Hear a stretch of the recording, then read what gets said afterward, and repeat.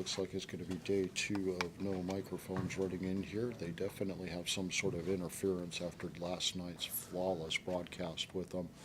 Thank you guys all for being here today. Please like and share this video. We are on day 7 of the Kowalke versus Eastman case. Thank you guys all for being here. Please like and share this video. You'll find it on YouTube, Twitter, Facebook, all at Politic and Rumble. And please go subscribe to Rumble. As soon as we reach 100 people there, we will be live streaming directly to them. Again, thank you guys all for being here today. Like and share.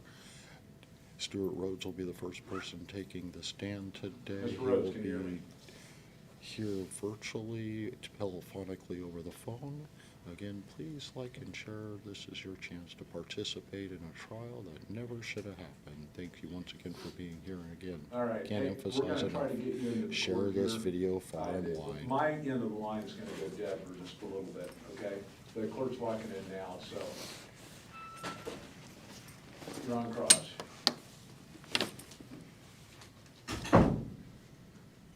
I'm in the courtroom right now, and so once you go on the speaker, opposing counsel is going to ask you questions. All right, stand by.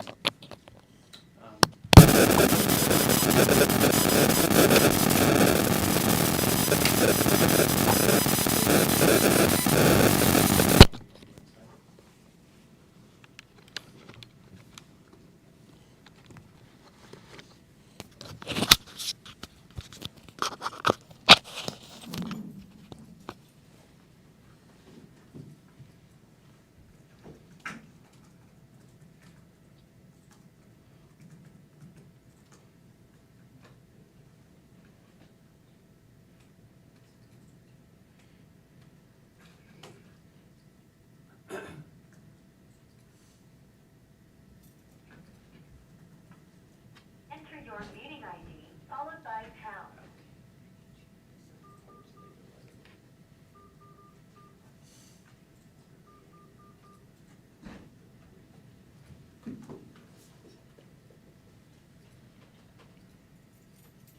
Enter your participant ID, so please enter the meeting password, followed by pound.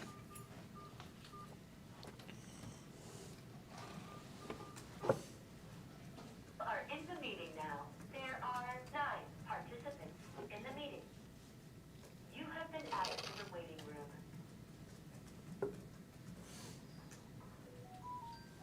Okay, we're just waiting on the clerk. And I've got a Work it out, you can go work fast. You run the stairs or whatever. Get past well. Sure. Run the stairs. Yeah. That's where I left you out here for the workout the entire time, so you can wear a mask.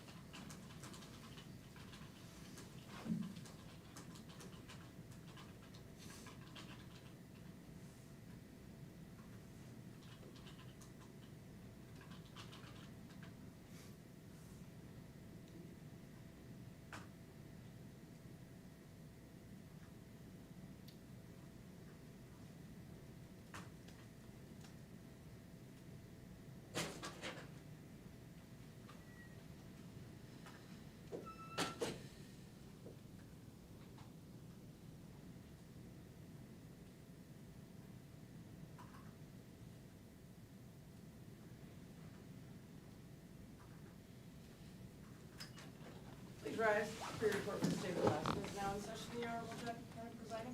Okay, please be seated, everybody.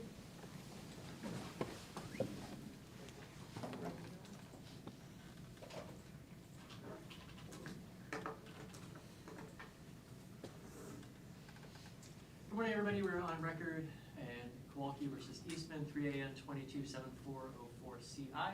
We're continuing with the trial today.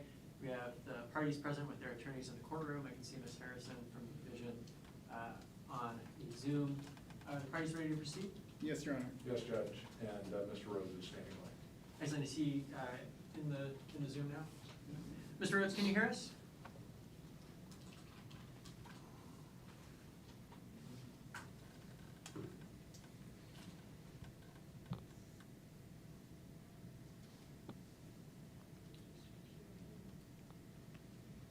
It was quite a thing too. Ms. Harrison, it looked like was trying to speak, and I just barely heard her.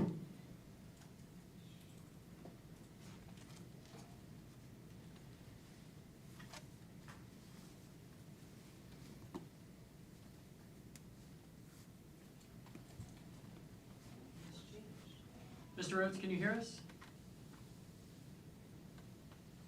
Ms. Harrison, are you able to hear us?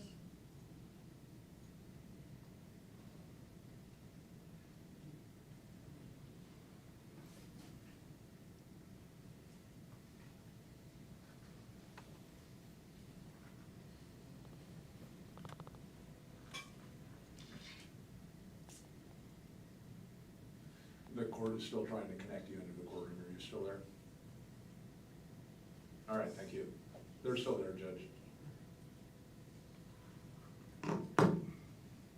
Ms. Harrison, are you able to hear us?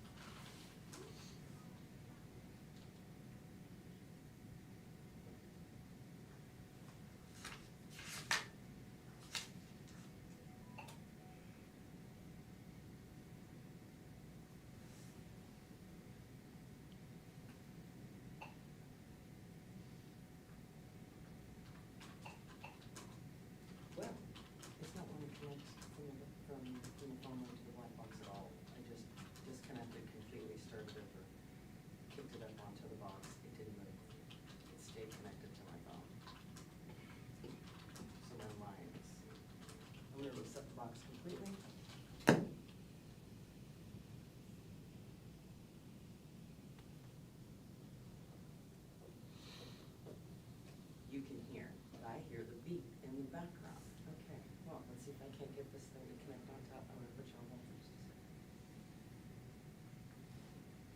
And then it beeped, yeah, no, but that means that sound is transmitting like it's supposed to. Excellent, one moment, please.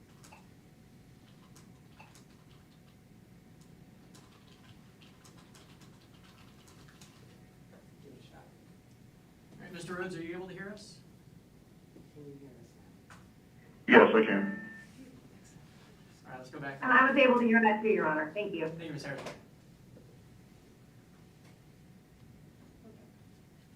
All right, we're back on record. There was a sound issue.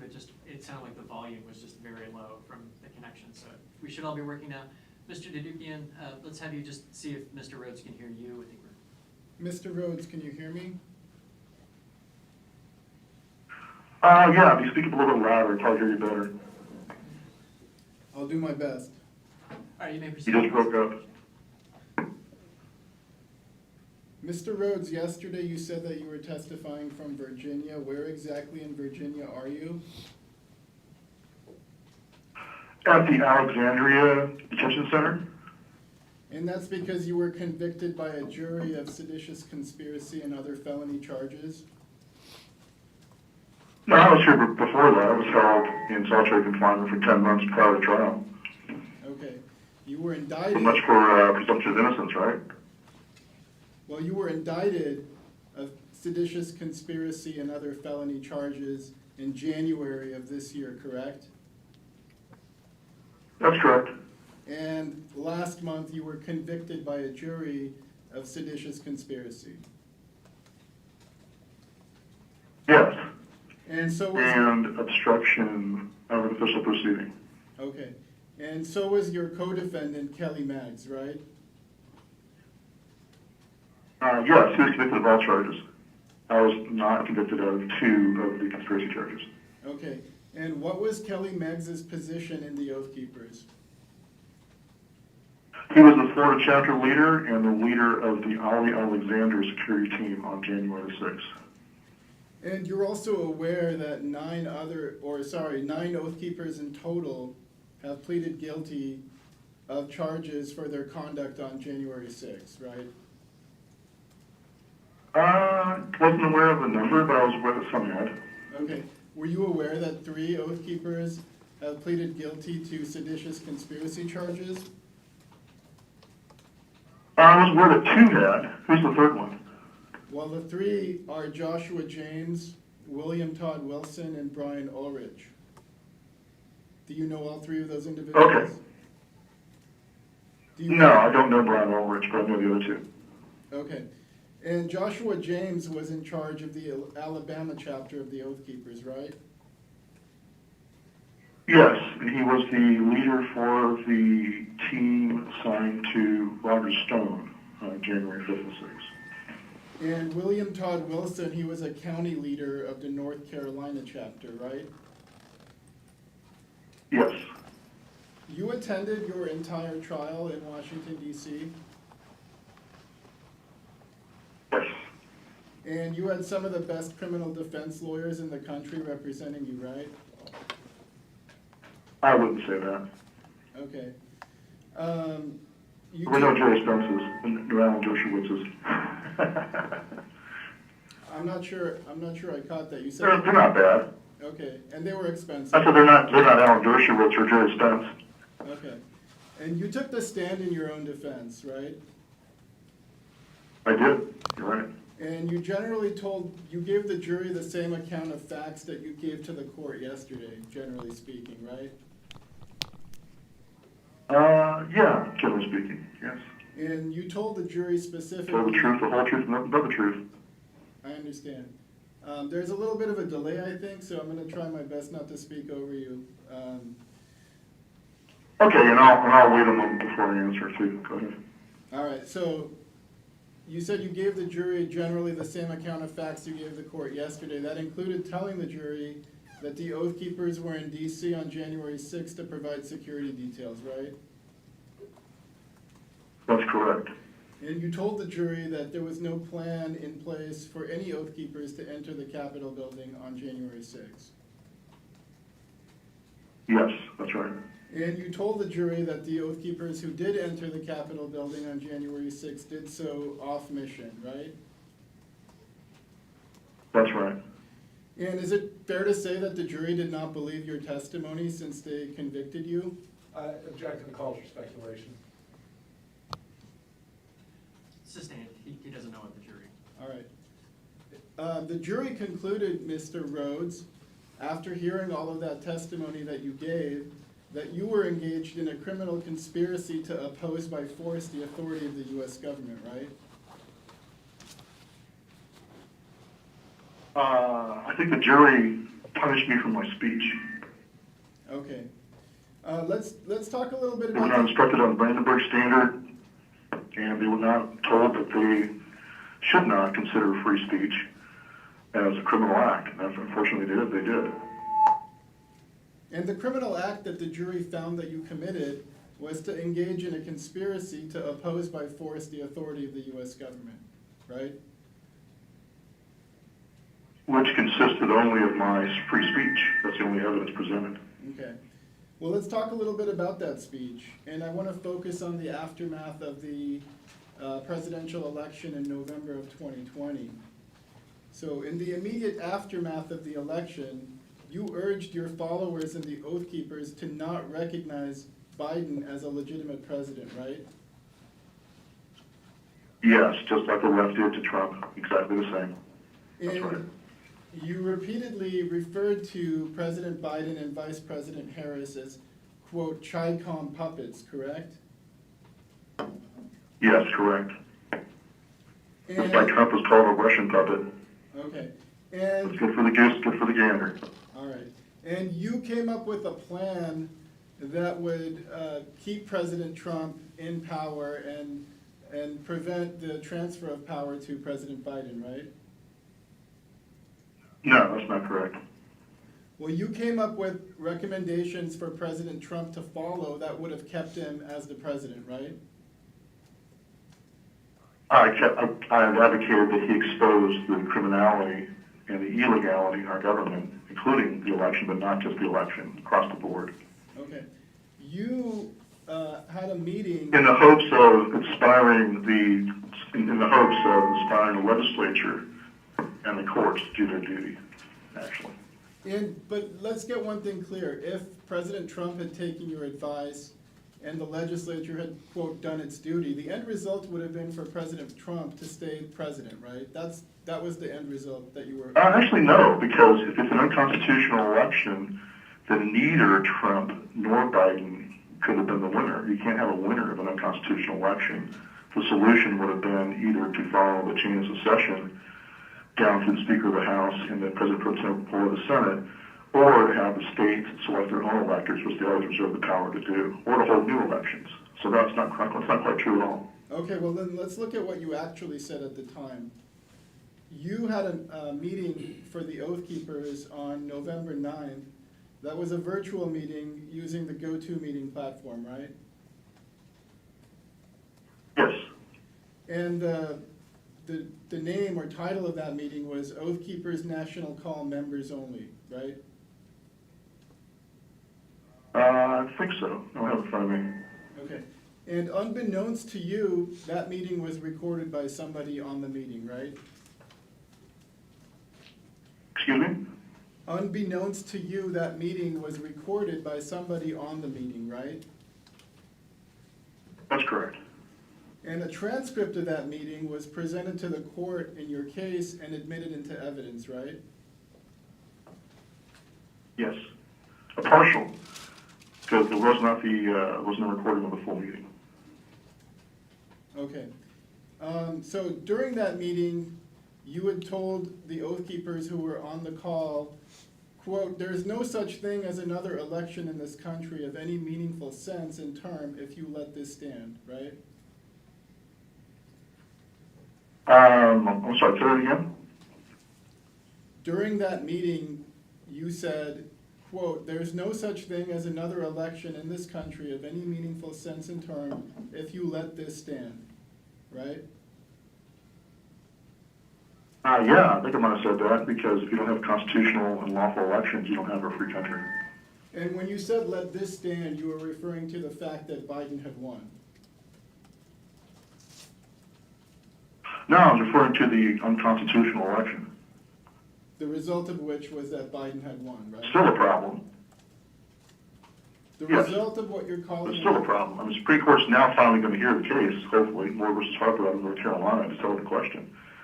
And unfortunately, the court had not taken up the question as they did in 2000 with Bush v. Gore. That's what they should have done. All right, well, let's talk about what you were telling your people, your followers during this meeting, what should happen, okay? And you basically wanted President Trump to do two things at that point in time, right?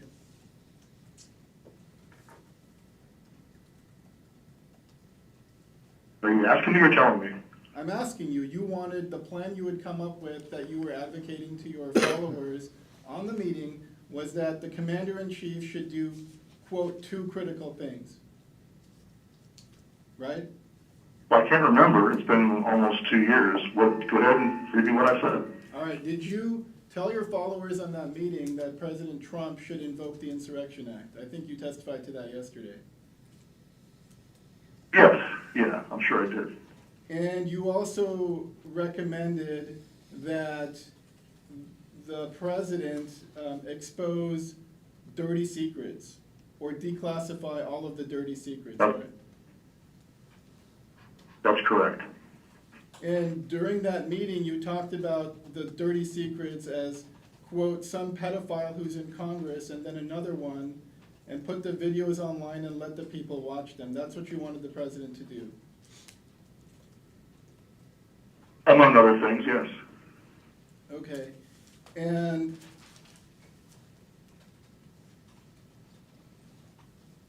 even back in November during this meeting, you recognized that there was a possibility that Trump would not follow through and would not invoke the Insurrection Act, right?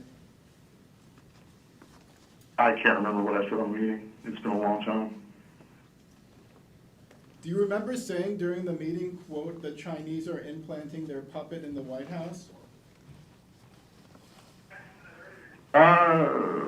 Yeah, I mean, that's consistent with what I said in my open letters. So yeah, that sounds about right. Okay, and just so I make myself clear, on this question, I'm not asking you what you said or what you remember, or what you remember of what you said, but I'm just saying generally Hold on a speaking. second. Hold on, this guy's yelling over here.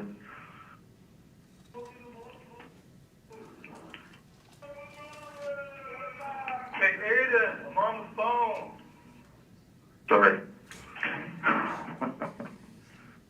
All right, sir, Go ahead. Okay, so let me back up a little bit. So between the election, between the day of the election and leading up to January 6th, you issued a number of statements, and yesterday you said you intended Donald Trump to be the audience of those statements about things that should be done, right?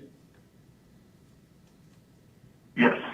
And consistently in every one of those statements, or almost every one of those statements, the main ingredient was invoking the Insurrection Act, right? And in particular, doing the declassification at.am. Right, but, That's right. but the invocation of the Insurrection Act was a major component of your plan, right? Yeah, up until the last one on January the 16th, I just reiterated his power to use his declassification authority. And even going back all the way to this meeting on November 9th, you were aware that it wasn't a sure thing that Donald Trump was going to invoke the Insurrection Act, right? Well, I was aware that it wasn't. Of course, that's why I was advocating for it. I mean, I wouldn't have to advocate for it if I knew he was going to do it, right? Right. And so you wanted to come up with a backup plan of what would happen if Donald Trump did not invoke the Insurrection Act. No, it's not true. Okay. My whole focus was on him all the way until January 20th. All right. Well, let me ask you about something else that you said on November 9th. Isn't it true that you said, quote, we're very much in exactly the same spot that the Founding Fathers were in, like March 1775? Do you remember uttering those words? I did say that. That's correct. Yeah. And You also said, quote, "There's going to be a fight, but let's just do it smart and let's do it while President Trump is still commander-in-chief, and let's try to get him to do his duty and step up and do it," right? Are you quoting me from the transcript? I am, sir. Okay. Well, if it's in the transcript, it's probably what I said. Does that sound like something you would have said? Yeah, I think it sounds as consistent with what I said in my open letters, too. It's no secret. I've been seeing these things for years. I mean, we're headed down a very bad road. Right, and a little bit later in the Like transcript. I said, if you don't have constitutional lawful elections, you don't have a free country. You just don't.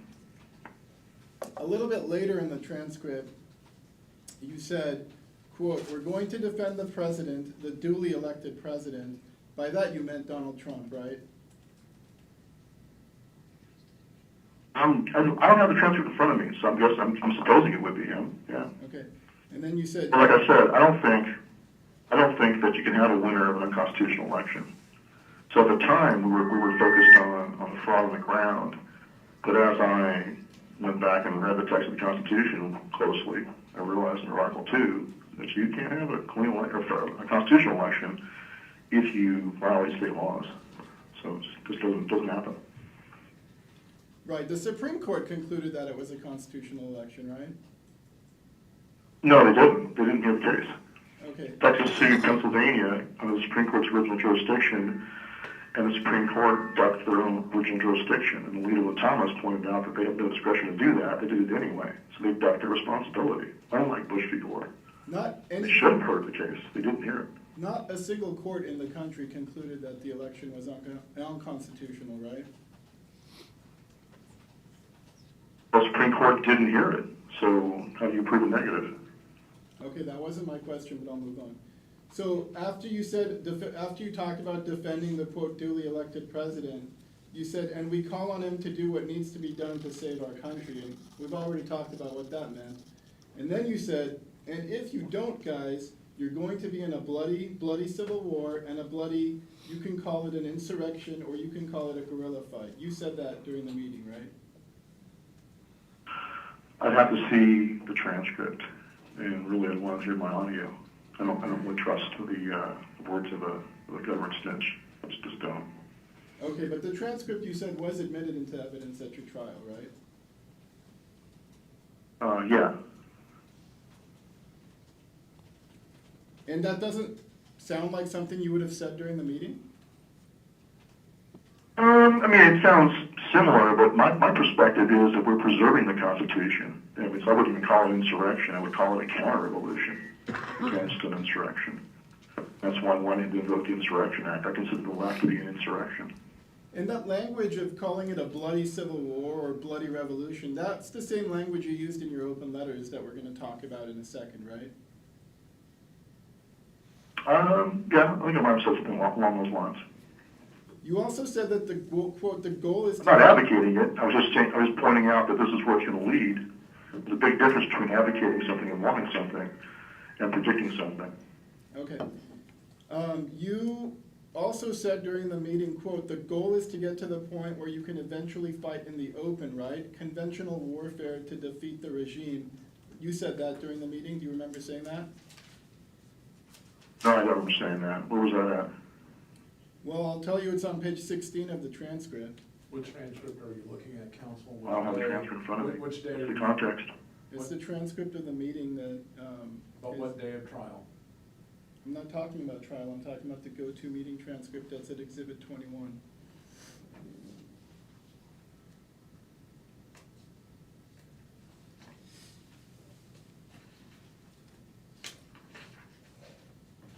So on page 16 of the transcript that you said was admitted at trial, you said, "The goal is to get to the point where you can eventually fight in the open, right? Conventional warfare to defeat the regime."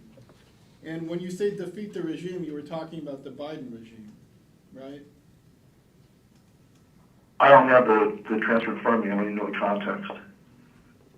Well, if you would... Why are you asking me something that I can't even review? I can't even review it. Well, it's not in front of me. Just so you know, Mr. I Rhodes... can't refresh my memory. Mr. Rhodes, hold on, just answer the questions that are in front of you. If you don't have it, you don't have it. Just so you know, Mr. Rhodes, I tried to get you a copy of all these through Mr. Miller yesterday, and he said it couldn't be done.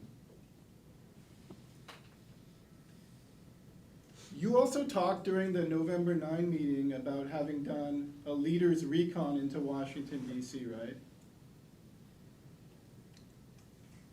Yes, in preparation for our security mission for the Million MAGA March. That's right. We always go in advance and look at what we're going to be and what we're going to be, you know, the places we'll be protecting. And you also And on that leader's recon, we actually drove around the White House because my concern at that time was an attack on the White House. So we focused on the White House. But right after you talked about that leader's recon on page 17 of the transcript, you talked about the leader's recon at line 7, but right after that, you said you were talking about the security mission, but right after that you said, quote, it's going to be just like in Serbia, right? Hold on a second. Hold on. I said, testifying in court. You guys get to refrain from yelling if you're nice. Sorry.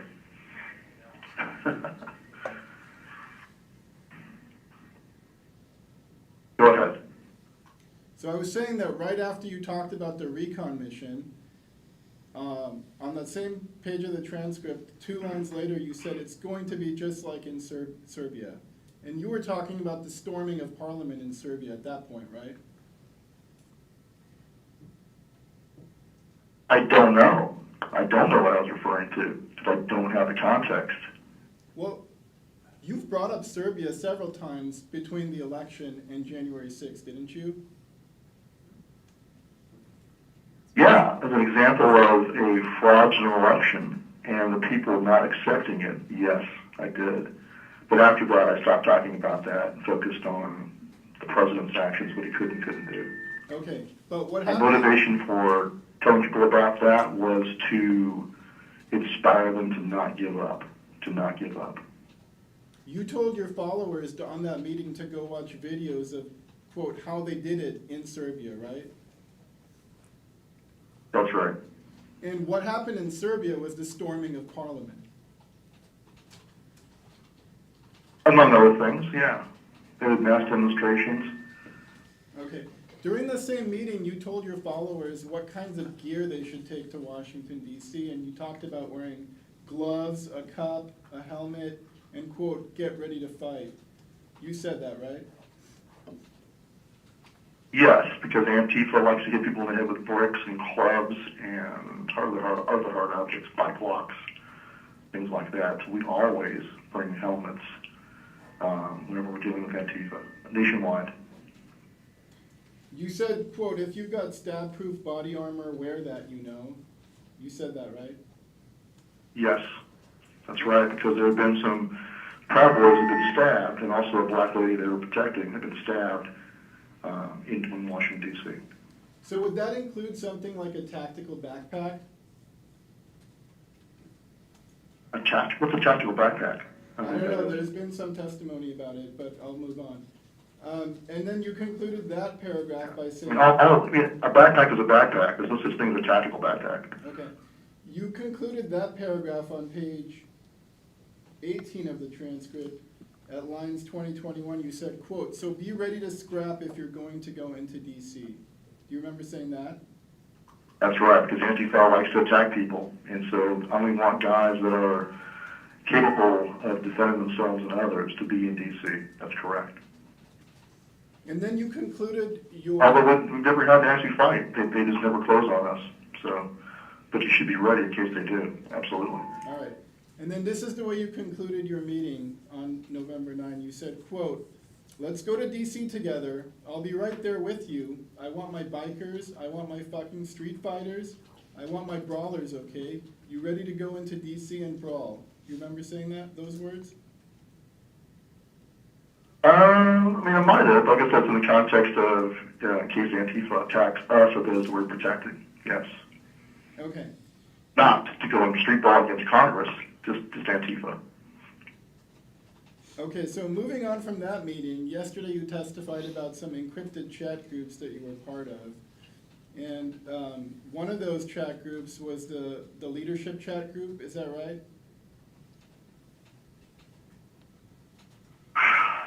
Well, there were, which leadership chat group?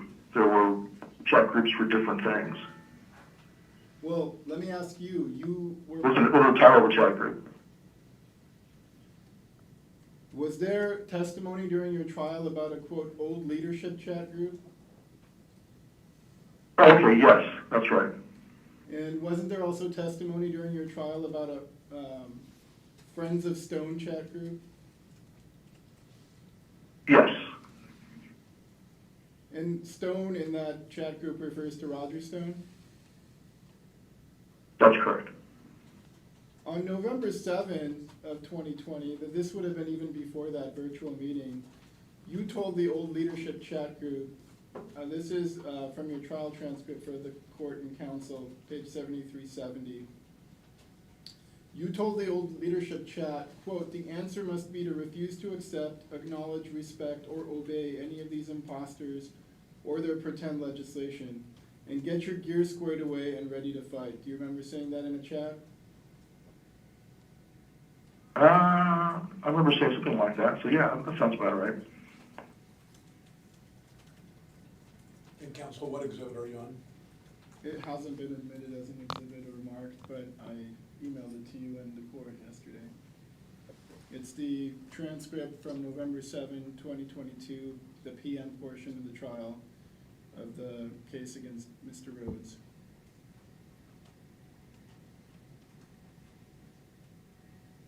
On that same day of November 7, this is again 7370 of the transcript, you posted to the Friends of Stone chat, you said, quote, nope, the final defense is us and our rifles, correct? Yes, correct.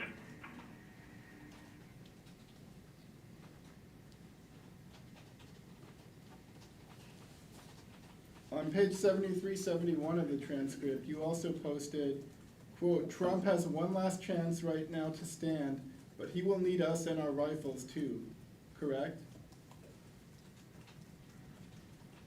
Yes, because I wanted him to call us about the militia to keep the peace while he did his investigations and data dumps. That's right. We talked about a minute ago. Keep the peace in the states. I'm sorry. What I said in my open letter is to keep the peace in the local communities and states. A minute ago, we were talking about how you brought Serbia up during your virtual meeting. You also posted about Serbia in the old leadership chat, right? That's correct. And you sent a link of the video from some person who was talking about what happened in Serbia, is that right? Yes, a Serbian. Right. And you said, quote, and we must now do what the people of Serbia did when Milosevic stole their election, refused to accept it in March en masse to the nation's capital, right? Yes. Well, we don't live in Serbia, and we don't have a parliament. We have a different system of government. So I wanted them to go and protest, like I said in my open letters, to protest and support the president and encourage him, but also to encourage Congress to do their duty, even though I had serious doubts about that. Well, the Serbian plan that you were talking about at the meeting and posting to the encrypted chat, the old leadership chat, was essentially a 5-step plan, right? I don't know. I can't see it. It's not in front of me. Okay. Do you recall that part of the Serbian plan was to, quote, swarm the streets and confront the opponents? That's what they did in Serbia. That's right. And you encouraged in the old leadership chat that millions should gather in the capital, right? That's correct. Absolutely. It's our right to protest under the First Amendment. You bet. Well, you're talking about protest, but didn't you also say that there would be no barricade strong enough to stop them? That's what the Serbians said about Serbia, not what I said about Washington, D.C. Okay, but you were essentially posting his plan to your leadership group. said, look, here's what they did in Serbia, and we need to go to Washington, D.C. and protest. It's not saying do exactly the same thing the Serbian did, which is why I didn't quote the Serbian after that ever again, because I had my own idea of what should be done, in particular the Insurrection Act and Trump's actions, which I laid out in 2 of the letters to Trump in December. Let's talk about the first open letter that you wrote to Trump and posted on your website. You testified about it yesterday. It's at Exhibit 18. I know you don't have it, but you generally remember what you said in that letter, right? Actually, I think I might have the copy. Are you talking about the one that was mailed out on December the 17th, or which one? I believe it was posted on December 14th on your website. But we don't have to get into Open letter to President Trump. Right, let's not get bogged down on the date. Let's just talk about it as the first open letter that you wrote. I just want to make sure I'm looking at the right one. Okay, I'm just making sure. Do I quote George Washington? Well, there's a picture of Washington. Let me. Now, there's, And Judge, just so that you can follow along, this is Exhibit 18 of Plaintiff's Exhibits. Right, that's what I said. And the title of it, just so we're on the same page, the title of it was Open Letter to President Trump, You Must Use Insurrection Act to, quote, stop the steal, end quote, and defeat the coup. Do you remember posting that letter to your website? yes, the one that begins, President Trump, you now face a moment of peril as great or greater as what General Washington and men faced in 1776. Is that the one? Yes, that's the one. And that letter was signed at the bottom of it. You signed it, and then Kelly Sorrell signed it, right? That's correct. And at the time, Kelly Sorrell was the general counsel for Oath Keepers, right? That's right. Texas Attorney and former Prosecutor. That's right. And the title, in the title of your open letter, you used the phrase "stop the steal." That was the exact same phraseology that Trump had been using in his public statements, right? My copy doesn't have that on it. Oh, there it is. Now I see it. Okay, yes, the title page. Open letter to President Trump, you must use the Insurrection Act to stop the steal and defeat the coup. That's correct. Right, and that's the same phraseology that Trump had been using when talking about the election. Sure. And Ollie Alexander and Roger Stone and everybody, General Flynn, you name it. And like Trump, you believed that the election was rigged and stolen. That's correct. And unconstitutional and unlawful. And for all those reasons, you thought that the country was in an existential moment at that time, right? I think it still is. And in this letter, you outlined your plan of steps that the president should follow to, quote, stop the steal, right? Yes. Yes. But once again, as we discussed before, you recognized that the president might not come through for you, right? Hold on, looking through it. Let me see. Well, I will refer you to the sentence that starts, quote, or will you fail to act while you still can? Where are you at, counsel? How far It's along? on page 2 of the exhibit, How far down? just below the block, the bolded quotation at the top. The paragraph starts, "It's time to honor that oath by defending the Constitution against all enemies, foreign and domestic." Yes, I'm reading that now. So you It specifically, says, will you fail to act? So here, this is your moment of destiny. Take your place in history as savior of a republic right up there with President Washington Lincoln, or will you fail to act? Well, you still can.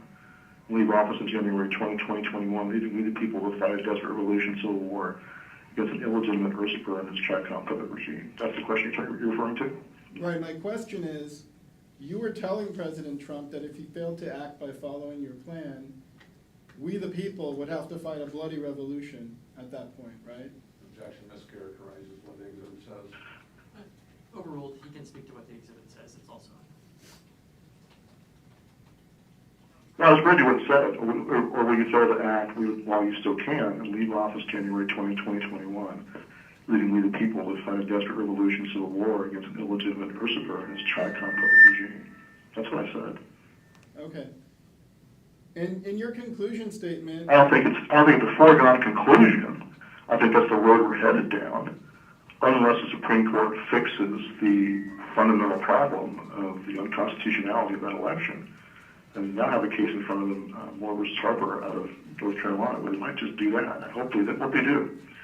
And then I think Biden should be impeached or moved from office. That's what should happen next. Right.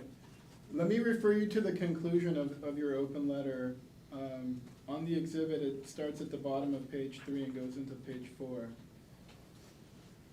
In the conclusion of your open letter, once again you reiterated that, quote, if you fail to do so, and by that you were referring to President Trump following your plan to stop the steal, you said if you fail to do so, we the people will have to fight a bloody revolution / civil war to throw off an illegitimate deep state Chinese puppet regime.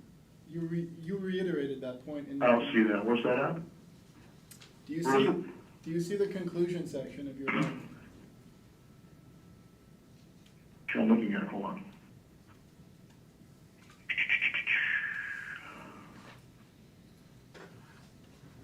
Yes, that's what I said. Okay. And then the bolded language in the conclusion said that either way, regardless of how President Trump acted in response to your letter, there was going to be a fight, right? No, it says we are in a fight, no matter what.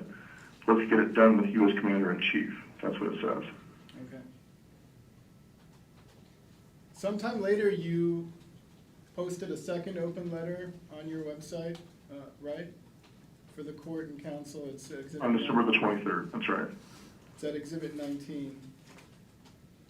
And that letter was also signed by both yourself and Kelly Sorrell. That's correct. And in that letter, you again urged the president to invoke the Insurrection Act? Yes, and to do a mass declassification and data dump, among other things, like appointing a special prosecutor, a new head of the FBI, et cetera. I reiterated what I'd said in the prior letter. And I have a section on post-January 6th also. Well, I want to focus about the part of your letter that talked about the Insurrection Act. On our exhibit, it's on page 3.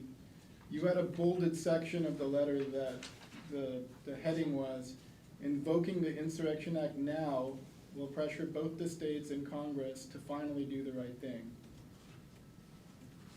Do you have this? That's right. When you start exposing people's criminality, they tend to start doing the job better. That's right. And when you said do the right thing, what you were really talking about was not to certify the election for President Biden, right?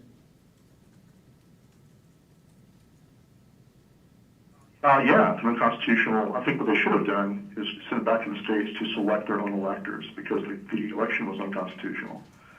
So they should have sent it back to the states and say either you select your own electors in a special session, or you go into special sessions and modify your state law and hold a new election, or you hold the elections according to the state law already established.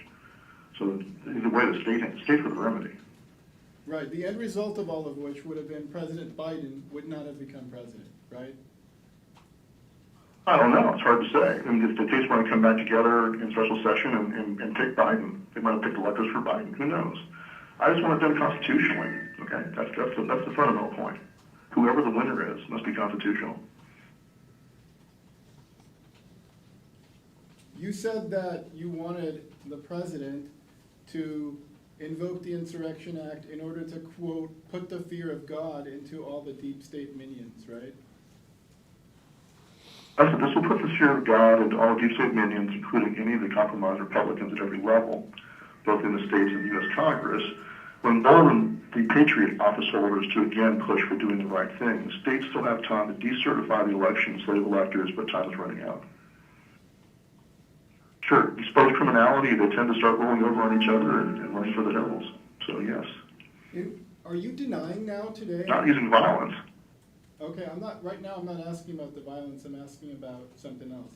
So are you denying right now that your goal with writing these letters and trying to get President Trump's attention was that you wanted him to stay in power and not step down? My goal was to have the states do their duty constitutionally, however it shook out. That was my goal. I do think Trump won the election. I do think that COVID was used as an excuse to violate state election laws, to facilitate fraud, to get rid of Trump. I do believe that, but the constitutionality is the central point. It was not constitutional, it's not a valid election, which means Trump wasn't the valid winner either. You couldn't have a winner of an invalid unconstitutional election. Well, I want to turn your attention to the bottom of, where you talk about post-January 6th in your letter. It's at the bottom of page 3. Didn't you specifically tell Trump, quote, not step down and to not leave the White House in the hands of an illegitimate, fraudulent imposter who is a suspected agent of a foreign enemy? Let's see, I'm reading it real quick. Yeah, you will not concede to an unconstitutional fraudulent farce. You will not step down, and you will not leave the White House in the hands of an illegitimate, fraudulent imposter who is a suspected agent of a foreign enemy. That's what I said. And if he didn't step down, he would have stayed president, and Biden would never have become president, right?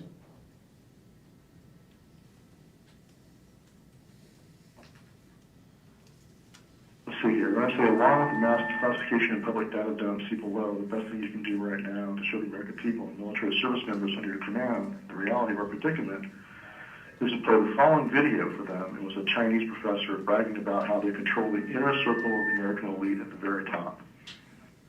So yes, that's what I believe. I still believe that. I think it's coming out now that Biden's family connections to Chinese businesses have compromised him. Okay, my question was, if Trump did what you said and refused to step down, he would have stayed president, and Biden never would have become president, right?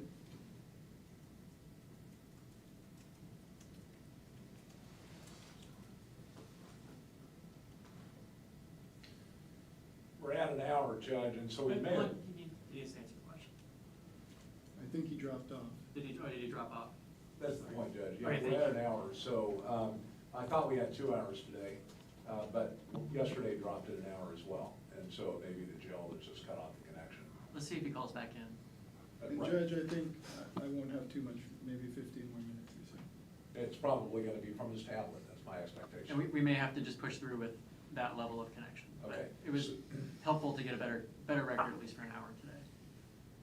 I will try to reconnect. All right, and this is Mr. Tarpley, Your Honor, the attorney for Mr. Rhodes.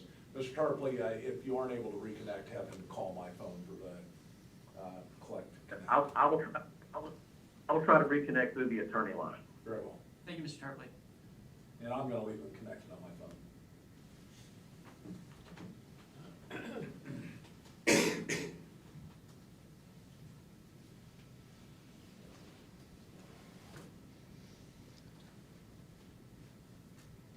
Ms. Micheal, while we have a moment, is there a specific time that your Mr. John Eastman needs to be called, or is he just generally available? We're planning on calling him in at 1 o'clock Alaska time. So my expectation, we finish up with Representative Eastman, unable to get a hold of Colonel Siemens. So our expectation is that Mr. Eastman will be our last witness. All right, understood.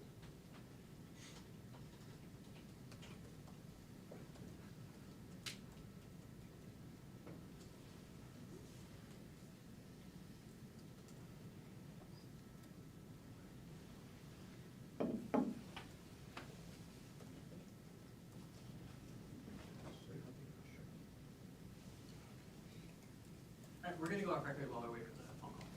But let's break in place while we're here so that when it comes in, we're ready to go.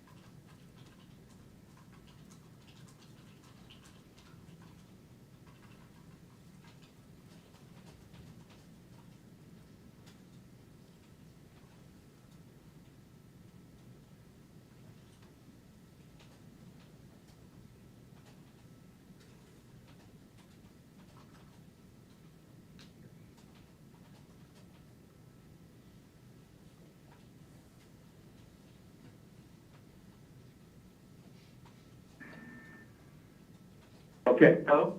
Yes. Joe? Yeah, you're on the overhead of the court. Okay, yeah, I'll get. I'm back. I have Mr. Rhodes back on the line. Very well. Thank you, Mr. Tarpley, for your help. Mr. Rhodes, can you hear us? Yes, go ahead. All right, Mr. Dudukin? Thank you, Judge. Mr. Rhodes, I was asking you about the second open letter that you wrote. And at the very end of that letter, actually, do the log notes reflect what my last question was? Okay. You were asking about my statement that you will not concede unconstitutional fraudulent farce, you will not step down, not leave the White House in the hands of an illegitimate fraudulent imposter who is a suspected agent of a foreign enemy. And then I say, along with the master classification of public data dumps, see below, the best thing you can do right now to show the American people and the military service members under your command the reality of our predicament is to play the following video for them of a communist Chinese professor bragging about how they control the inner circle of the American elite at the very top. That's where we were. Right. So my question was, if the president followed your advice and did what you said, the end result of all of that would have been he would have stayed in power and Biden never would have become president, right?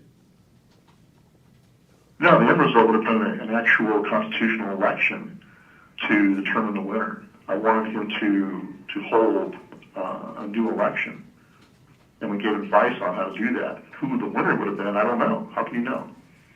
At the very conclusion of your letter, you repeated the same language from before of what would happen if the president did not do his duty, right? Let's see, where's that at? It's right above your signature. On the If you will do your duty, you will leave the people no choice but to walk the founder's footsteps. Is that right? Right. And That's what you're referring to? that is what I'm referring to, and if you continue with that sentence, you said, Sure, by declaring the regime illegitimate, incapable of representing us, destructive of the just ends of government, to secure our liberty, that's a reference to the Declaration of Independence, and to be a mere puppet of a deadly foreign enemy, and that's the Chinese. Like the founding generations, we will take up arms in defense of our God-given liberty. We'll declare our independence from the puppet regime, and we'll fight for our liberty. right. There are millions of Americans, patriots standing by. Do not forsake them. Do not leave them to have to do it all themselves. Keep your promise. Drain the swamp. Do it now. We will have to do it every step of the way. That's what I said. Right. Now, I want to turn your attention to a text that you sent to Kelly Sorrell on December 10th. And give me a second to pull it up. Yeah. On December 10th, in that text, you said that either there's going to be the president invoking the Insurrection Act, or sorry, let me back up. Let me read you your actual quote. You said, quote, either Trump gets off his ass and uses the Insurrection Act to defeat the Chi-Com puppet coup, or we will have to rise up in insurrection, and then in parentheses you put rebellion, against the Chi-Com puppet Biden, take your pick, right? And that's at 7396 of the transcript. Yeah, I think that's what I said.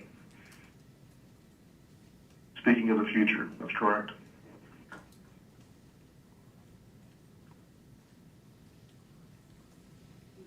Did I hear you correctly yesterday that you said that amongst the encrypted chat groups that you were part of, one of them was with the rally organizers? Yes, that was the VIP chat. We call it the VIP chat. And when you say the rally organizers... Then that was Ali Alexander, pardon? I'm sorry. When you say the rally organizers, are you talking about the organizers of the Stop the Steal rally on January 6th? Well, there were multiple rallies we were protecting on January 5th and 6th. One was the Virginia Women's for Trump on the 5th, and then the other one was Latinos for Trump and Virginia Freedom Keepers on the 6th in Area 7, Lower Senate Park. And then the third one was Ali Alexander's event in Area 8 on the Capitol grounds, the northeast corner of the Capitol. Right, so And then there was also, I think, Stephen Brown was in there, the man who was handling logistics for Ali Alexander's event. And also the Jericho March people were in there too. I'm going to ask you about the Jericho March in a second, but I just want you to confirm that you were in chat communications with the organizers of the Stop the Steal rally? Yes, Ali Alexander, his assistant, I think, like I said, Stephen Brown, the guy who was coordinating his stage. That's right. About the Jericho March, you gave a speech at that march, right? I gave a speech down on the mall in December. Right. Is that the one you're referring to? Same one that General Flynn spoke at? Well, I mean, I guess... Are you talking about on January 6th, or are you talking about it in December? No, I'm talking about in December, at or near the Jericho March, you gave a speech, right? I gave a speech on the mall. I can't remember the name of the event, but it was one on the mall. It was a big stage. Like I said, General Flynn spoke there, and among other people, and I spoke too. That's right. And isn't that the speech where you said that if President Trump didn't act, that you and the other patriots would need to do it yourselves in a, quote, much more desperate, much more bloody war? I did say that. That's under the First Amendment. I have a right to speak my mind on politics, just like millions of other Americans did across the spectrum. Now let's talk about January 6th, because you talked about what happened on that day from your perspective. You understood that that was an important date for certification of the election, right? No, I understood that was what was going on that day, certification, yeah. Didn't you understand, to use your own words, that January 6th was, quote, a hard constitutional line and limit for certification? What did I say about it? That's at 7392 of your trial transcript. You admitted saying that at your trial. Okay, yeah, I might have said that. And going into that day, you did not really believe that anyone in Congress was going to act to stop the election from being certified, right?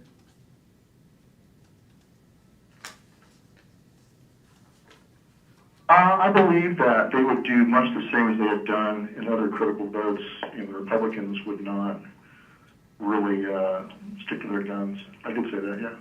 Right, and that's what you had been urging the president all along to act before January 6th, right? Well, sure, he's running out of time, so the more exposure and investigation he could do, the better. As long as you wait, the more people conceal evidence or destroy evidence. So yeah, and of course. And in fact, you would, I think, use the words that it would be a, quote, tragic mistake to wait until January 6th or later for the president to act, right? Sure, because I didn't think the Republicans were going to actually effectively challenge the unconstitutional slates. And when you say the Republicans in Congress, specifically you're referring to the Senate majority, or the Senate leader Mitch McConnell? Among others. At the time of January 6th, he was the majority leader, right? Do you remember that? Yes. And you believe... Yes. Like I said, among others. I was also referring to others in Congress. Right, but with regard to Mitch McConnell, who was the leader on that day, you believe that he was an agent of the Chinese government, right? I think he, along with other American elites, have made a deal with the devil. That's right. Well, I'm not They asking have about... business and political connections. I'm not asking about the devil, I'm asking if you believe on January... I was speaking of the Chinese. It's a figure speech. I'm talking about the Chinese. Oh, okay. And you believe that Mitch McConnell was an agent of the Chinese government specifically because of his marriage to Elaine Chao? Yeah, I think that she has connections to the Chinese Communist Party. So before we talk about what happened on January 6th, I want to ask you some questions about your leadership of the Oath Keepers. Yesterday, do you remember getting some questions from Mr. Miller about how the Oath Keepers has been organized and managed? Yes.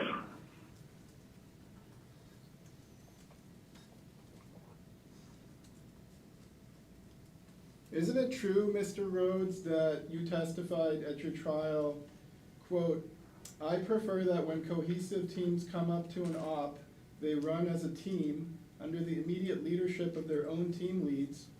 That way they get operational experience as a unit and their leaders get to lead."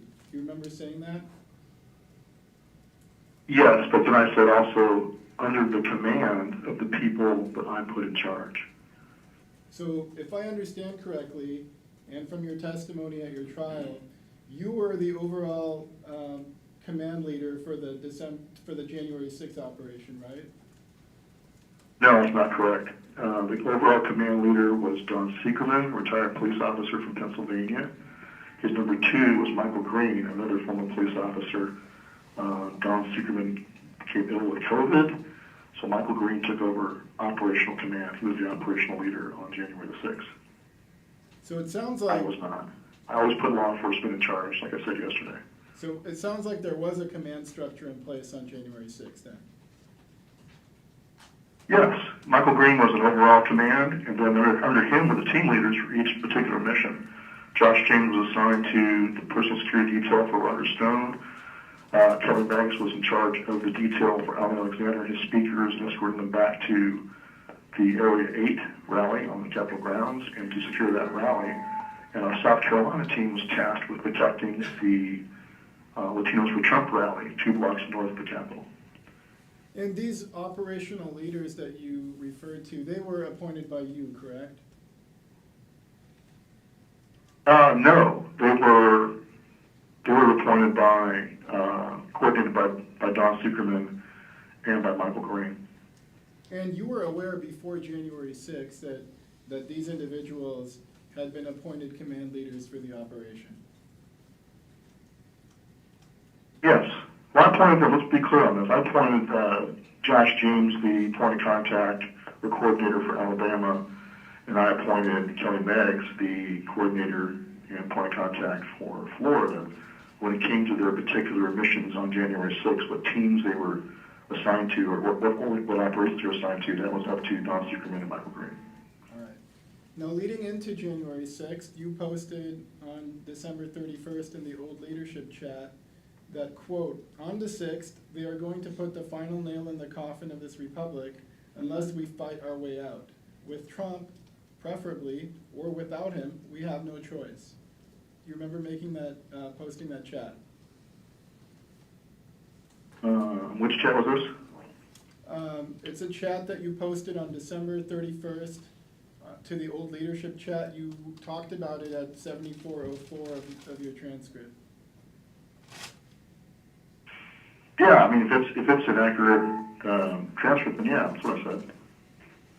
Well, this is the trial transcript. I'm just asking you, do you remember saying on December 31st that January 6th was going to be the final nail in the coffin of the republic?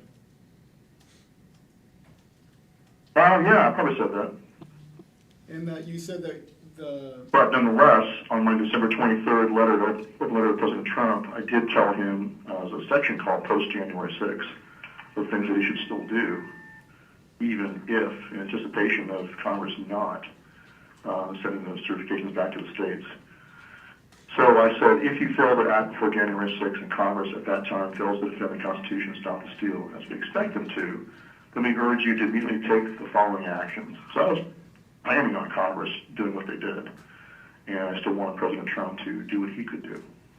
Right, so you're going back to what you said publicly on the website, and I'm asking you, in your private chat, you were saying the same thing. You were saying that you would have to fight your way out with Trump, preferably, or without him, but you had no choice, right? Yeah, after January 20th, if he's no longer president, then obviously we can't do anything with him because he's no longer president. We'll be on our own. That's where we are now. So on January 6th, you learned that around 1:45 p.m. that people had started storming the Capitol, right? I learned from Michael Green that there had been Trump supporters who had begun to enter the Capitol grounds. I did not know anyone had gone inside. In fact, no one had gone inside yet by that point. And after you Found out learned, later. I just had no idea about it. Pardon? no, sorry, go ahead, finish your answer. Yeah, I said, he was talking about people going past the barricades and going on the Capitol grounds. That's what he was referring to. Right, so you became aware that people who were at the Capitol on January 6th had gotten past the barricades and had entered the Capitol building, right? No, it was not. Like I said, at 1:45, Michael Green called me and said, they are storming the Capitol. And I said, who? He said, Trump supporters. And what he was referring to was pushing past barricades, because no one had entered the Capitol until about 2:15. That's a fact. So he was not referring to people entering the Capitol, he was referring to people entering the Capitol grounds. I understand what you're saying now. So, at that point, you made your own way to the restricted grounds of the Capitol, right? I made my way to Area 8, where we were supposed to be having the next event. I couldn't see anyone, and I was trying to find my people I knew were going there. That's why I was at the northeast corner of the Capitol, trying to locate our teams and trying to locate Michael Green, who was in charge of the teams. And my concern was I wanted to keep our people out of the riot that was starting to happen around the Capitol. I wanted to keep them out of it. Well, if that's the case, Mr. Rhodes, why did you contact your people who were on security details and tell them that if they are not on a mission, that they should come to you at the northeast corner of the Capitol? Because that's where they were supposed to be going. They're supposed to be going to Area 8, which was the next event. I had both the Florida team already tasked with going there, and I also had the team assigned to Roger Stone already tasked to go there to escort him to speak. So I knew that's where they were going to be going, and I was trying to intercept them and get them to come to me. So just so I understand, My concern was that if they were no longer on mission, which is what happened with Roger Stone and the guys who were no longer protecting Roger Stone, I wanted them to come to me. I didn't want them, idle hands at the devil's playground. I didn't want them just wandering around doing whatever. Well, see, that doesn't make sense to me, because the group of people who were protecting Roger Stone, they were the same people that were the second group of Oath Keepers who entered the Capitol building, right? Yeah, but why wasn't it make sense for me to tell them to come to me? Well, It makes perfect sense. because they were at a So I'm hotel. trying to keep them out of trouble. Right, but they were at a hotel with Roger. I didn't know Stone. where they were. Well, you knew that they were. I didn't know where they were. All I knew is I had multiple teams in the city, and I wanted to make sure that if anyone was no longer on mission, I don't care what team they were in, if they're not on mission anymore, I want them to come to me. But I wanted to be near Area 8 so I could intercept the teams that I knew were tasked with going there. So some of the people that you called to It was come. my choice of the best place to be standing to get my people to come to me and to intercept the teams that would be going to Area 8. And some of these people that you called to be near you at the Capitol building were at the time miles away from the Capitol building, at other locations, and you summoned them to come to you, right? They were already tasked with going to Area 8. Kelly Meggs' team, assigned to Ali Alexander, was walking people from the Lips rally, the speakers and VIP guests, to the Capitol grounds for their next event on Area 8. That's where they were supposed to be going.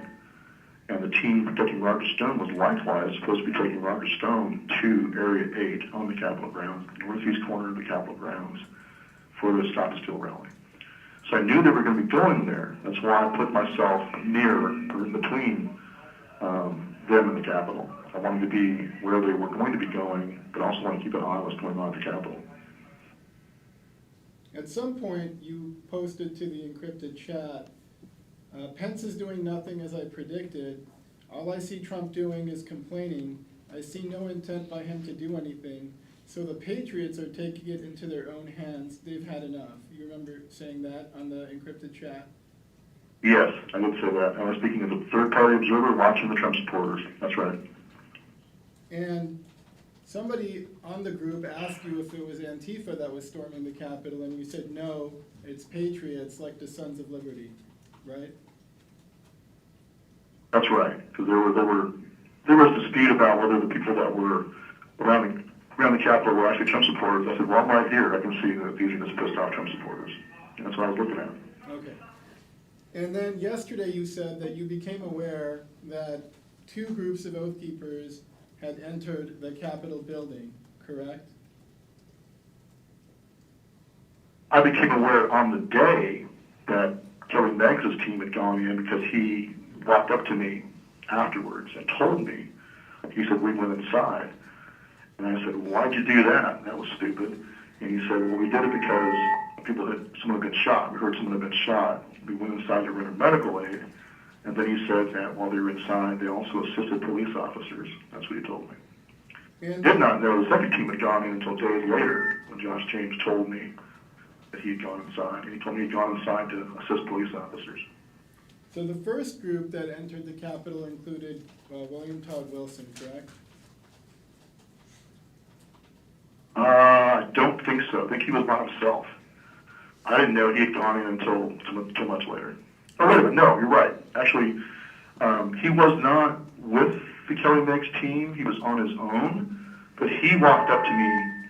That's right. He walked up to me on that day and reiterated what Kelly Meggs had told me, that, yes, they had helped law enforcement inside. He saw them do that. That's right. And you just reminded me that Kelly Meggs was also in that first group, right? He was the leader of the first group.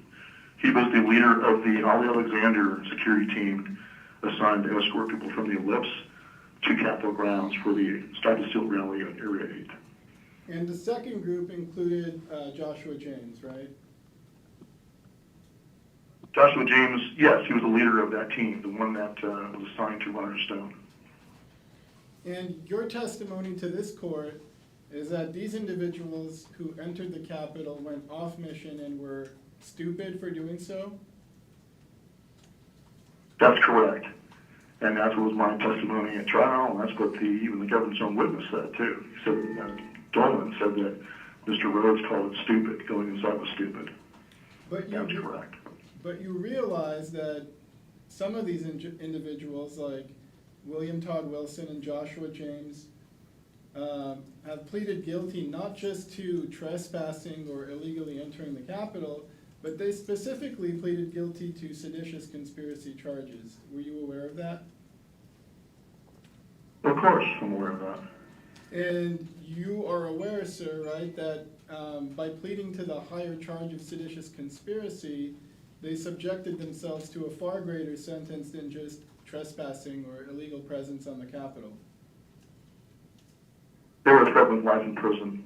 The government sent a letter threatening everyone that at sentencing they were going to argue that this is a crime analogous to treason, and therefore the court could sentence them to life in prison. So they scared the living you-know-what out of them. So yeah, that's a good deal.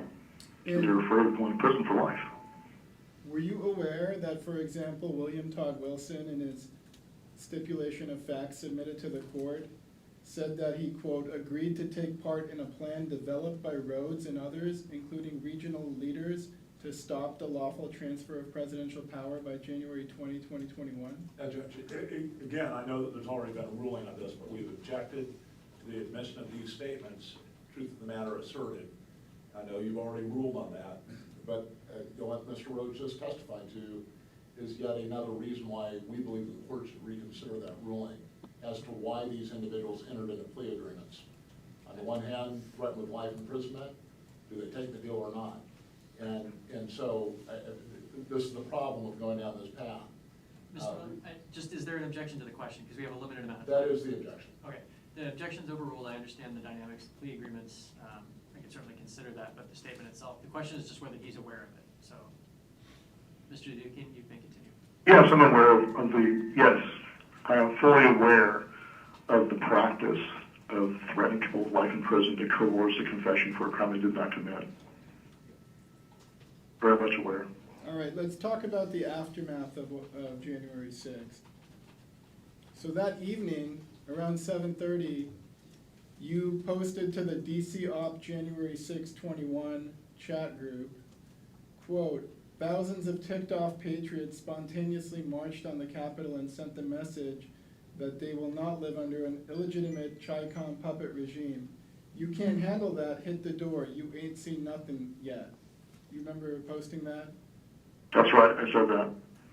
Yes, that's what happened. It was spontaneous, not planned, spontaneous. Right, but the part of the question that I was, the part of the quote that I was referring to is that your text suggested that the people who had just witnessed the storming of the Capitol hadn't, quote, seen nothing yet. You said that? Yes, I did. And then you also said, patriots entering their own capital to send a message to the traitors is nothing compared to what's coming if Trump doesn't take decisive action right now. It helped to send that message to him. He was the most important audience today. I hope he got the message. You said that too, right? Yes, I did. That's right. As is my right as an American under the First Amendment, free speech. And you said, Mr. Duca, where are you pulling your quotations from? oh, sorry, these are from pages 7450, 7451 of the transcript. Thank you. You said. I'm sorry, you asking me a question? No, I was just having a little sidebar with the judge. You also said, patriots, it was a long day, but a day when patriots began to stand. Stand now or kneel forever. You said that too? I did. Yeah. Speaking as a third-party observer of what happened that day, I thought that yes, people expressed their convictions that this was an unlawful election, and I think that they were right about that. Absolutely. And you said that what It was happened. mostly peaceful protest. You said that what happened that day was the patriots, quote, honoring their oaths. Can you give me a quote? Well, it's a continuation of the quote I was reading you. You said, well, I'll read you the whole quote. You said, patriots, it was a long day, but a day when patriots began to stand. Stand now or kneel forever. Honor your oaths. Remember your legacy. Yes, I saw that.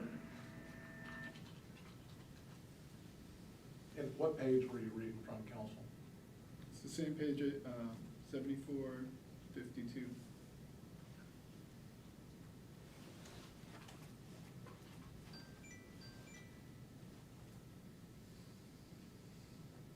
And then later that evening, I don't know if it was before or after, you said. Hold on 1 second. It's, John. Mr. Duca, about how many more questions do you have? Like 2. I'm sorry. Go ahead. At some point that evening, I can't tell if it was before or after you sent those texts, but you had a meeting with Oath Keepers at the Olive Garden restaurant, right? No, we had dinner. A few of us had dinner. And Not a then- meeting. Okay, dinner. And during that dinner, you had some discussions, right? Of course. And you talked about saving the republic by stopping the transfer of presidential power and opposing the inauguration on January 20th? No, I didn't say that. Where are you getting that from? I'm getting it from the Wilson stipulation of facts. No, no, I didn't say anything like that. That's just him agreeing to a statement of facts written up by a prosecutor. Nothing Well, I said. did you talk about the need for having a, quote, larger fight against the government, like the American Revolutionary War? No. No. I just have. No, we just ate dinner. It was a pretty muted conversation. I didn't even realize that Josh James had gone in, and he didn't even talk about it. So we didn't want to talk much about the day's events. We ate dinner and then went back to our hotels. All right, I just have two more questions. How many board members does the Oath Keepers have? Or trustees, I guess is. I don't know right now, actually. I'm not running the organization right now, so I really don't know the current number of active board members. Okay, I believe it's somewhere around 5, but I'm not sure. all right, You'd have to call and talk to Colonel Siemens about that, not me. no further questions. Mr. Miller? So, Mr. Rhodes, this is Joe Miller. I'm representing Representative Eastman. I have a few more questions for you on redirect. Yeah, there's been quite a bit of discussion Sure. about the election and whether or not it was constitutional. We've heard your position in the written statements that have been introduced to the court and then asked of you again on your testimony. What did you see as not being constitutional about the election? I thought it was a direct violation of Article 2, which is why Texas sued Pennsylvania, because you had, especially in the swing states, but in multiple states across the country, you had state laws being directly violated by election officials in the executive branches of the states or by judges redesigning the laws, and that violates Article 2, which mandates very plainly that it is a state legislature that determines the method for selection of electors, not any other branch of government in the state. So that's a clear violation of Article 2. And what was your concern about the COVID regulations and their impact on the election? Well, that was the excuse given. That was the reason and rationale for ignoring and directly violating state laws across the country. And as I said in the December 23rd letter, I quoted Article 2 and said that this is not a constitutional election. Throughout the writings, there was reference to your use of the word fight. In your written communications and also in the spoken word in the go-to meetings and the signal chat groups, did you always mean force or violence when you used the word fight? No, of course not. No, and that's why, protest, all of that, just as people use the term fight, across the political spectrum, not at all. The open letter of December 23rd, there was a reference to the Chinese university speech, university professor speech. Right now, what it shows on that exhibit before the court, and I don't know whether it shows this on the document that you have, and I'm referring to open letter to President Trump. It just shows a block with a little play button on it. What was the content of that speech, and how did it relate to this particular open letter? Well, there was an episode of Fox News Tucker Carlson's Tonight showing clips of the professor speaking, and then I found the full video of his speech. It was a Chinese professor bragging about how they control the inner circle of the American elite at the very top, and also saying that Trump had been basically a pain in their neck because of his trade policies and his military policies, but he kind of just went to the audience and said, "Now Trump is Trump's job," and the audience laughed, insinuating that they had a role in getting rid of Trump. With respect to the go-to meeting that was referred to throughout counsel's cross-examination of you in November, I think that's the November 9th go-to meeting. Do you recall how many participants were on that particular chat? Hard to say. I'm guessing somewhere around maybe 50 or 60. I'm not really sure, actually. And how were people invited to that particular chat, that go-to meeting? There were supposed to be vetted members. I'm not sure how the guy who recorded it wound up on it. I really don't know, because he certainly was not a vetted member. He turned out to be a convicted pedophile. So I'm not even sure how he was. And you're talking about the informant that... Somewhere someone screwed up, put it that way. Are you talking about... I'm sorry, I couldn't hear you. Are you talking about the individual or the informant, the government witness that recorded the meeting? Yes, the guy that had like 50 aliases, right? Yeah. And with respect to Turns out he was a convicted pedophile. And sorry, I've got to be conscious and respectful of the lag. With respect to the vetting that took place of the members that were in the go-to meeting, was it you who did the vetting or was it somebody else? It was supposed to be, I told my leadership teams that this is for vetted members only. So it's supposed to be, the vetting is supposed to be done by state leaders. They're responsible for vetting their people. When someone joins online, they're put in an initial chat for unvetted members, and then after that they're vetted, and that includes a background check. So the go-to It meeting. takes time though, and somehow this guy snuck through and was able to get in the chats. I don't know how. So the go-to meeting was not open to the general membership? No, it was for vetted members only. Do you have any knowledge or any information whatsoever that any of the Oath Keepers who went into the Capitol on January 6th were trying to obstruct Congress? The only thing that came out at trial was Jessica Watkins, who had taken her militia from Ohio. She had her own separate group. She had taken them down a Senate hallway, and then she's on video saying push, push, push against the police. And so that was the only thing inside the Capitol that would be anywhere near expressing an intent or an act. Okay, so Considered disruptive. So She was found guilty of civil disorder. That's it. I probably didn't ask the question precisely enough, but prior to the entrance of the two groups of Oath Keepers that went into the Capitol, are you aware of any information, or do you have any knowledge of any motivation, intent, why or stated purpose of these individuals of going into the Capitol to delay or obstruct Congress? No, not at all. And every witness, including all the government witnesses, testified to the same fact, that there was no articulation of the plan whatsoever. So that's why go ahead. In conversations with the individuals that went into the Capitol, did any of them express to you that they were there to delay or impede Congress? Objection, hearsay. You mean when they told me afterwards that they had gone inside? Yeah. No. They told me that they went in because they heard someone had been shot, and they went in to render medical aid. And then while they were inside, they helped police officers. The objection's overruled. I'll take the answer for what it's worth, understanding his personal knowledge. I'm sorry, I didn't hear that, Judge. My apologies. It's okay, Mr. Rhodes, you good? Please continue. Yeah, the judge was just explaining his ruling on the objection that was made.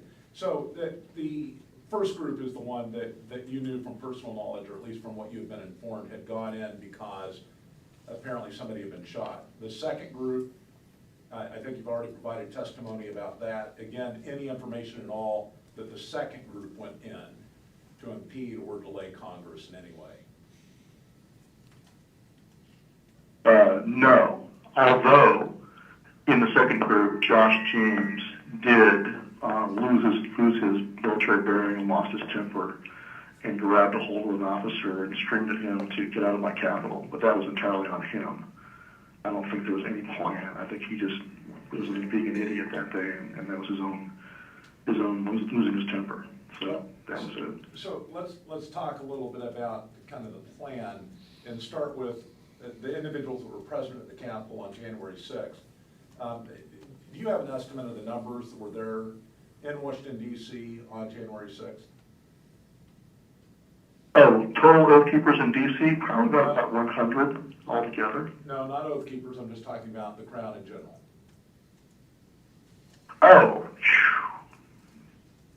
I don't know, 100,000 maybe? Okay. Large number of people. So, Huge. I mean, on the Capitol grounds, I would say probably about, 10,000 people maybe. was there anything that you did or said in advance of January 6th that contributed to those hundreds of thousands being present on the Capitol on January 6th? Objection, calls for speculation. Mr. Miller? Well, I mean, he can speak to what communications he gave and whether or not and how broad those communications were. And so I don't think it's speculation. I think he's speaking as to what he did in advance of January 6th.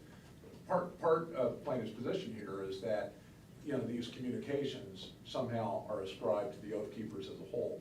And yet many of the communications regarding bringing people in for certain uses, such as the security teams, were part of these isolated chats, like the signal chat group, the go-to meetings, et cetera. So this goes to kind of the breadth of his communications. Mr. Miller, I'm going to sustain the objection, partly because we've got a lot of testimony about all the communications that have been put out, and he can't testify as to why each of those people showed up. And we've certainly covered the ground of how much and how broadly his messages were put out. But to the extent he's answering about why the number of people showed up who did, he can't answer that question.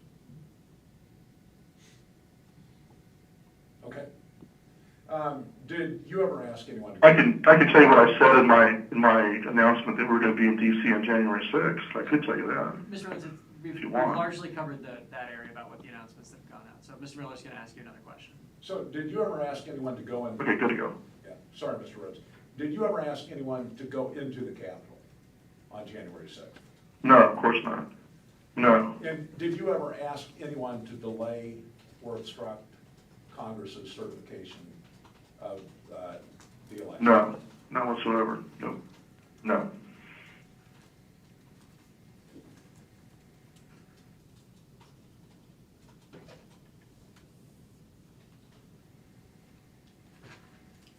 That's why I call it stupid after the fact, because it was really stupid for Oath Keepers to ever enter the Capitol, because we are so high profile, because we are so targeted already by the political left and the media in this country. It was just really monumentally stupid for them to do that. So no, Right, I've Mr. never Rhodes, instructed anybody to do that. We're Mr. retarded. Rhodes, hold on one second. We need to make sure there's a question for you. Right, and Judge, I'm just cleaning up now, so give me a second if I may. Certainly.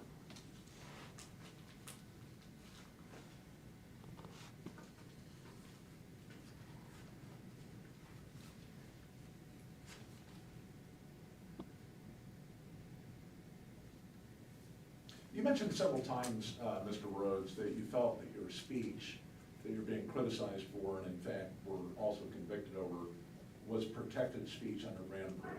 Why do you believe the speech that you've given in this case is protected First Amendment speech? Objection, calls for a legal conclusion. Because it does not cross the line in Brandenburg versus Ohio. Mr. Rhodes. On the side of imminent violence. Mr. Rhodes, or please hold on one unlawful second. behavior. There was an objection. Mr. Miller? I'm sorry. Go ahead. Well, I think it's squarely before the court. I mean, these questions were asked on cross regarding, and Brandenburg, I think, has come up now 4 or 5 times in his testimony, so I think he's permitted to explain that. I'm going to sustain the objection because he's not here as an attorney for himself. He's here as a fact witness to talk about what he did. You know, the issues before the court, you're correct, but that's a subject for argument based on the facts and the testimony that we have in front of us. Well, I think also, Judge, I mean, he's accused and has been convicted of certain crimes. Those crimes and the allegations underlying those crimes are part of the record and are part of plaintiff's case, and trying to create in the aggregate this idea that Oath Keepers is an organization by force or violence that wishes to overthrow government, and certainly his perspective as to whether he's violated the law goes to mens rea, goes to intent. What you're asking him to do, though, is apply his facts to the law to reach a legal conclusion. And that's not something that a witness, especially a fact witness, can testify to. What you can ask him about is if he engaged in any incitement or if he did any acts, but you can't ask him to give an opinion or provide a legal analysis as to whether or not his facts meet the Brandenburg standard. Okay, well, I won't ask him for the legal analysis, but I'll just ask it like this, and if there's an objection, I guess Your Honor can rule on it. Mr. Rhodes, did you ever intend to violate the law and the communications that you gave No. leading up into January 6th? No, I'm scrupulously law-abiding, absolutely, to the point of lengthy discussions about what we could and could not do in Washington, D.C., and we could and could not bring into the city. Length of knives, whether pepper spray was lawful, whether aspartams were lawful, etc. Yeah.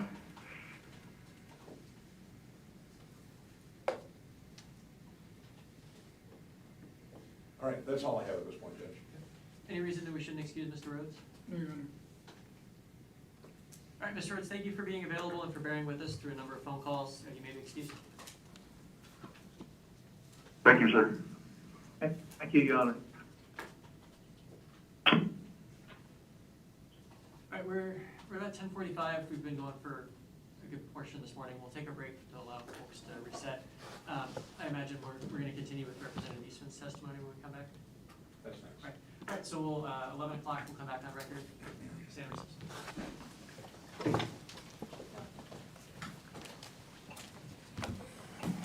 like, share, click that bell to be notified. If you haven't done it yet, what is your problem? Go to rumble.com. Subscribe to us there. As soon as we reach 100 people, we will be streaming live directly to them. We are not that far away. Thank you for all of your support. They will be resuming again at 11 o'clock. Stay tuned. We'll be right back here real soon.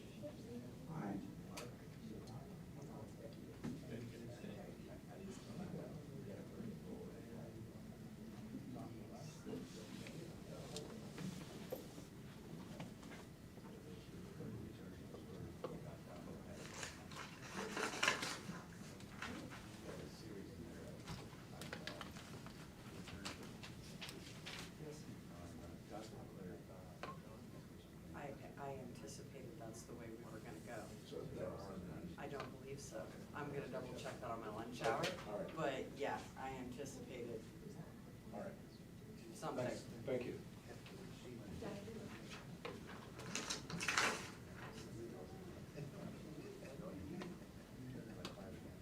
Oh.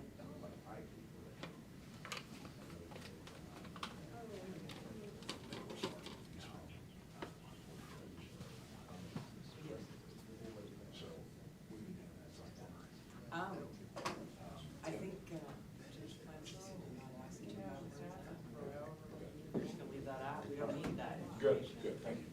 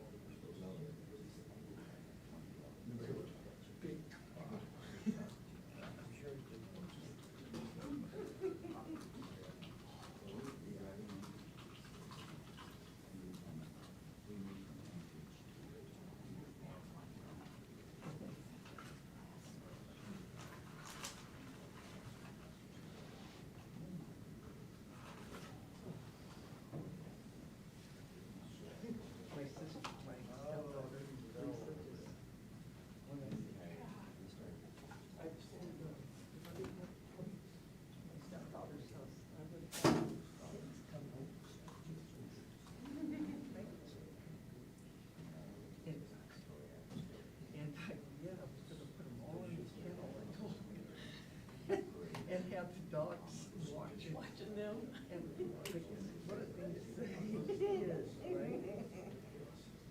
I remember this boy, young boy at the lake, his parents were on the lodge, and I said something about vampires, right? Finally, later on, he goes, I wish you wouldn't, as a adult, I wish you wouldn't say that.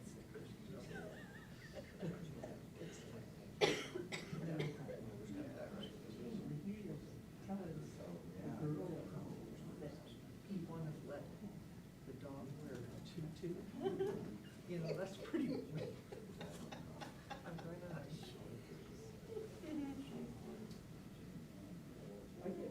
I don't know what it is, but my it's well, I get high off the kids. I'm not around kids. Or who you even talk to these kids. And I kept telling the police, I can't understand this. I go, these kids are so nervous. I don't know. My language changes. Oh, yeah. He had a blast. Because he was wonderful. Yeah.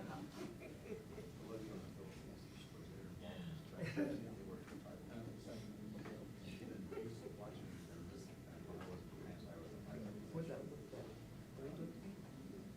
I got on this? Yeah.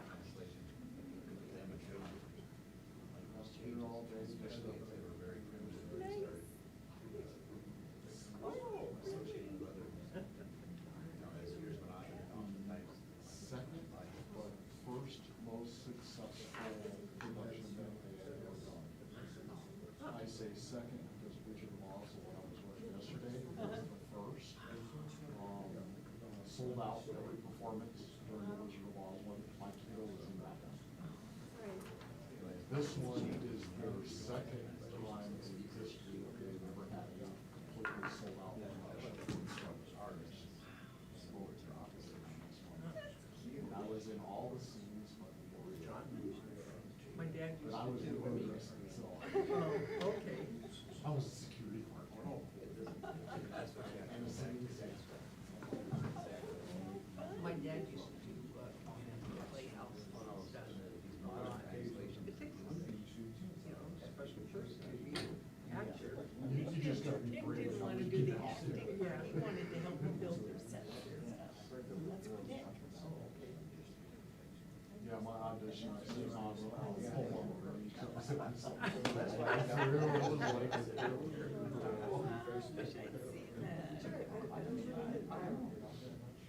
Yeah, I was the wild card. I was pretty much a security guard for the whole thing. I got to sleep on a water cooler during part of it until I arrested all the people.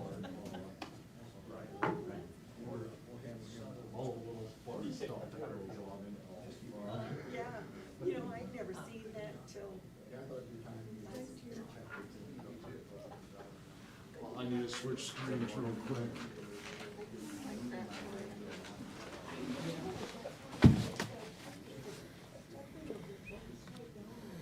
Hopefully not hit the wrong button this time, folks.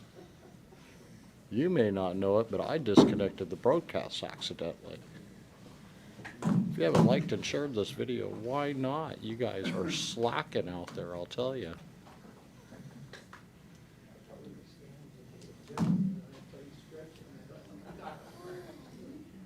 All right, get that splash screen off of there since he is done testifying.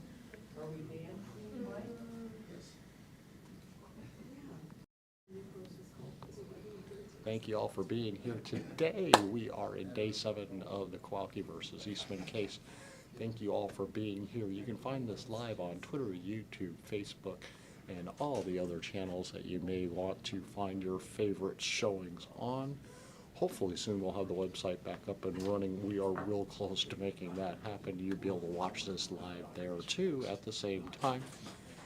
Thank you guys once again for being here. If you haven't liked and shared this video, why not? You are slacking. Get it done now.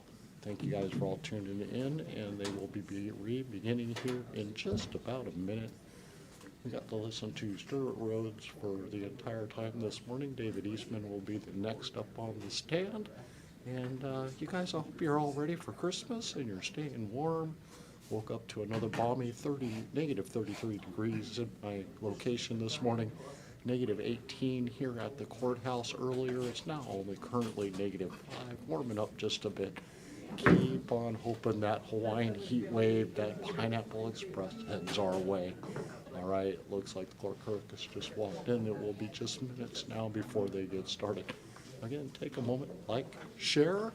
That is your support, your ability to make this happen.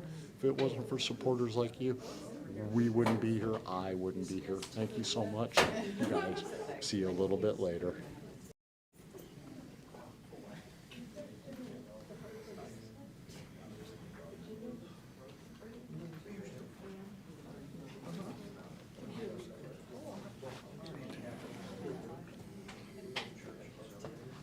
Yeah, you do.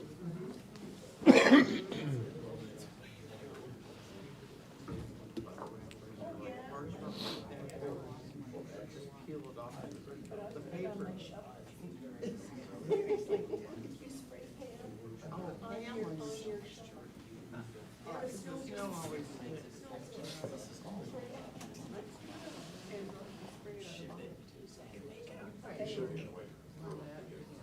I don't have anybody yet. Okay. Okay, but I'll keep an eye. Thank you.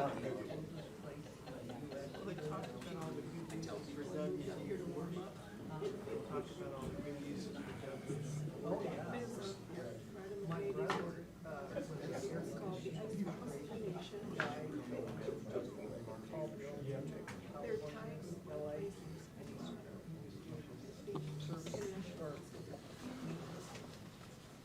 he's 6'6", right? He's coming down the stairs and as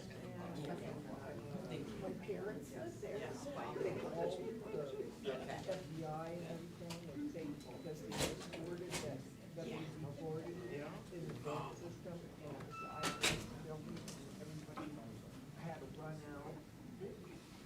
You do that, and they sue. I was just talking about putting on the shovel. God, are you going back to the, lunch? More tomato chips, because we don't have time for a sandwich. Oh, I know. I don't know, because they have to right away. Right. Put these in containers to go. I don't see.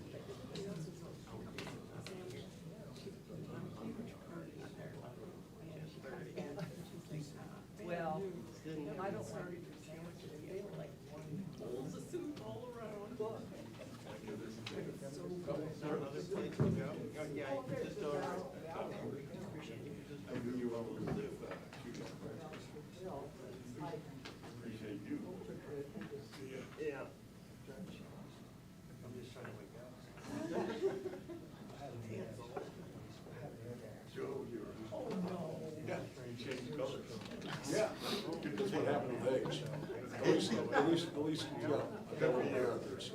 Keep up with the car. Mike, I had my being insulated mug in my car yesterday. When I got out there. Well, I brought my water in because I knew that. Oh, I'm so And it would have mostly gone from yesterday, so I was filling up this drink. When you get all dressed up and you don't have enough time to fix coffee. Go with home. Yeah, have a coffee.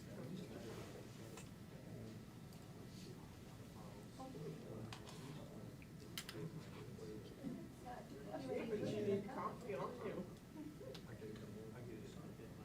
There you go. Then it'll be lukewarm, even with a blanket. I know. And then let it sit on the counter. Cabin 45 Stay low. Come to the courtroom today and see Joe Miller in courtroom 7. Oh, good for you. All right, see you then. Thank you. Bye. Yeah, it's 40 some below.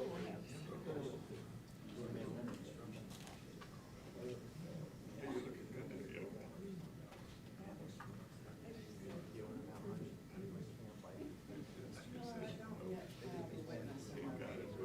Yeah.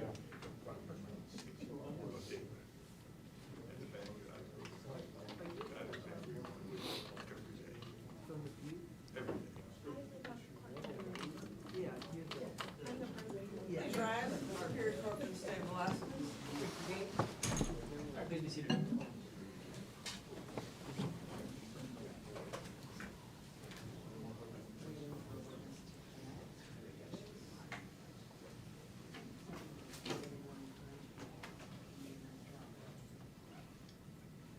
All right, we're back on record with parties present.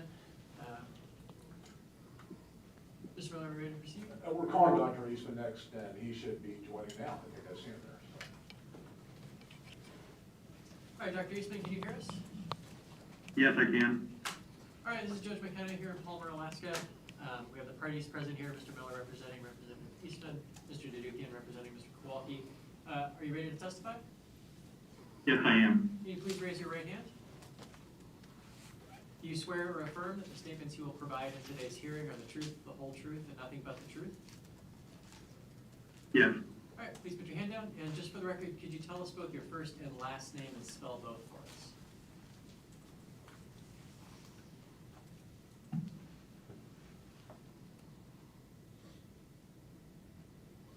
Are you able to hear me, sir? Yes, sorry, I had the webcast on too, I had to turn it off. All right, could you tell us both your first and last name and spell both for us? John Eastman, John Eastman. Hey, Mr. Miller, you may inquire. Your Honor, before we start, I just want to preserve for the record our objection that this testimony is, we expect will be purely legal opinions offered by Dr. Eastman, and we don't think it's appropriate expert testimony, and we object to all of it. All right, Dr. Eastman, if you tell the court a little bit about your background, education experience, professional experience, please. Sure, I have degrees in politics and economics from the University of Dallas, and PhD and MA in government and political theory from the Claremont Graduate School, and then a law degree from the University of Chicago. After my law degree, my legal education, I clerked for Judge Michael Ludig on the Fourth Circuit U.S. Court of Appeals, and then for Justice Clarence Thomas at the Supreme Court of the United States. I worked for several years at the international law firm of Kirkland & Ellis, and then beginning in 1989, I taught constitutional law and property and other courses at Chapman University's now Fowler School of Law. I've also taught as a visitor at the University of San Diego Law School and at the University of Colorado. So I want to jump right into this because we have a lot to go through, but first I wanted to talk to you a little bit about the overarching issues that are involved with this case. What is the seminal case from your perspective that relates to the free speech issues that are at issue before the court in this case? Well, I think there are two, and their progeny. The first on the free speech of individual members was going to be Brandenburg versus Ohio. And the second, which deals with associational rights of other members of an organization, and that's going to be NAACP versus Claiborne Hardware. Well, let's start with Brandenburg. What are the pertinent holdings in that case from your perspective? Well, the main one that mere advocacy, including advocacy to overthrow the government or the necessity of overthrowing the government, is constitutionally protected speech unless it crosses the line to imminent incitement to imminent lawless action. The mere advocacy is the significance there. And this follows on an earlier case from the Supreme Court that struck down provisions of the Smith Act that prohibited membership in the Communist Party, even though the Communist Party was acknowledged to have as a goal or argue for the necessity of overthrowing the United States government and the capitalist system altogether. So advocacy as an abstract doctrine is constitutionally protected under that line of cases. So let me just go a threshold below that. How about advocacy to violence? Advocacy to violence, unless it's for imminent the lawless conduct, it is protected. And advocacy to impede government action? That would be the same, unless there are concrete steps taken to actually engage in the conduct. If it's not imminent, if it's advocacy for something in the future, even advocacy to violate the law and even advocacy to overthrow the government is constitutionally protected under Brandenburg. So with respect to NCAA versus Claiborne, that deals with associational rights, and would you like to speak to that later in your testimony? Sure, we can, because we'll get into that, I think, a little bit later. All right, I want to just touch briefly on the Smith Act, and you mentioned that the Smith Act pertained to the Communist Party. The Communist Party had as part of its mission a specific plank or rule or objective of overthrowing government, is that right? Objection foundation. Well, Hold on, Mr. Miller? Yeah, let's just, in view of the objection, let me just ask a few questions. What do you know about the Communist Party and as it relates to the Smith Act? How do you know? What's your basic experience? well, so I've reviewed the various debates in Congress over the adoption of the Smith Act back in the late 1930s and 1940 when it was finally adopted. And the concern there was clearly with the Communist Party, which had as an explicit part of its goals and purpose to overthrow the government of the United States by unlawful means. And so what they were doing with the Smith Act is trying to criminalize membership in such an organization by people who knowingly joined the organization, knowing that unlawful overthrow conduct was part of its mission, and joined nevertheless, and joined with the purpose of helping to further that purpose. And that's where we get the Smith Act. Go ahead. Yeah, so that's how we get the Smith Act, and what we get with the Alaska Constitution is an outgrowth of that. the Alaska Constitution was, of course, adopted at the height of the Red Scare after World War II. It was language that was originally proposed for the Hawaii Enabling Act that had this language from the Smith Act about not allowing anybody to hold office if they were a member of an association or an organization that advocated for the overthrow by force or violence of the United States. And that concerns about Hawaii was arisen because of claims of communist infiltration in the labor movement in Hawaii. And then, of course, when the Hawaii Enabling Act and the Alaska Enabling Act got merged together in the mid-1950s, that language was then proposed in the Enabling Act that would apply to Alaska as well. Now, that Enabling Act never got passed, but what Alaska did is hold a constitutional convention anyway, and included the Article 12, Section 4 language, because that is what Congress appeared to want in the Enabling Act. It had not been passed, but they were trying to encourage Congress to give them the next step of statehood. So with respect to the analog between the Communist Party and Oath Keepers, let me ask you this first. Have you had an opportunity to evaluate the mission of Oath Keepers, any of the underlying rules and regulations of Oath Keepers? Sure. The explicit language in the Oath Keepers bylaws is the direct opposite of what the explicit purpose of the Communist Party was. It's not to overthrow the government or even to engage in violence against the government. It is to uphold the oath, and they have specific bylaws that prohibit membership to anyone that advocates for or is a member of an organization that advocates for the overthrow of the government by force or violence. And another bylaw that prohibits membership to anybody that's convicted of a felony crime. And so the explicit purpose of the organization is nothing like the explicit purpose that of the Communist Party that was the focus of both the Smith Act and the proposed Enabling Act for Alaska. Now, have you had an opportunity to listen to the testimony to date in this case? I have been listening. I can't say I've listened to every moment of it, but I've listened to a good portion of it. Were you able to listen to Stewart Rhodes' testimony today and yesterday? I was. You heard the question that he was asked on cross regarding communications that he had with other Oath Keeper members. I did, yes. All right, what I'd like to do is go through those communications, and I guess we should start perhaps with the call to action that issued on November 3rd. And this is Exhibit 6, Your Honor, for purposes of the court's reference. And there's been some criticism of most of the written communications he's made, as well as also the oral communications that he purportedly made as introduced in his criminal trial. And I'd like us to go through those with a view of, you know, is this speech, from your perspective, permitted speech under Brandenburg, or does it cross the line? And let's start again with that email that was sent on November 3rd. I believe the title of it is Oath Keepers and Critical Message to Patriots on Election Day and After.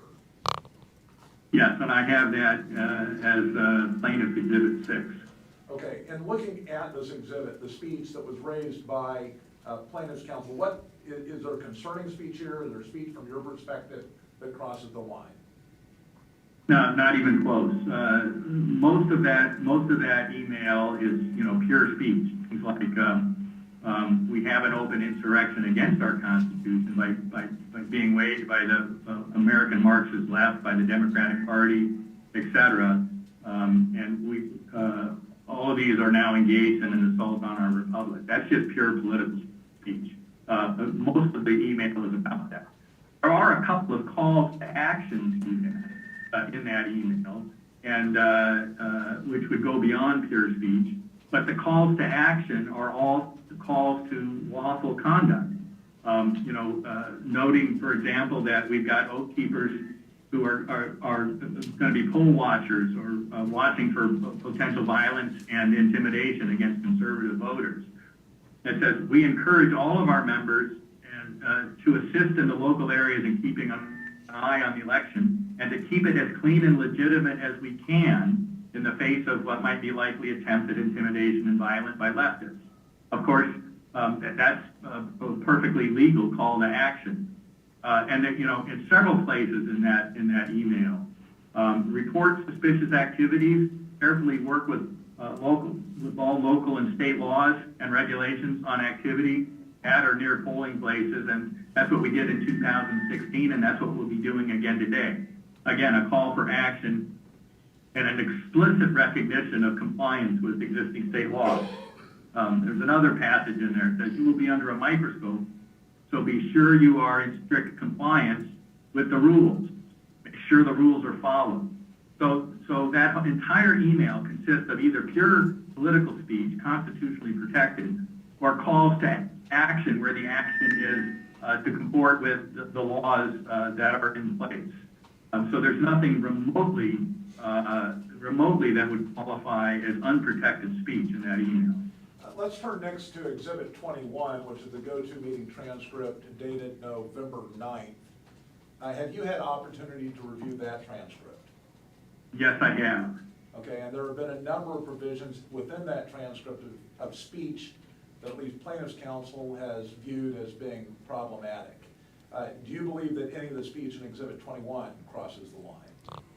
Well, I do not, but now we've gone, even if some of that could be, well, first of all, there's reference to recommending to the president that he declassify documents, which is certainly within the president's executive authority to do, and that he also invoked the Insurrection Act. And of course, the Insurrection Act can be invoked by the president if the criteria set out in it are met. There may be some factual dispute on whether they were met, but the language used in that go-to-meeting transcript suggests that Mr. Rhodes and others that were making those recommendations believed that the criteria had been met, and therefore the president's actions that they were calling on him to do would have been perfectly legal, or as the transcript of that go-to-meeting chat says, both were within the president's statutory and constitutional authority. And then there's reference to future conduct. This is, again, this go-to-meeting chat is apparently from a meeting that was done on November 9th, shortly after the election. And they're inviting people to come to D.C. It's not clear from the transcript itself whether they're referring to a rally in December, whether they're referring to something on January 6th, whether they're referring to something on January 20th or beyond. There's no time specified in it.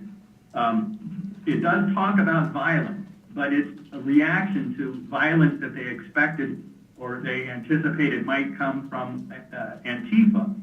It says if they go kinetic, or if there was a Benghazi-type assault on the White House, then we should go kinetic in response. And of course, defensive action like that is an entirely different matter than initiating the violence itself. So I think that would be protected conduct.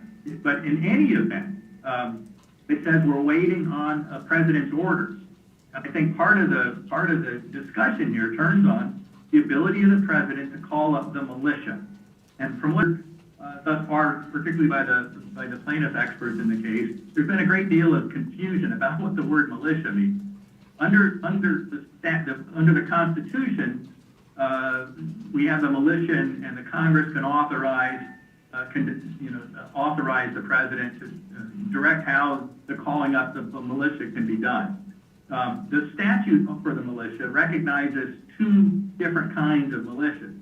The organized militia, which is essentially now the National Guard and the Naval Reserve, and the unorganized militia, which is every adult male from 17 to 45, if I remember that correctly, and also prior military service, retired, all the way up to age 64. And so they're not militia groups unless they're part of the formalized National Guard, but they are part of the citizen militia for every able-bodied man between 17 and either 45 or 64, depending on their prior military service. And so this go-to-meeting, when it suggests we'll be there, ready to react to violence that may occur if, in fact, the president calls up the militia for help, would be not advocacy for the incitement of illegal conduct, but in fact recognition for future potentially lawful conduct. And that's true even in the closing line, which I think was focused on earlier with Mr. Rhodes, if you don't go, guys, we're going to be in a bloody, bloody civil war, and a bloody, you can call it an insurrection, you can call it a guerrilla fight. Even if you interpret that as an incitement to engage in such violence, to engage in an insurrection or guerrilla fight, it's clearly speaking in the abstract, and it's clearly speaking about future conduct, perhaps months away, that would not rise to the level of unprotected speech for imminent lawless conduct under Brandenburg. So I want to make sure I've got this right. From your perspective, abstract, contingent, or future action does not meet the imminent incitement standard. Yeah, yes, indeed. And what's important here is abstract, meaning even if you argue for the necessity of that kind of conduct in the future, that doesn't qualify under Brandenburg. It doesn't meet the incitement to imminent lawless action, much less the incitement to overthrow the government standard set out in Brandenburg. Let's talk a little bit about the numbers that were involved in this particular go-to meeting. We heard testimony from Mr. Rhodes as to the numbers that he thought were involved. I think it's undisputed that most, there were several dozen members or several dozen Oath Keepers that were part of this go-to meeting transcript. Do the numbers, let's just say for sake of argument, that there was some sort of imminent incitement. Let's speculate, I mean, to a certain degree, I don't want you to speculate, but as an expert, you can offer your opinion that if there was actual incitement in this particular discussion, and it's limited to a small group of people within the organization, how does that relate to the overall issue as to whether or not someone that's associated with Oath Keepers should be, subject to any type of liability? Well, now we're getting outside of the Brandenburg purview and into the second round of cases that I think are critically important, in fact, even more critically important to the outcome of this litigation, and that is NAACP versus Claiborne Hardware. And there the Supreme Court was quite clear that even if individual members of an organization engage in unlawful conduct, it cannot be attributed to the organization itself and to other members of the organization unless they participated in it themselves.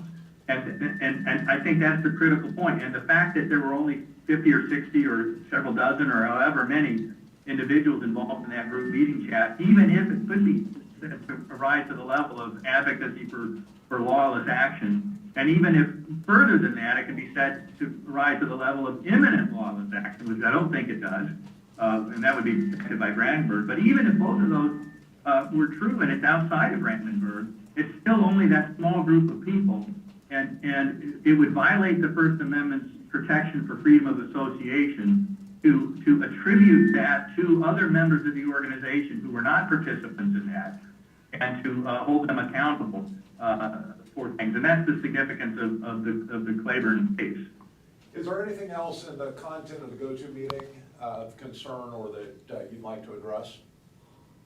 No, those are the main things. And again, it was November 9th, well in advance of anything that went on January 6th. So I find it hard that would qualify as imminent, even if it was a call for a proactive violation of lawlessness rather than a reactive one. So let's turn next to the Signal post, and this is going to push you back a couple of days to November 7th, although I think the web posting of the chat on Signal was made on November 10th, the day after the go-to meeting. Have you had an opportunity to review portions of that chat as reflected in the Rhodes indictment? I think we're talking about Exhibit 13. I've not seen the chats themselves, so I can't confirm whether what I've seen in the indictment is an accurate reflection of those chats or has things out of context. But I can speak to what the indictment itself claims the chats say to that extent. Okay, if you would speak to what's reflected in the indictment, please. So here, the first one, the November 7th Signal chat. And again, this is a small group chat, as I understand it. So, beyond that small group, we have the Claiborne hardware issue. But even for that small group, This is the chat where he's relaying to other members of the chat group what the people of Serbia did in response to Milosevic stealing the election there. And they rose up in protest.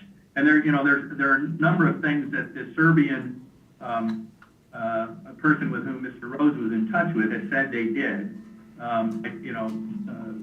Apparently in the chat, Rhodes put that out, but as I heard him testify, he said we need to do something. I don't think he was necessarily ratifying each individual step in that, as he said in his testimony. But that is clearly talking about what should be done, the necessity of doing something in response to this stolen election we've now witnessed here. That is both speaking in the abstract of the necessity to do something, again, protected under Brandenburg and Yates, and also speaking about future conduct, not something that's imminent. And again, that's protected under Brandenburg. Any other portions of that signal chat that you'd like to address? So that was the main issue, I think, out of that chat. And with respect to the fact that at least portions of that chat were apparently posted on the Oath Keepers website 3 days later, does that have any impact on your opinion? Well, I think I recall hearing Representative Eastman testify earlier in the case that that he rarely looked at what was posted on the website. I mean, we all have loose affiliations with a lot of website pages or organizations that we don't constantly check. So unless you could demonstrate somehow that by posting it on the website meant that was a general communication of which all of the members of the organization were aware, then I don't think it takes us out of Claiborne hardware.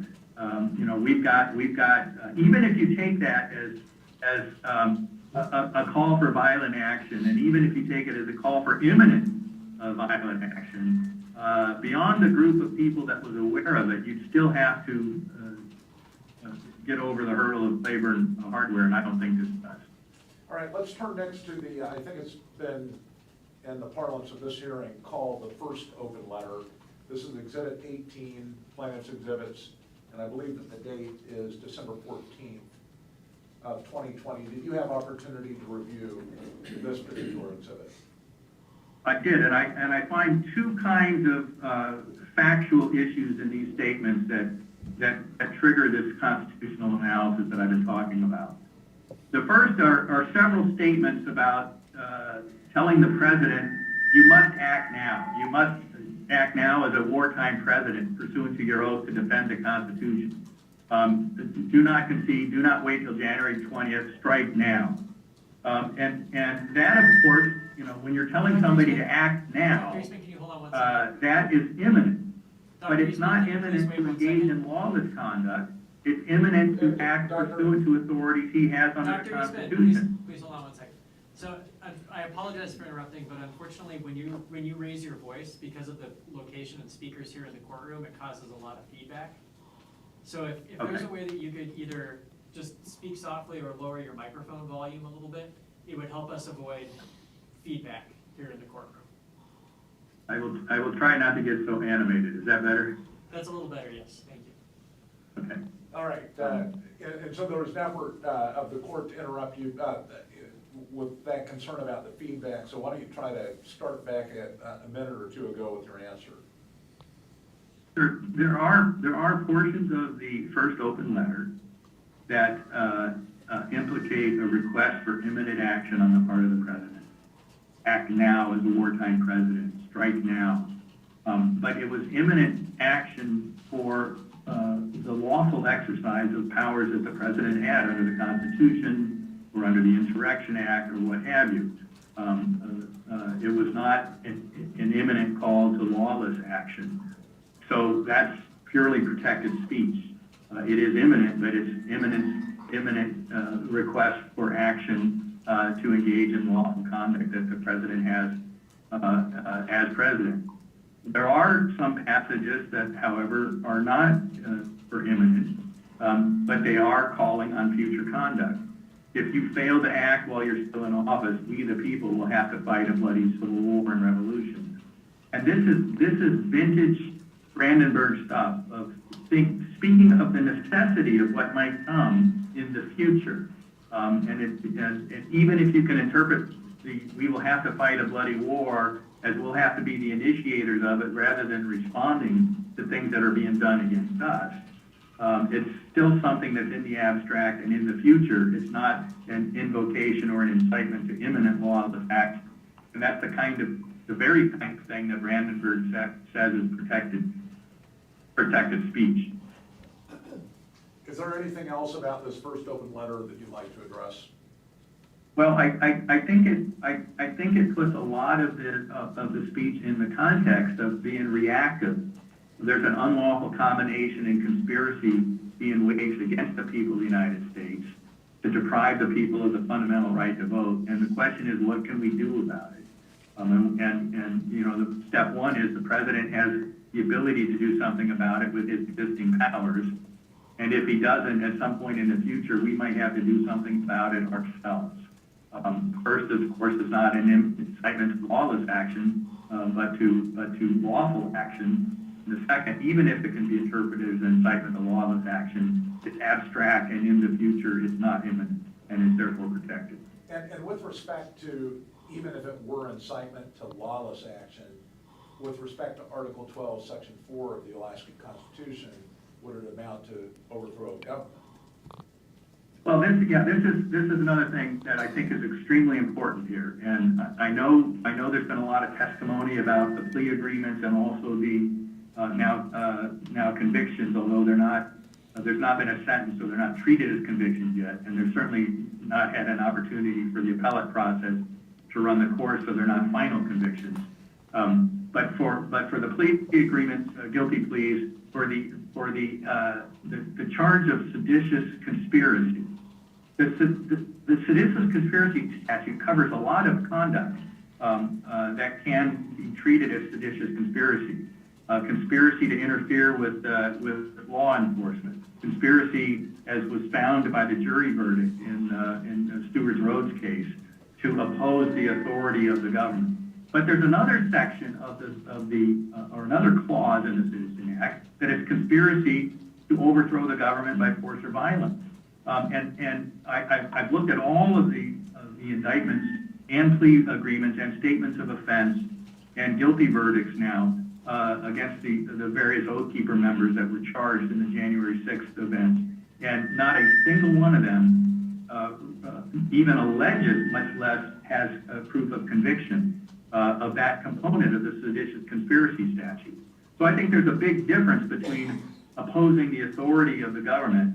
I mean, civil disobedience, from the height of the civil rights movement to the police protests summer of 2020, they are opposing the authority of the government, but that is a far cry from seeking to overthrow the government.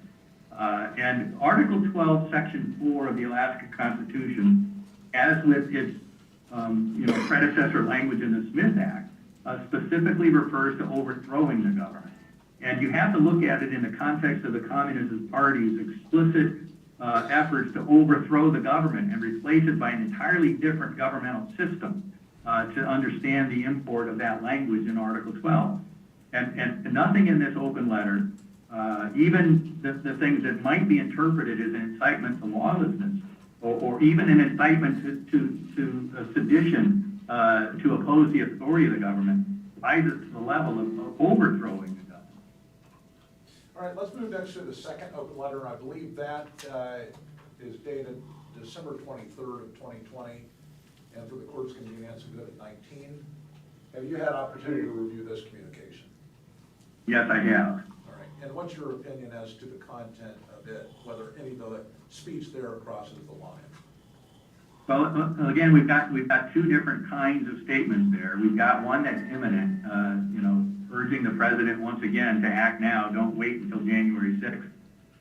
Follow Washington's example and attack. What he's talking about there is invoke, and he refers back to the first letter, invoke the Insurrection Act to counter the efforts to undermine our government by foreign influence or whatever, to seize the evidence of election fraud, and then more broadly to declassify a lot of what he calls the dirty secrets of upper echelon in government, of people that are, being held or threatened with disclosure if they don't do somebody else's bidding.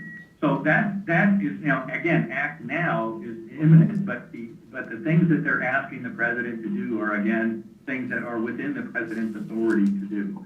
So it's imminent, but it's not imminent incitement to any lawless conduct, but rather to lawful conduct. And then you have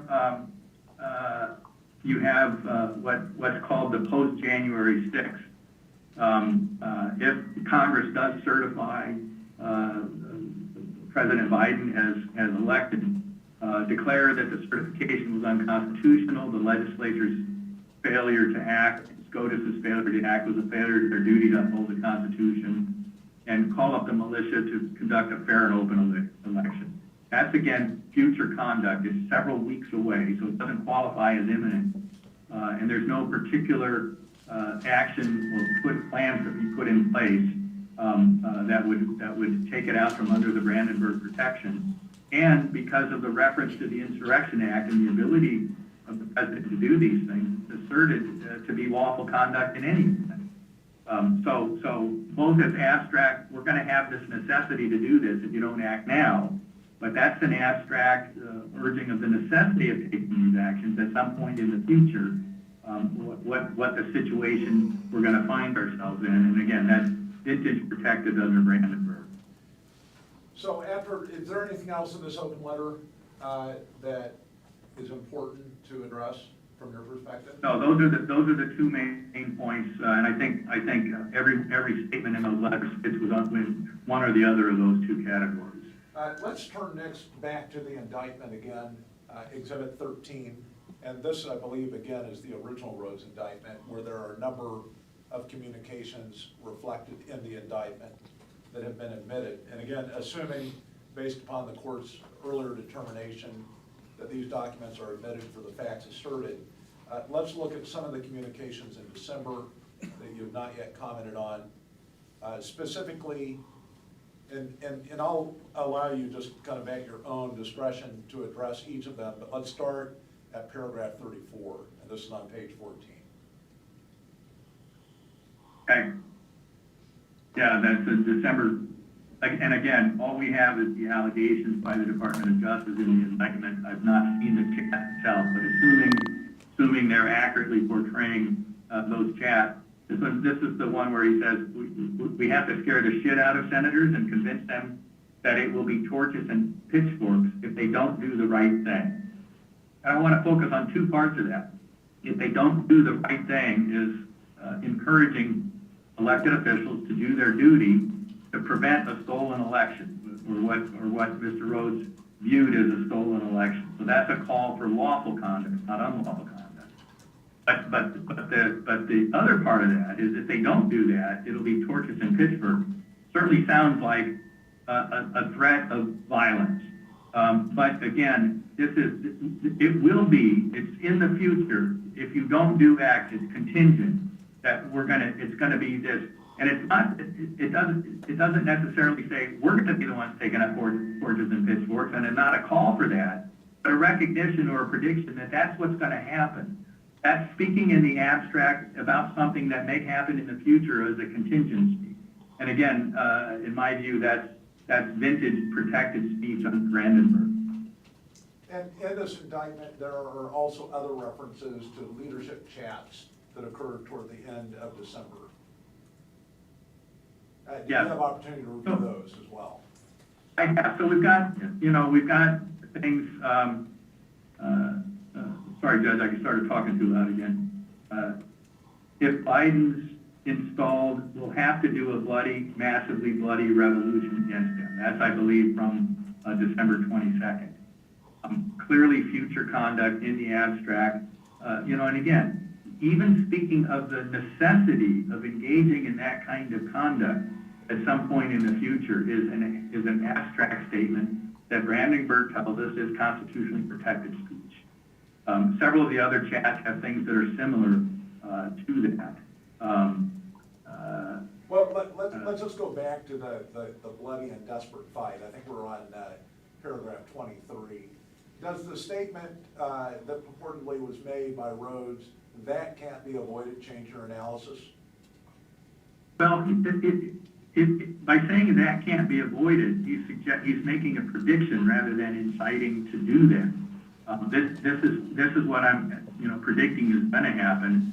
We ought to be doing what we can to try and forestall that, and that ties back to his open letters to the president to please declassify, please invoke the Insurrection Act to help us call up the militia to help provide peace and get to the bottom of what's going on here.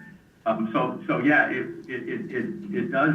It actually makes it more protected rather than less, in my view. Are there any other statements of Rhodes that you'd like to address from, again, statements alleged by the government and this Exhibit 13 that you'd like to address? Well, there's the chat on December 31st where he says, and this is alleged in paragraph 40 of the indictment, there is no standard political or legal way out of it. Again, I would suggest opine that that's an abstract statement, recognizing the necessity of the fight that we're going to be in if these other things don't happen. But again, that's a prediction. That's a prediction or a statement of an abstract necessity to engage in such conduct, protected under Brandenburg. And again, the statements that you've analyzed under this indictment so far, at least those that were part of the chat groups, your position is under Claiborne that they aren't allowed to be used to impute them to just general members of the organization. Yeah, if this chat was something that the entire membership was engaging in and it essentially served as a substitute for what the general membership otherwise knew of its organization, only then would you be able to tag the other members of the organization with this conduct, which, as I said, I think is protected under Brandenburg anyway. But even if not protected under Brandenburg, the fact that this is a small group chat by a few members of the organization, Claiborne Hardware tells us you can't attribute that to the organization itself or to the individual members who are not aware of it without violating their First Amendment freedom of association. And of course, that analysis would apply to individual text messages between, say, two members. Yeah, even more clearly, yes. And I think plaintiff's case brought out several comments by other members of Oath Keepers, including one from James, paragraph 133. You take a look at that. Let me bring it down to it here. Page 32. Okay, yes.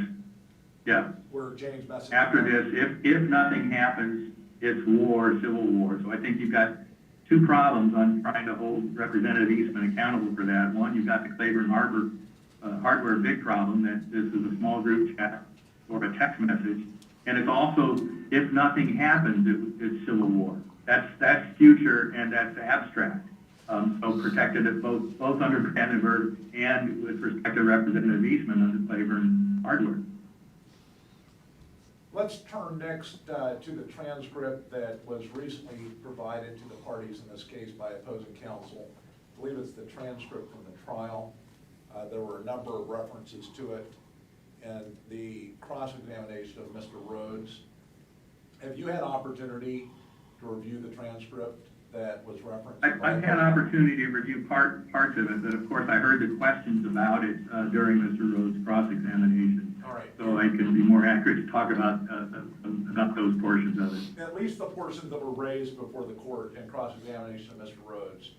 If you would provide your opinion as to whether or not the speech that was referred to is protected or not. Yeah, I do think it's protected. We've got again several things that he says there. He's calling on action by the president that was lawful, sometimes prospective and sometimes imminent action. Do it now. Same type of things that he raised in the first and second open letter, and same type of thing he raised in the go-to-meeting chat. The specifics beyond that, I think, are qualify as future conduct. Things that there may be a necessity to do this in the future if we don't get a handle on this now, if we don't figure out a way to address the illegal actions that were taken in the conduct of the election. So there was a question by the prosecutor, it looks like at 7380, and I'm asking you in your answer to assume that this statement was true. In the speech at the Jericho March, you warned President Trump that if he did an act that you and the other patriots would need to do it yourselves in a much more desperate, much more bloody civil war. Yeah, and again, that is vintage. And what the Supreme Court says in Brandenburg is even advocacy for the necessity of engaging in that kind of conduct is protected speech unless it's an incitement to imminent lawless action.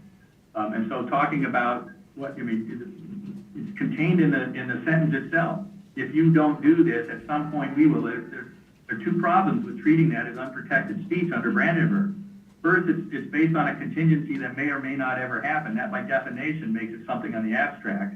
And then it's also not a call for imminent action right now. He's not saying in that speech, we're walking down to the White House right now to kidnap the president and force him to do this or whatever. That would be imminent incitement to lawless action. So this is both in the abstract contingent and also in the abstract for something in the future, not remotely anything that would meet the imminent requirement of Brandenburg. Is there anything else that you'd like to say about the statements that were opposing counsel examined Mr. Rhodes on in his cross from this transcript? No, more broadly, I think that covers it. If there are specific statements where I might be asked whether they fall on one side of the line or another, I can address the specifics. But generally, that speech in December I guess it was on the mall near the Jericho March or something. I don't know what the connection between the two is, but I think it generally falls into the categories of the first and second open letter that I spoke about previously. And I think there was a number of questions about page 74. Mr. Miller? Sorry, I apologize for interrupting, but I just want to take up two housekeeping issues. First of all, we haven't marked the transcript, even though it's been referred to. I'm going to mark that as Exhibit 52 for the plaintiff. That's the next in their line. So to the extent we're referring to it, it's Exhibit 52. Secondly, we're at about 10 minutes where we usually take a lunch break. I just check in with you about timing-wise, about if there's a good spot for you coming up, and how much longer you have Dr. Eastman for. My guess is we have probably about another 45 minutes, Judge. I don't have a problem with pushing through until about 12:30, but recognizing we still have cross-examination and then finishing up with the other material. And we all, I think, want to get done today with the movement of the evidence. So, okay, thank you. You may proceed. So I think 7404 was one of the pages that counsel focused on, and I'd like you to look at the statements that were included in the transcript there. And we'll start with the question again. Let's assume the accuracy of the prosecutor's quote from the old leadership chat. On the 6th, they're going to put the final nail in the coffin of this republic unless we fight our way out.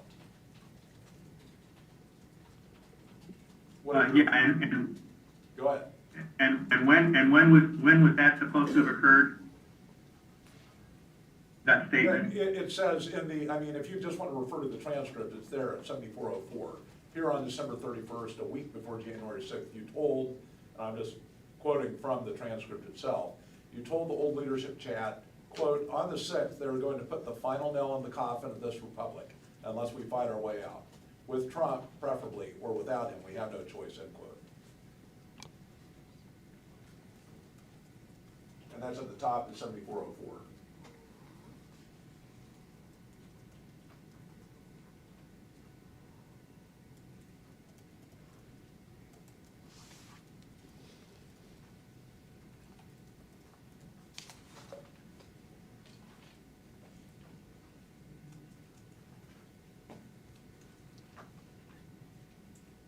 Do we still have you, Dr. Eastman? Yeah, I think I'm back now. Okay.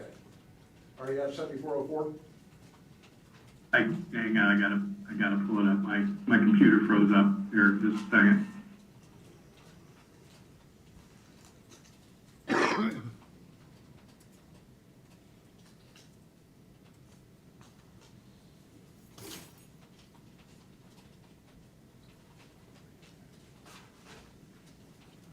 Okay,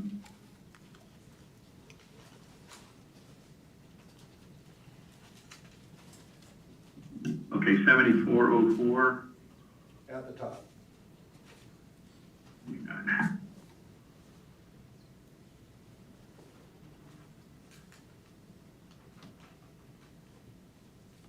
Okay, And so we're evaluating that first statement that was read into the record by the prosecutor at the top. yes. And it's apparently from a December 31st chat. according to- That is correct. If you could speak to that, please. So they're going to put the final nail in the coffin of this republic unless we fight our way out, with Trump preferably, or without him, we have no choice. Is that the passage you're referring to? That is the passage. Yeah, so it's describing what's going to happen on the 6th, which is, I think, the certification of President Biden as the victor in the election. And then we're going to have to fight our way out. This is, of course, it's only a week out, but it's still not an incitement to imminent lawlessness. It's talking in the abstract about something that if it happens, which it looks like it's going to, we're going to have to engage in vintage Brandenburg. The necessity of engaging in this kind of conduct, of fighting our way out of the problem that an illegitimate president has now been certified in office, is what he's saying here. And I believe that that's protected speech under Brandenburg. Now, some of the content of this transcript refers back to the signal chats you've already reviewed, but because these were raised by counsel in his cross of Mr. Rhodes, I'd like to turn you next to 7371. And it's at the very top, the question by the prosecutor, Mr. Rhodes. And I'll just represent to you based upon the prior excerpts from the transcript. This is from the November 7th chat. If you would evaluate that statement, and I'm just going to quote from her question, it continues, quote, "Trump has one last chance right now to stand, but he will need us and our rifles too," end quote. Yeah, so again, just like the open letters, that has two components to it. Trump needs to do this now. You can treat that as imminent, but the imminence is for the president to exercise his lawful authorities as commander-in-chief or his authority under, delegated authority under the Insurrection Act. The second there is actually contingent on him doing that. And, you know, in the context of the other conversations we've looked at, authorizing the call-up of the militia, then having their rifles would not be even unlawful. It would be lawful conduct if he were to take that step. It's only when they say, and if he doesn't do this, we may have to do this anyway, that you get into the other aspect of Brandenburg, which is abstract advocacy of the necessity of taking additional actions that may or may not be lawful, but it's abstract, even abstract necessity to overthrow the government. And we're not talking about that. This is abstract advocacy that we might need to take up some violence in opposition. That's protected under Brandenburg. And backing up a page, this is the earlier part of that chat, the prosecutor asked at line 12, "Sir, this message is also from November 7th to the Friends of Stone chat this time. And in this one, you were more clear. You said, quote, 'Nope, the final defense is us and our rifles,' end quote." And then she continued, hold on, I'll let you evaluate both of these. And then the prosecutor continued at line 18, quote, "Trump has a duty to stand, but so far he hasn't, as Roger Stone said," end quote, again attributing that statement to Mr. Rhodes. So if you could evaluate both those statements. Yeah, and particularly given the timetable on November 7th, I mean, what we're talking about are things that are still months away.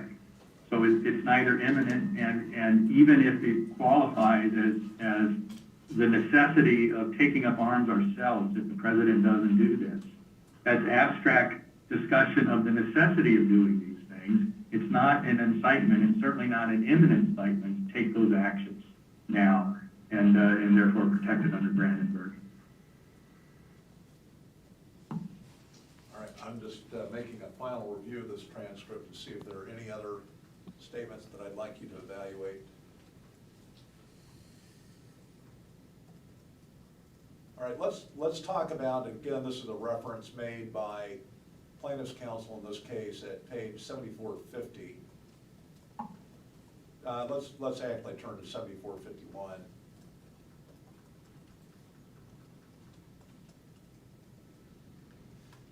So there's an entire paragraph of a statement attributed to Rhodes that was asked by the prosecutor starting at line 11, continuing to 20, and an excerpt of this was commented on under Mr. Stewart Rhodes' cross-examination by plaintiff's counsel. The quote is, "We are actually in a far more deadly situation given the fact that enemies, foreign and domestic, have subverted, infiltrated, and taken over nearly every single office and level of power in this nation. We have one final chance to get Trump to do his job and duty. Patriots entering their own capital to send a message to the traitors is nothing compared to what's coming if Trump doesn't take decisive action right now." It helped to send the message to him. He was the most important audience today. I hope he got the message. Any content in that speech that crossed the line? Well, it's still urging the president,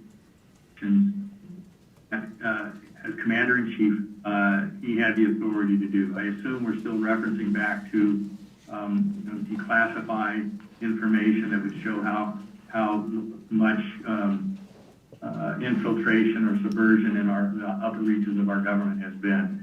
Declassify is clearly something the president has the legal authority to do. So it's not even an advocacy for unlawful conduct.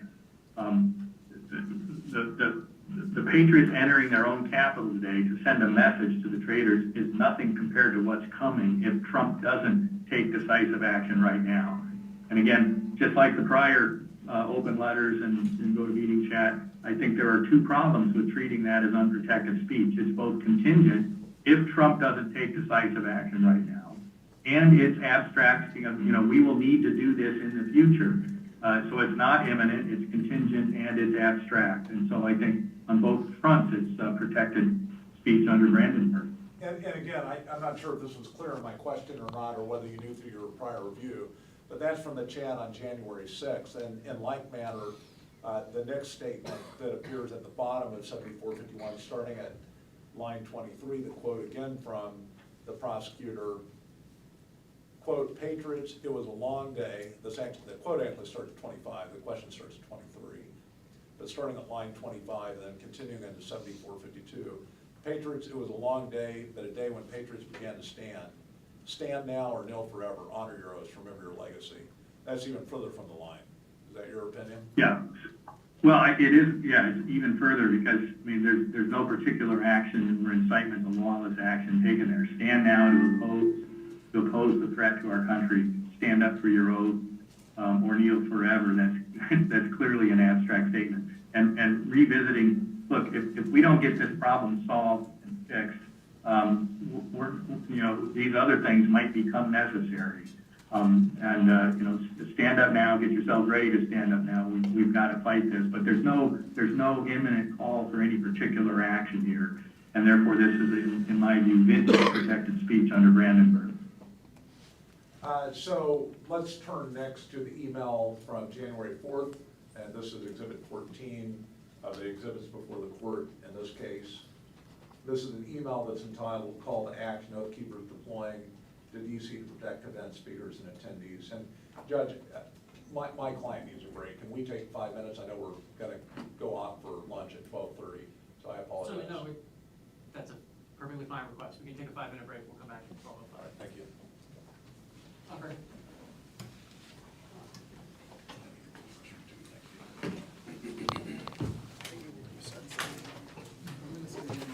Be right back, folks. They're taking a 5-minute break. 5-minute break. That means 12:05. They will return. Like, share, click that bell to be notified. If you haven't done those things yet, what is your problem? Go to rumble.com/politic, become a subscriber so we can live stream directly to them instead of having to wait a few hours for it to mitigate over to them. Your support makes this all possible. Our website should be up and running hopefully by the end of this week. We are working hard behind the scenes to make that happen, and then our support page will be back up and running. Please go to it. Click on it.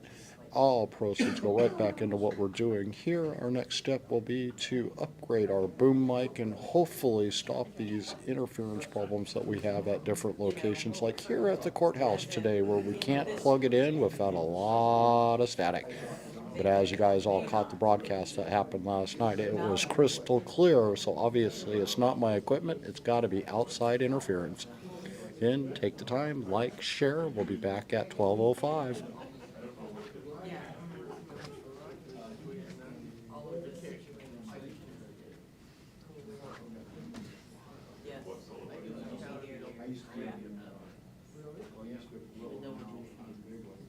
Powdered milk, because I'll always know when it goes down, like, It's gone. And, you can take a unrelated hour. it's colder to walk in office. Room temperature is stevia milk because it's a natural leaf. We already have one random day, Agave? Oh. 2 random days. They do a lot like that. Oh, yeah, I don't. I actually don't have long argument. Like they tell juries.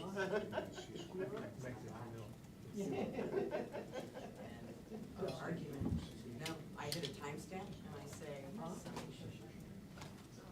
why? Because none of what they have to say is pertinent. It's simply what they want. Request for relief. And so we've got, and honestly, I am one of those that I would. I think that was a no-no. So you go on this long sweat, 9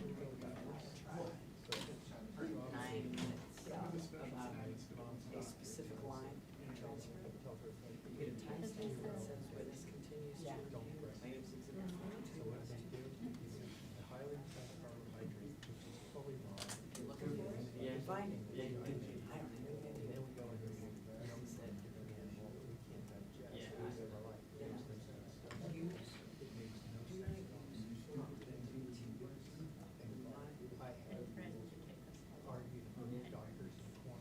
work smarter. Yeah, yeah.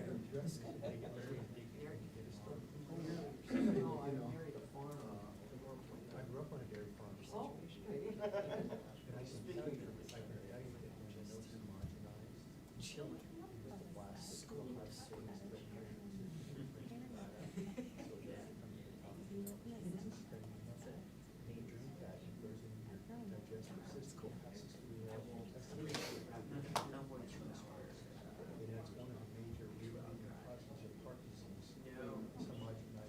Yes, well, I commuted to Anchorage for 2 years, many years ago. And then I did an 8-month stint, 9-month stint. And thank you, it's all passed. Yeah, that's right. At least you're coming out, going in is a whole. Yeah, because you trapped it. Yeah. Like, for law school. I lived in Maryland for 6 years. Took me an hour and a half to get here. Thanks, Rex. Please be seated.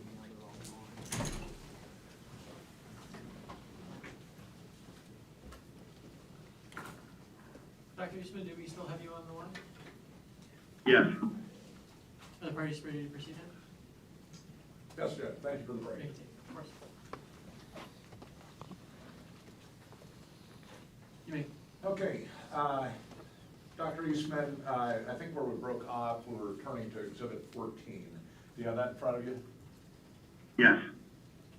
And this is the call to action, Oath Keepers appointed DC to protect event speakers and attendees. There's been some discussion about this in the testimony before the court. Any speech in this particular email that you'd like to address? Sure. I mean, there are several things in there. I mean, there are clearly calls to action. But most of them are calls to action for perfectly lawful conduct. Deploying to DC to protect event speakers and attendees is the actual title of the email. It's talking about a lot about how the various teams would do that mission, if you will. There are other calls to action. We're honor-bound and eager to support the president in his fight to oppose the enemies of the United States who are attempting a coup through massive voter fraud. And of course, to the extent those claims of voter fraud were true, then opposing that, exercising the president's power would be perfectly lawful. Other things are pure speech, talking about the nature of the Oath Keepers, what have you, making a donation to help us in this effort, help us with the cost of gas and transportation and food and equipment. And then that's pure speech protected by the First Amendment. We don't even get into Brandenburg issues.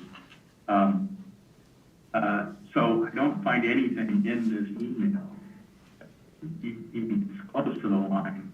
There are some prior actions described that are perfectly legitimate free speech. The one thing that gets, I suppose, closest is the suggestion that we'll be ready outside with our QRF teams in the event of a worst case scenario when the president calls us up as part of the militia. And of course, as I spoke about earlier, if there was an insurrection or trouble that made enforcement of the law in D.C. problematic, the president has that authority to call up the militia. And that's not just the organized militia, the National Guard, but that's the unorganized militia of 17 to 45-year-olds or prior military up to age 64.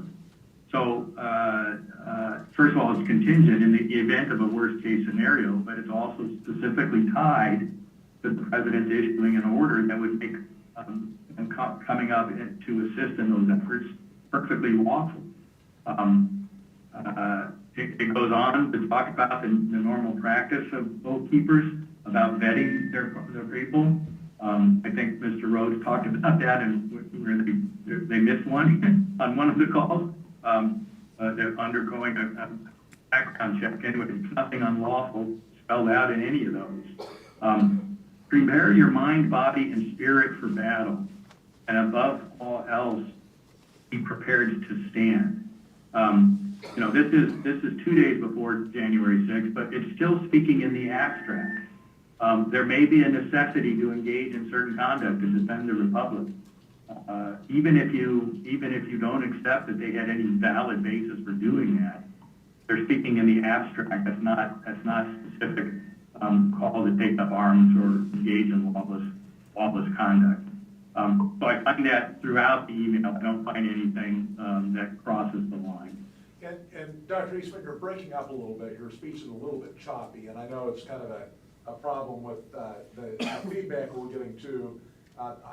Maybe if you could adjust your microphone a little bit, we could avoid that. It was a little choppy. I felt like I was able to understand generally. Good, all right, so record was made. I'm not gonna go back then and ask you any additional questions about 14, but I do need to return you back to 13. That's Exhibit 13. It's the transcript of the trial, because I omitted one item of speech that was quoted by the prosecutor that I think we need to address. And that's on page 7433. I'll give you a minute to get back to that exhibit. And Judge, you said you marked that as 52? 52. Good.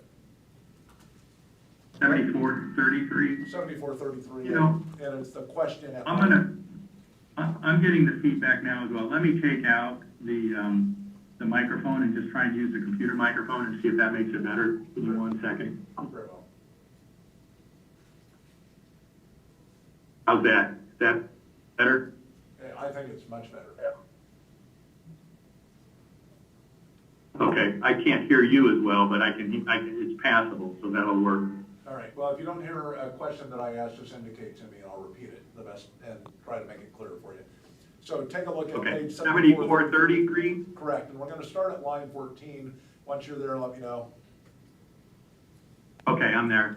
And again, I should have covered this earlier, but missed it. The quote that's offered up by the prosecutor is, quote, "Hey, the founding generation stormed the governor's mansion in Massachusetts and tarred and feathered his tax collectors. They seized and dumped his tea in the water. They didn't fire on them, but they street fought." And that's where we are at now. Evaluating that speech, and it looks like this is from December 25th. That appears on line 24 of 7432. Assuming the truth of this statement, does that cross the line? Well, it certainly is closer and perhaps crosses the line than the prior statements did. If we're December 25th and still talking a couple weeks out, I don't think it qualifies as imminent. Here's what we're dealing with, guys. And so on that score, it would be abstract, talking about the necessity of doing this. And because it's still 2 weeks out, that's not going to meet the imminent requirement. It's still going to fall as abstract, even abstract, speaking about the necessity of taking such a step or engaging in such conduct. But again, Article 12, Section 4, it's not just impeding or using violence against government. From your perspective, that requires something more. So this would, even if this doesn't qualify as protected speech under Brandenburg, at most, it's an incitement to violence or street fighting. It's not an incitement to overthrow the government. And I think that's one of the reasons why we don't see that clause of the seditious conspiracy statute alleged in any of the indictments, not just the indictments that were brought against the Oath Keepers or the plea agreements, but any of the indictments against the 900 or so people that have been charged in the activities of January 6th. And with respect to at least the indictments against Oath Keepers, you reviewed the indictments that I think are included at Exhibit AA. Yes, I did. And all several hundred pages of those?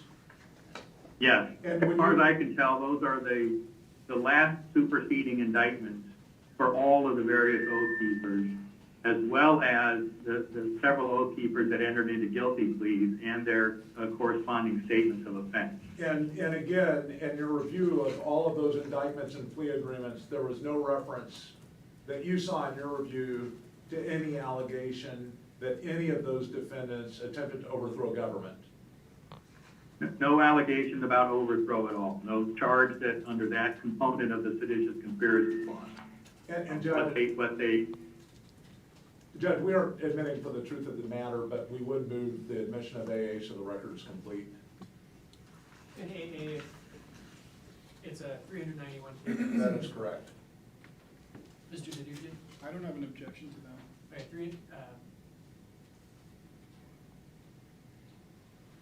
so what's the purpose here? I just want to make sure I understand the purpose here. Right. So, I mean, it's basically rebutting the proposition that's been introduced by plaintiff in this case, that because we have these convictions of Oath Keepers, that we could use those as evidence that Oath Keepers as an organization is attempting to overthrow by force or has advocated the overthrow by force or violence of the government. And so this is the counter to that.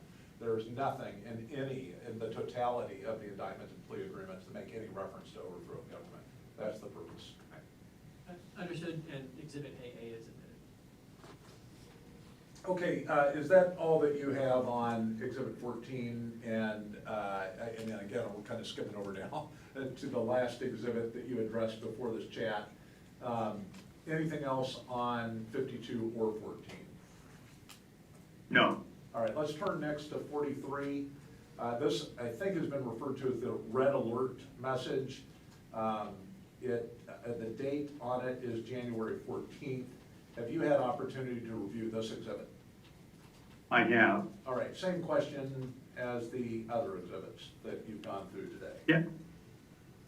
I think that even though the timing is different now, we have two things. This is still within the president's term on January 15th, 5 days before the end of the term, albeit.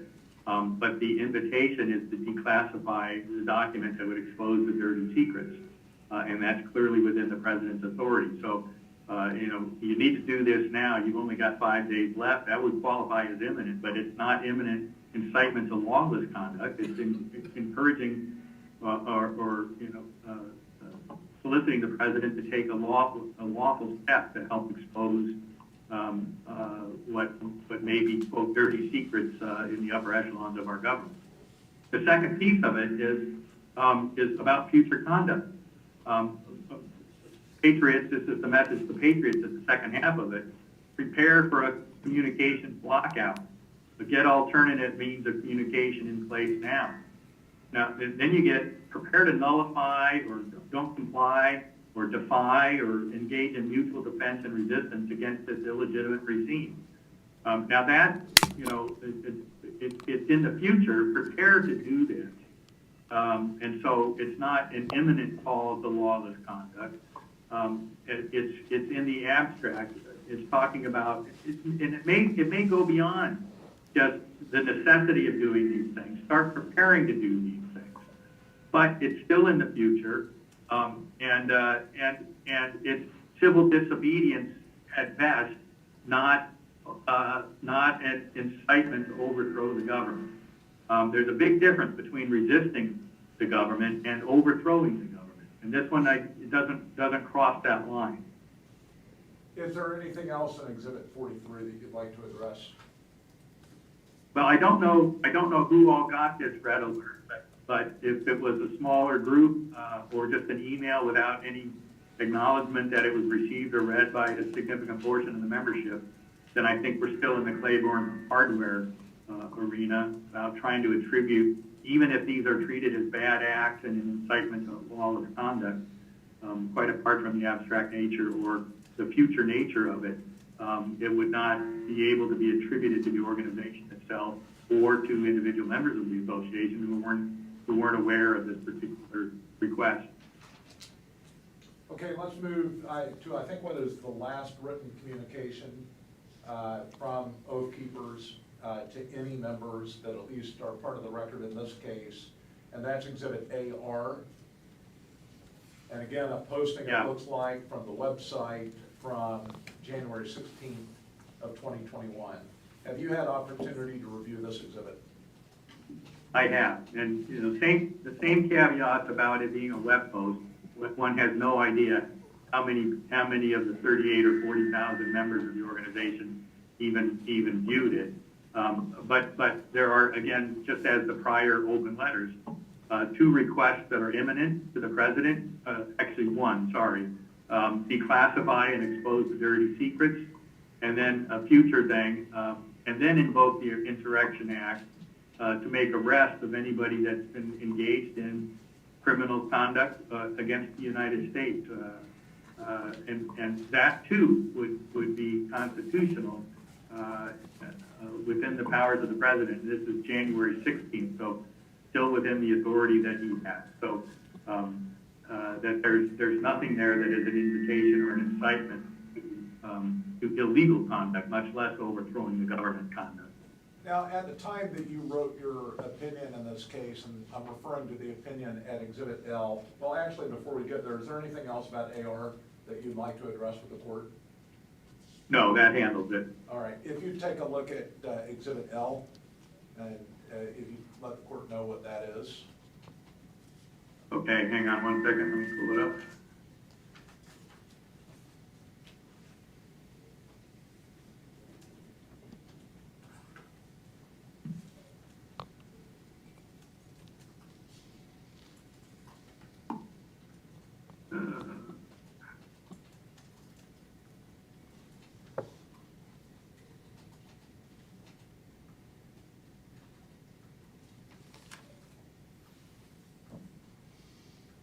Sorry, I got too many exhibits open because I've been opening them as you've been asking me questions and not closing them. So give me just a minute here. Sure. Can you repeat the exhibit number? It's Exhibit L, as in Lima.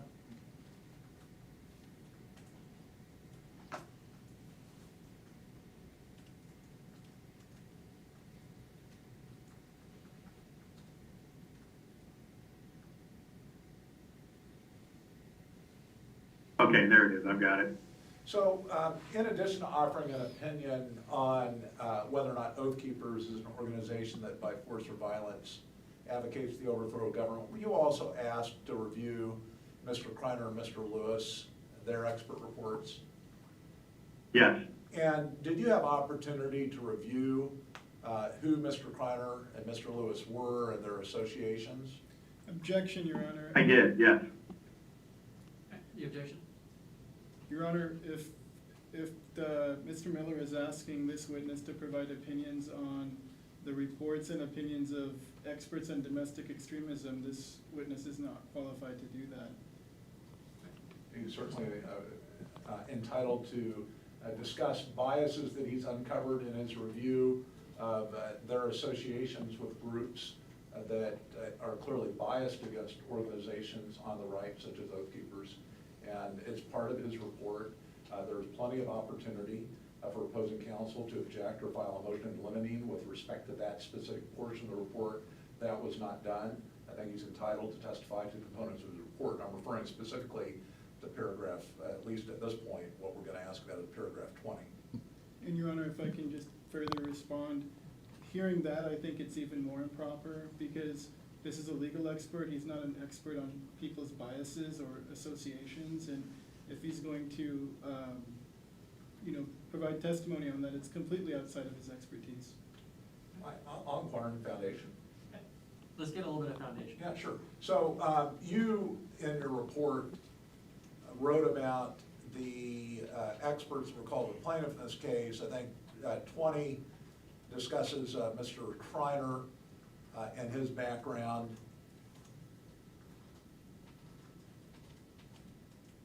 I'll have you take Yeah. I'll have you take a look at that. I'm not going to have you testify to that yet, but once you've reviewed that, let me know. Yes, I reviewed that. Okay. And the objection before the court is whether or not you're qualified to offer any opinion or even any background as to Mr. Kreiner. Can you express to the court what your background and understanding experience is that allows you to provide the information that you've submitted in paragraph 20 of your report? Sure. Well, I routinely, in my scholarship and my election litigation efforts, look at where people stand in their own politics and their political contributions to get some sense on whether their statements might have any bias. That's fairly commonplace among people in my position to do, and I did that in this case as well. I conducted an extensive review of the Federal Election Commission reports on campaign donations and found that the organizations with which Mr. Kreiner, for example, is affiliated are almost exclusively, 100% actually, of their donations are to Democrat candidates or Democrat supporting organizations, including many that one would say are on the far left of the political spectrum. And of course, they have a perfect constitutional right to do that, but I do think we ought to take account of that in how we weigh their opinions. Mr. Dedukian? Your Honor, I object and move to strike. Again, this witness is a legal expert. He's not an expert, or it's totally inappropriate for him to offer opinions or facts about the political affiliations, donations, or anything of the sort by the plaintiff's experts, especially when he's completely unqualified to do so. He's not an opposition research expert. He's a law professor and an expert on the law. Mr. Miller? I mean, I think he's already testified that he does this type of review routinely when he does. And not only that, this is all sourced. This is not like a sandbag type suggestion. It's been in the report. It's been there for weeks. All parties have had opportunity to address this beforehand. Plus, it's sourced. It's not like this is just it's not like his experts that just create this aggregation of reason that they believe Oath Keepers is an organization that by force of violence wants over the government without pointing to anything specifically where they say that. Here, Dr. Eastman has actually sourced everything that he stated, and I think he's permitted to testify to that. I'm going to sustain the objection because I don't find that the basis for the impeachment has anything to do with the opinions themselves. A person's political parties or who they donate to.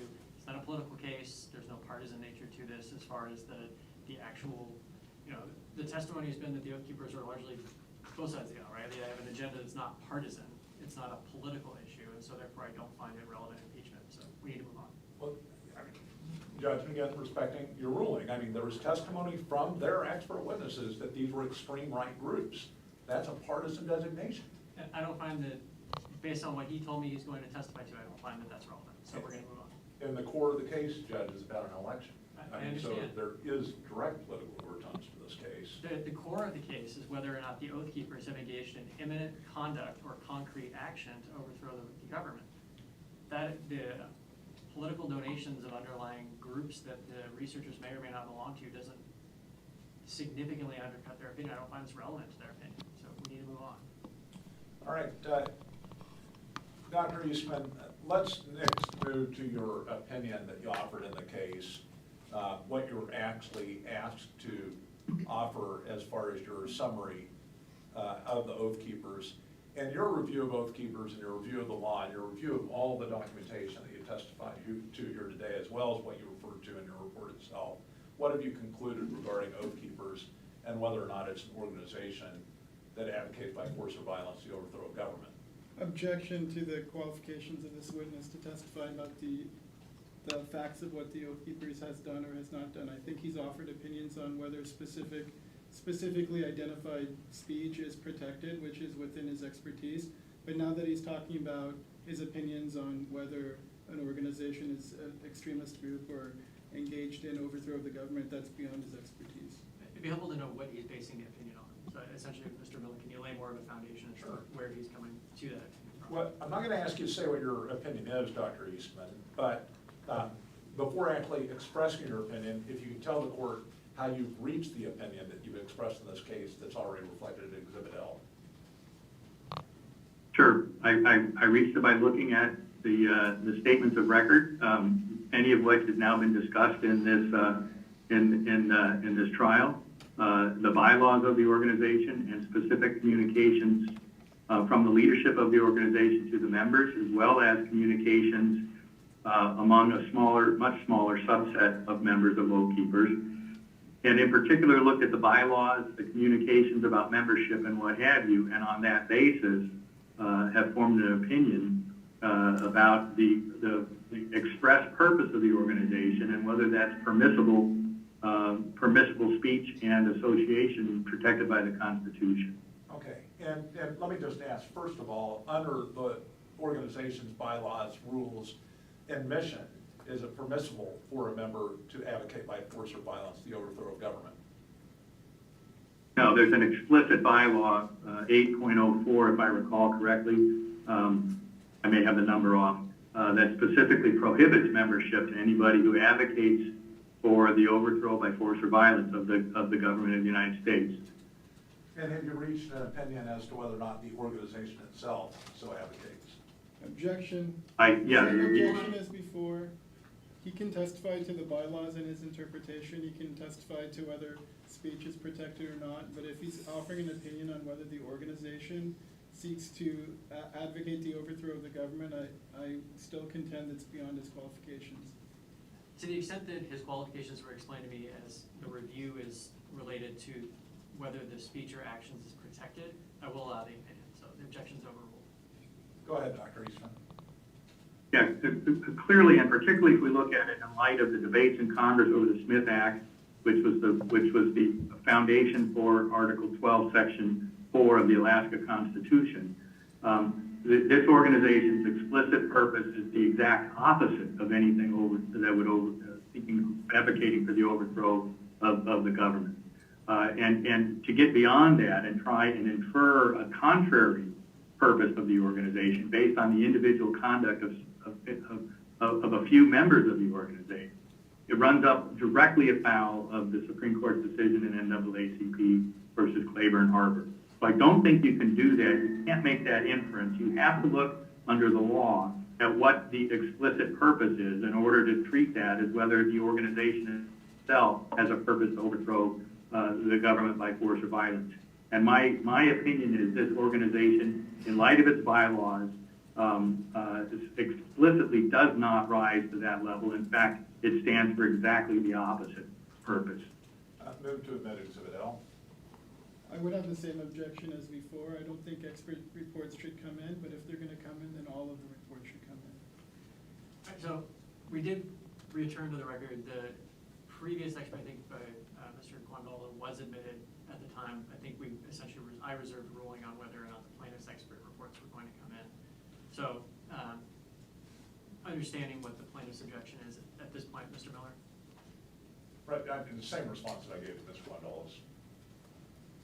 And, Your Honor, if specifically addressing this report, it contains the paragraphs on issues that the court already ruled were irrelevant.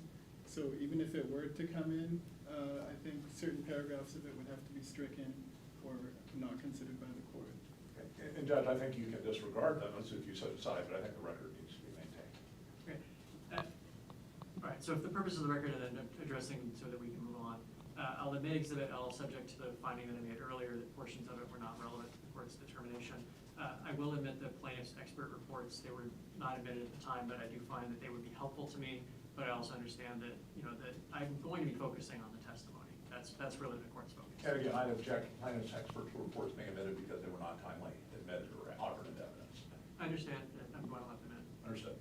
I just, another couple of brief questions, we break for lunch, Judge, then I'll be done with this witness. Dr. Eastman, I'm going to read you a few more quotes and ask for your opinion as to whether or not this is protected speech. God forbid we should ever be 20 years without such a rebellion. Protected or not? Your Honor, I'd like the question to note the context in which it was made, otherwise. He doesn't know, I mean, maybe Dr. Eastman does. I've not talked to him about this, but I don't want to bias the witness with who said it. I'll allow the question. Yeah, I think I know who said it, but I would say under Brandenburg, which comes much later than that statement, it's protected. It's certainly abstract speech about the necessity of taking action. How about the tree of liberty must be refreshed from time to time with the blood of patriots and tyrants? Protected or not? Yeah, that would be protected under Brandenburg as well. It's not imminent incitement to lawless action. I'll pass the witness. Thank you, Your Honor. Okay. We've probably reached a good spot for lunch, parties agree. Would it be possible to come back at 45 minutes, just understanding we're running up against the end of our trial schedule? Is that sufficient time for the parties? More than enough for us, Judge. I think so. All right, so we'll be back at 1:15. We stand recess.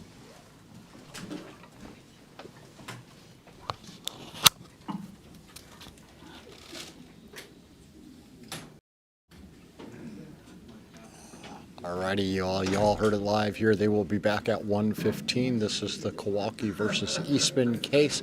Been very, very interesting what is happening here today. Our current witness on the stand is John Eastman, Dr. John Eastman. He is an expert witness on the political environment that is going on out there, and is definitely refreshing to hear some different testimony from different aspects of witnesses out there.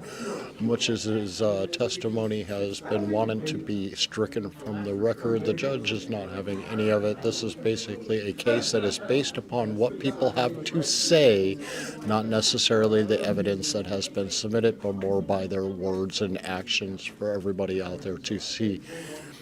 If you haven't taken the time to like and share this video, why not? Right now is the time to get that done.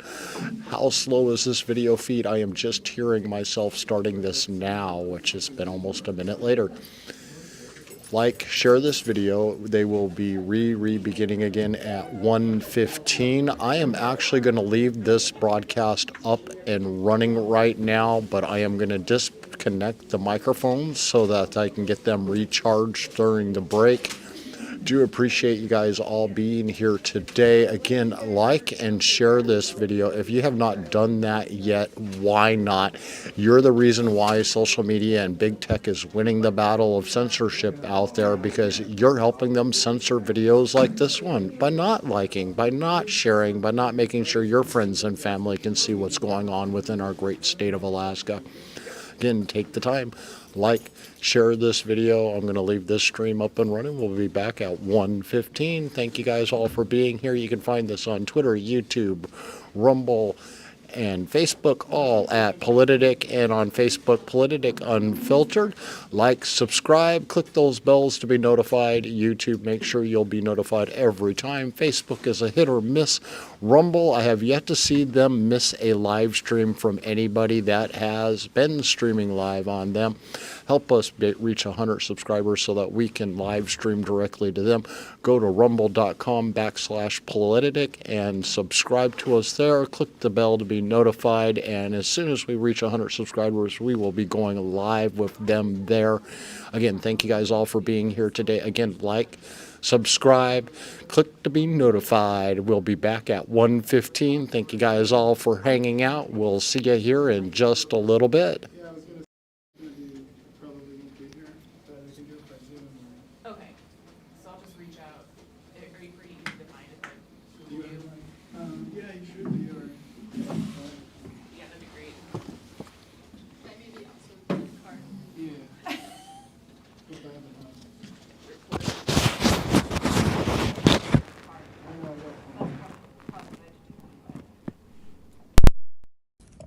And then is our closing still expected to happen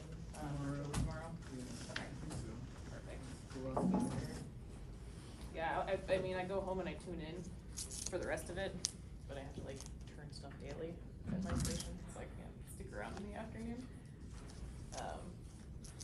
So that will probably all be covered tonight before you guys sleep.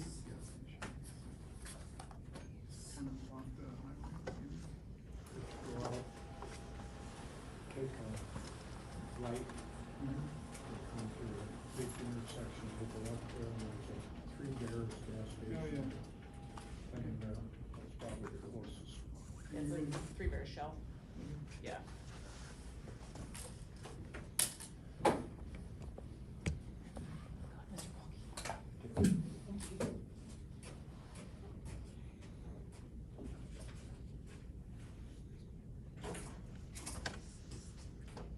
Okay, the other one, I'm just gonna go and take that one out and be charged. This one's charging here.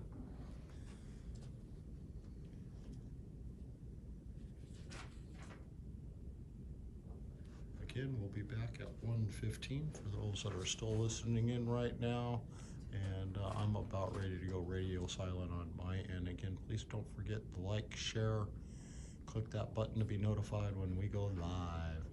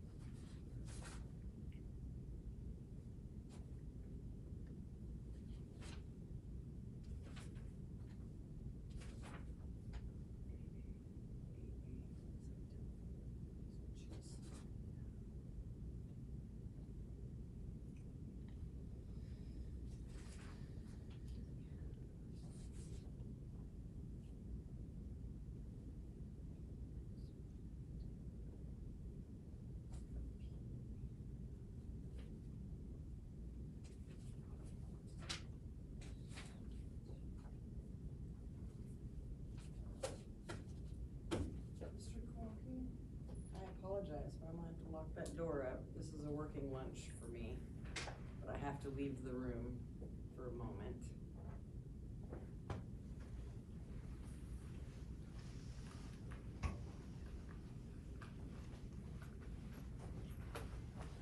Thank you.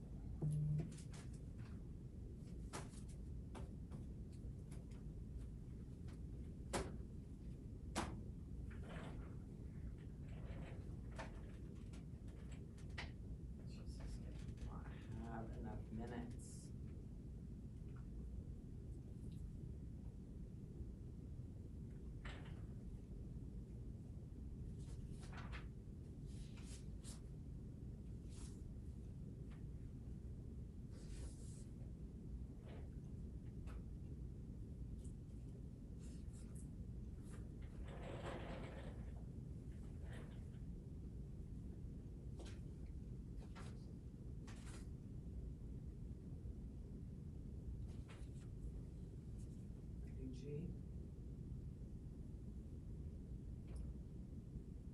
AB. AB was identified. 20 was admitted.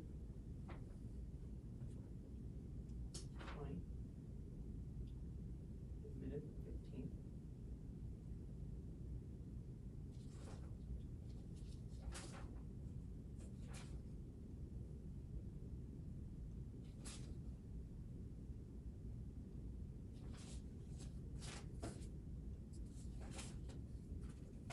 Identified M. Okay, we dealt with that admission the next day.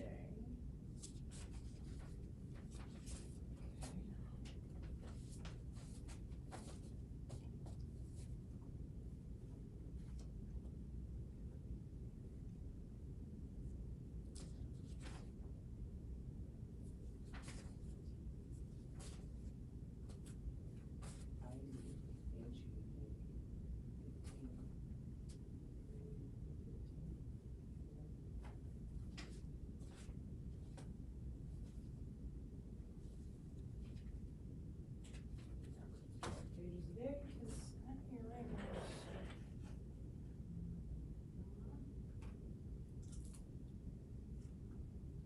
The fuck?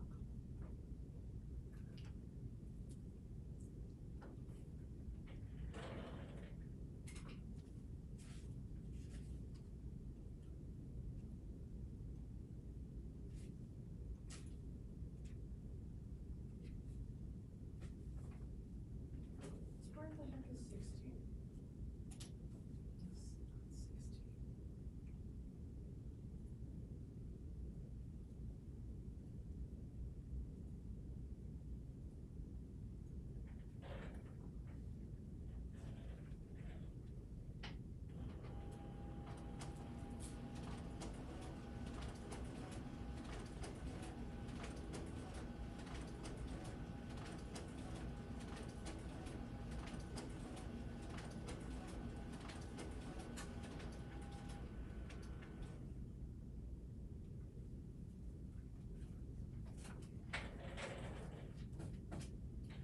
16. Okay.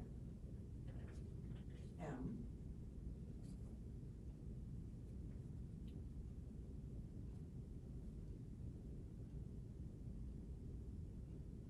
H.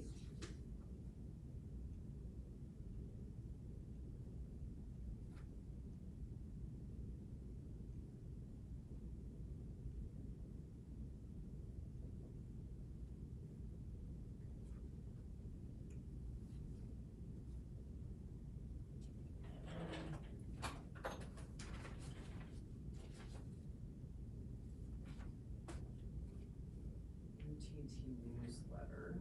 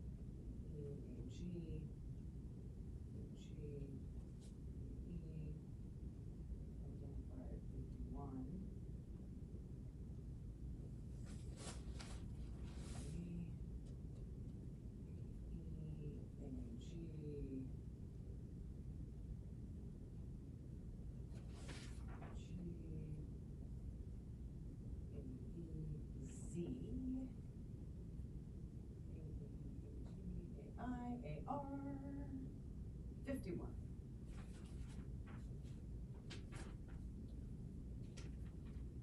51.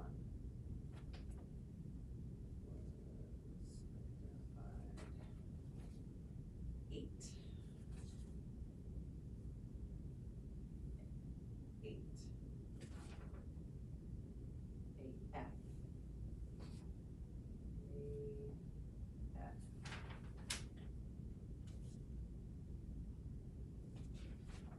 Did I run out of paper?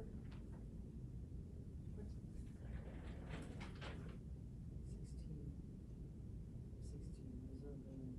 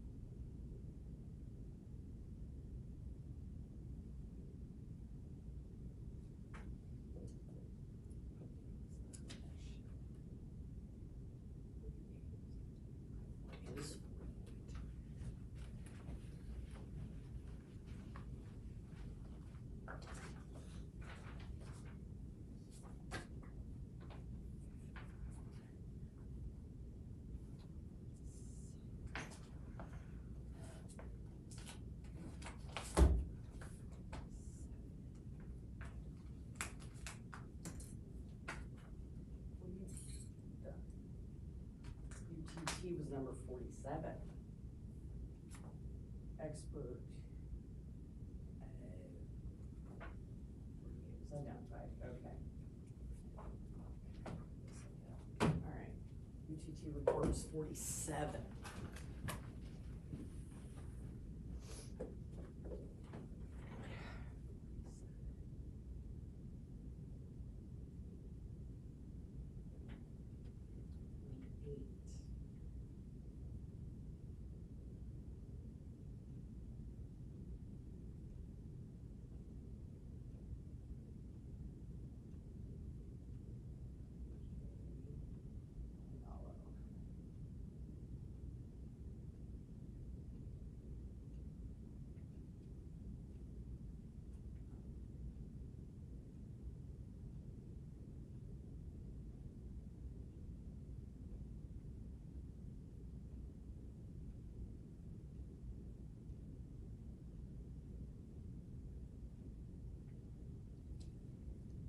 Defense exhibit.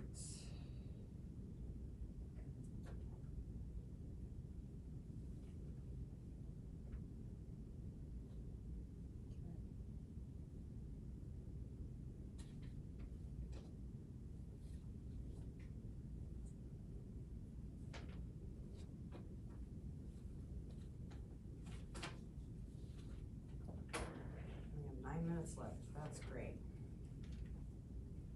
45, turns into half an hour for me.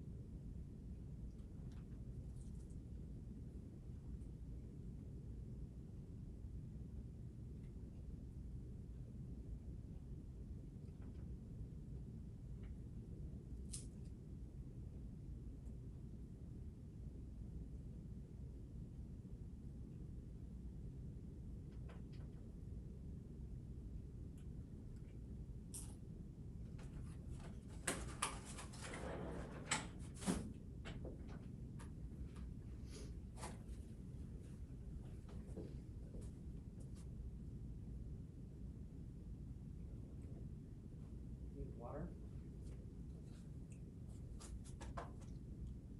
These are updated.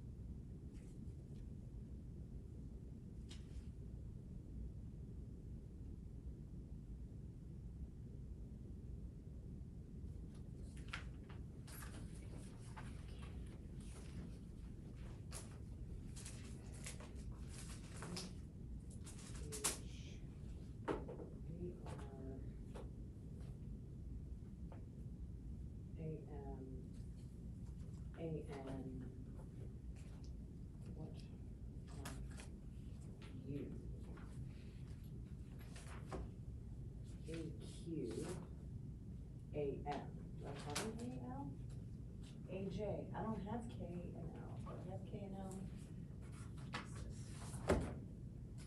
AK.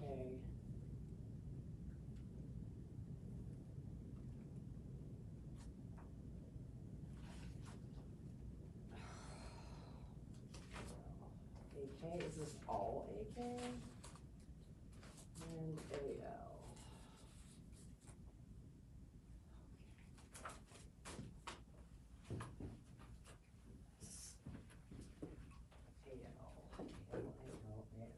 Let's see here, where's AL? Okay. Open the doors.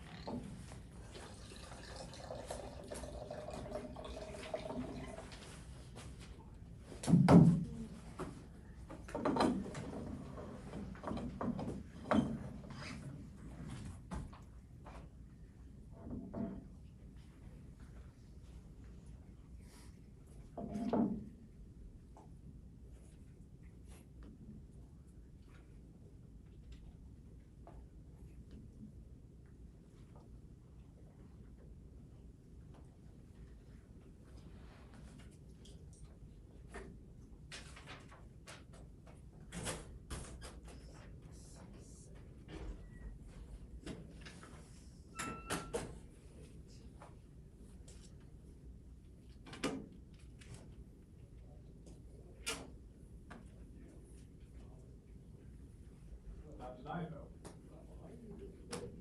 What's that? Went pretty good.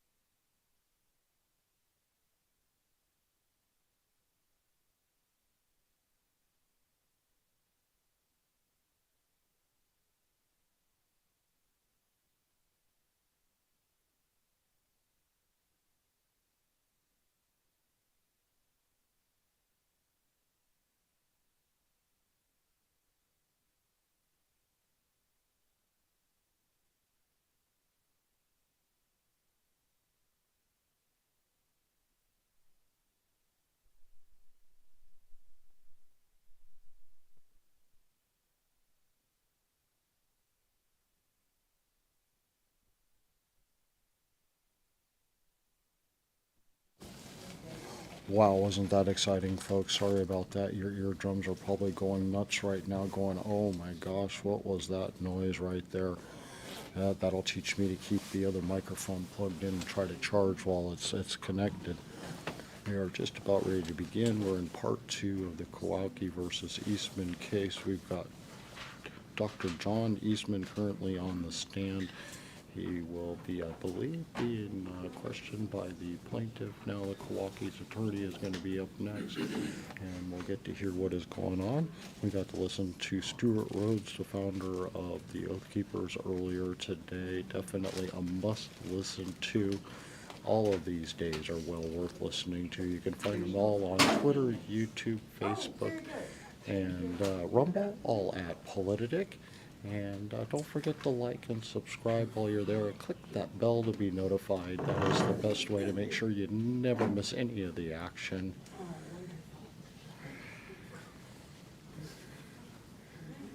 Again, thank you guys all for being here today. Like, share this video. The feed is about a minute to 2 minutes behind now currently from what you guys are hearing. And that just tells you how much they're trying to pre-censor this video today.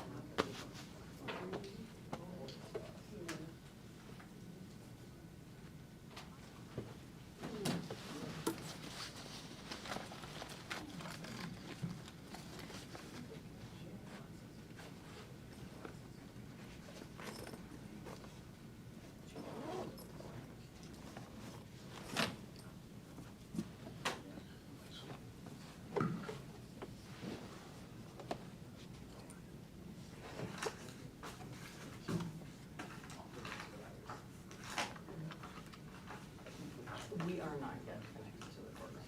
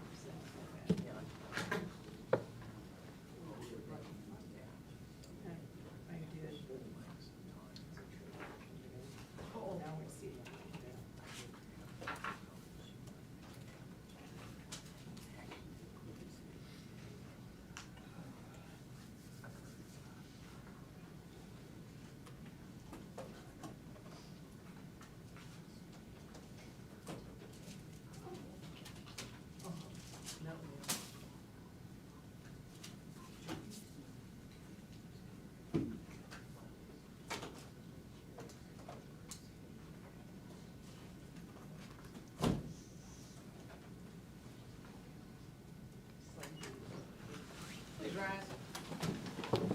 Superior Court, last meeting. Please be seated.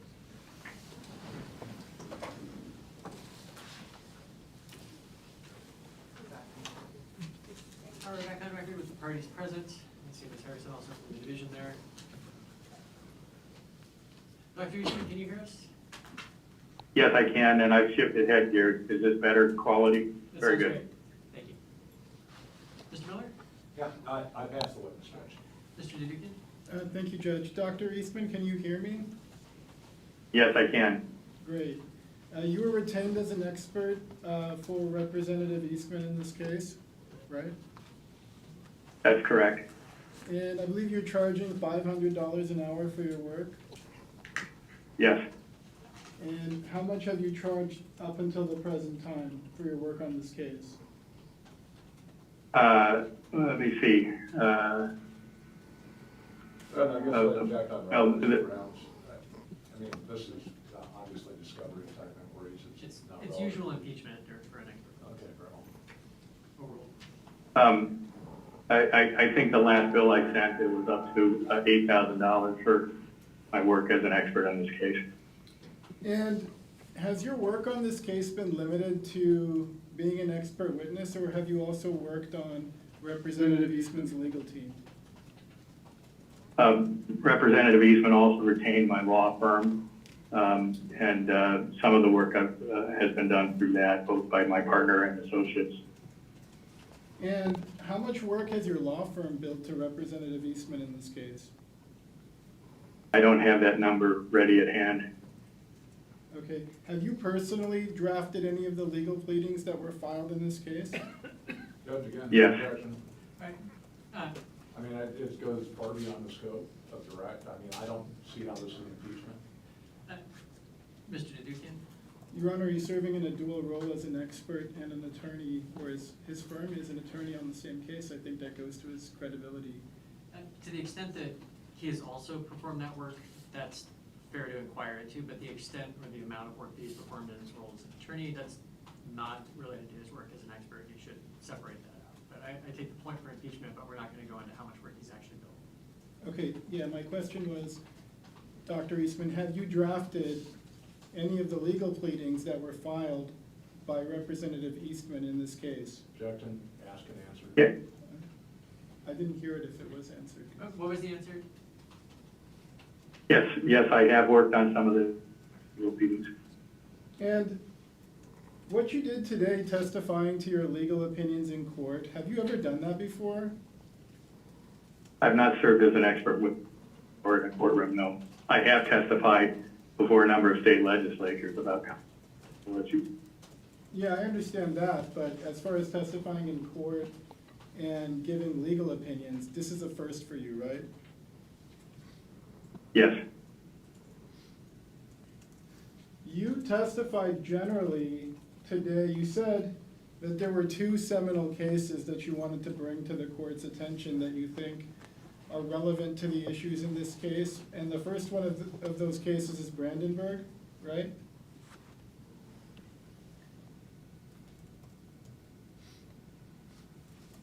Did you freeze? I think it's frozen, Judge. Dr. Eastman, can you just let us know when you come back on? You're frozen for us right now.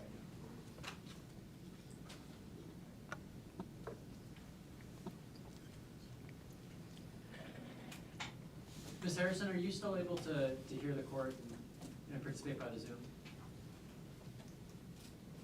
Yes, Your Honor, everything's fine for me except the image of Dr. Eastman was frozen there for a while. All right, thank you. Yeah, it froze on my end. Am I back? You're back. I'll start over because I'm not sure when you froze. My question was, you testified earlier that there are two seminal U.S. Supreme Court cases that you think are relevant to the court's decision in this case, right? Well, I said two cases and their progeny. Right. So of those two cases, the first one is Brandenburg, right? Yes. And Brandenburg covers when an individual's speech is protected under the First Amendment. That's correct. And the other seminal case you testified about is called NAACP versus Claiborne. Yes. And of the two, which one would you say is more important in this case? Well, I mean, I think for the key question on whether the actions of individual Oath Keeper members can be attributed to the organization or to people like Representative Eastman that were not involved in that conduct, I think Claiborne hard would. Okay, and you think Claiborne, or I'll call it NAACP, you think NAACP is so important in this case, but you didn't even cite it in your expert report? Well, the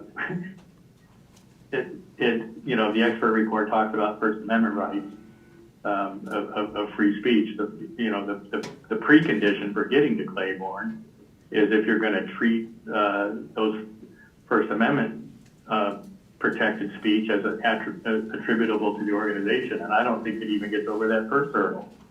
Okay, so just to clarify though, in support of your opinions in this case on the First Amendment, and I'm not including the Alaska Constitution, but just the First Amendment here. So in support of your opinions on the First Amendment, you cited to Brandenburg, right? You cited to Yates versus United States, and you cited to Bond versus Floyd in your expert report. That's correct. And you did not cite to NAACP. Objection, asked and answered. He can answer the question. No, in my expert report, I don't, because, as I said, I don't believe there are two steps here. The first hurdle is whether there's unprotected speech under Brandenburg, and in my report, I said there's not. If in fact there is some protected speech, and since I did that expert report, there's been a lot of testimony about signal chats that I did not have access to at the time I issued that report, and it makes much more relevant to NAACP versus Claiborne hardware. Well, you did have access to the indictment when you wrote the report, right?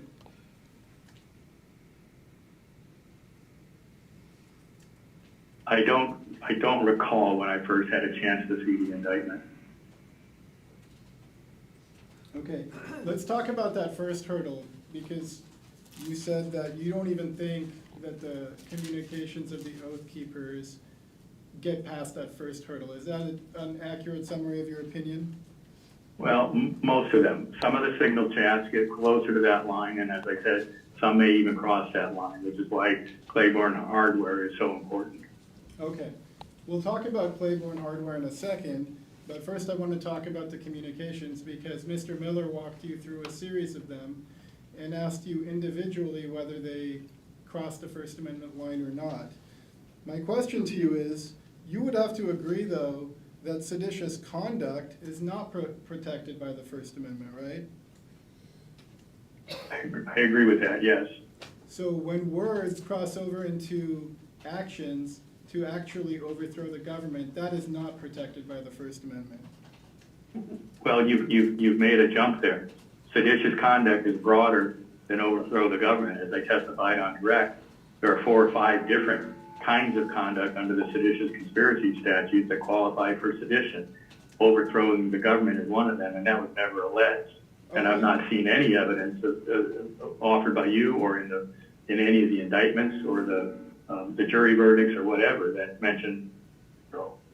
Well, let me break that down for you then. Let's talk about the broader umbrella of seditious conduct, including all of the subparts under the federal statute. You would agree that conduct which violates the seditious conspiracy statute would not be protected by the First Amendment? Yes. And you would agree that violence is not protected by the First Amendment, right? Yes. And so within that umbrella, if the broader umbrella of seditious conduct is not protected by the First Amendment, then an actual attempt to overthrow the government would also not be protected by the First Amendment, right? Well, that's correct, but as I said, I've seen no evidence that that's been introduced in any of the cases. Right, I know you keep saying that, but I'm not really asking about it. And in fact, you're aware that in the Rhodes prosecution in DC, a First Amendment defense was made by some or all of the defendants? Yes. And the judge rejected that First Amendment defense, right? Because of the conduct, yes. Right. And just limiting my question to conduct, you're aware that 9 Oath Keepers have pleaded guilty for their conduct on January 6th, right? I wasn't aware of the exact number, but I think that sounds about right. Are you aware that 3 Oath Keepers have pleaded guilty specifically to seditious conspiracy charges? Yes, I am. And I've reviewed those plea agreements and the statements of offense, and none of them mention overthrow the government. Right, no, I know you keep saying that, but I'm not asking about it. Well, I keep saying it because it's true and it's tied to your question. Okay.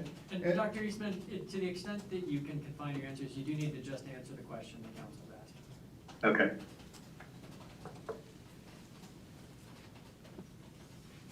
And two Oath Keepers, Stewart Rhodes and Kelly Meggs, were convicted by a jury for their seditious conduct in relation to January 6th, right? For the seditious conduct of opposing the authority of the United States, yes. Okay. Now, you kept drawing this distinction between future conduct or future actions and imminent actions. Do you remember testifying about that on your direct? Yes. And every time one of the statements that you were asked about had to do with something that was even a few weeks into the future, you kept saying that that didn't cross the line because it wasn't imminent and it was future action, right? Well, yes, and under the Supreme Court's precedent in Brandenburg and its progeny, that's the line they draw. Well, are you familiar with a case called Yates versus United States? Yes. Are you familiar with the case called Dennis versus United States? Well, Dennis is before that. Yes.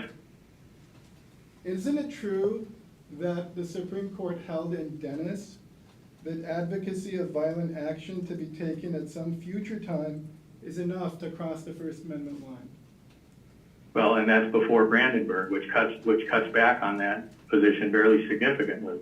And where Brandenburg gets in is the imminent incitement to lawless conduct. Dennis was broader than that, and the Supreme Court in Brandenburg explicitly cut back on that.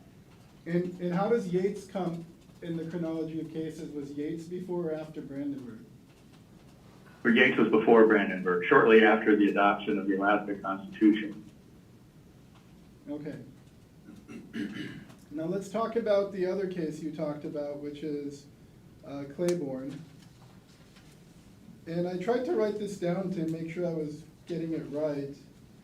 You said that, according to your reading of Claiborne, that a person who's a member of an organization in an insurrectionary group can't be held liable unless they, quote,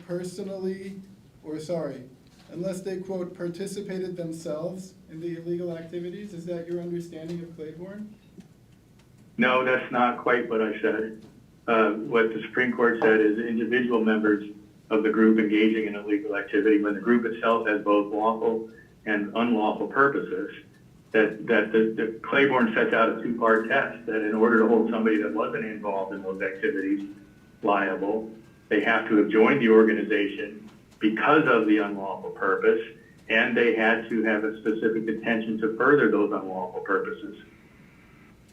Well, I'm going to read to you from the opinion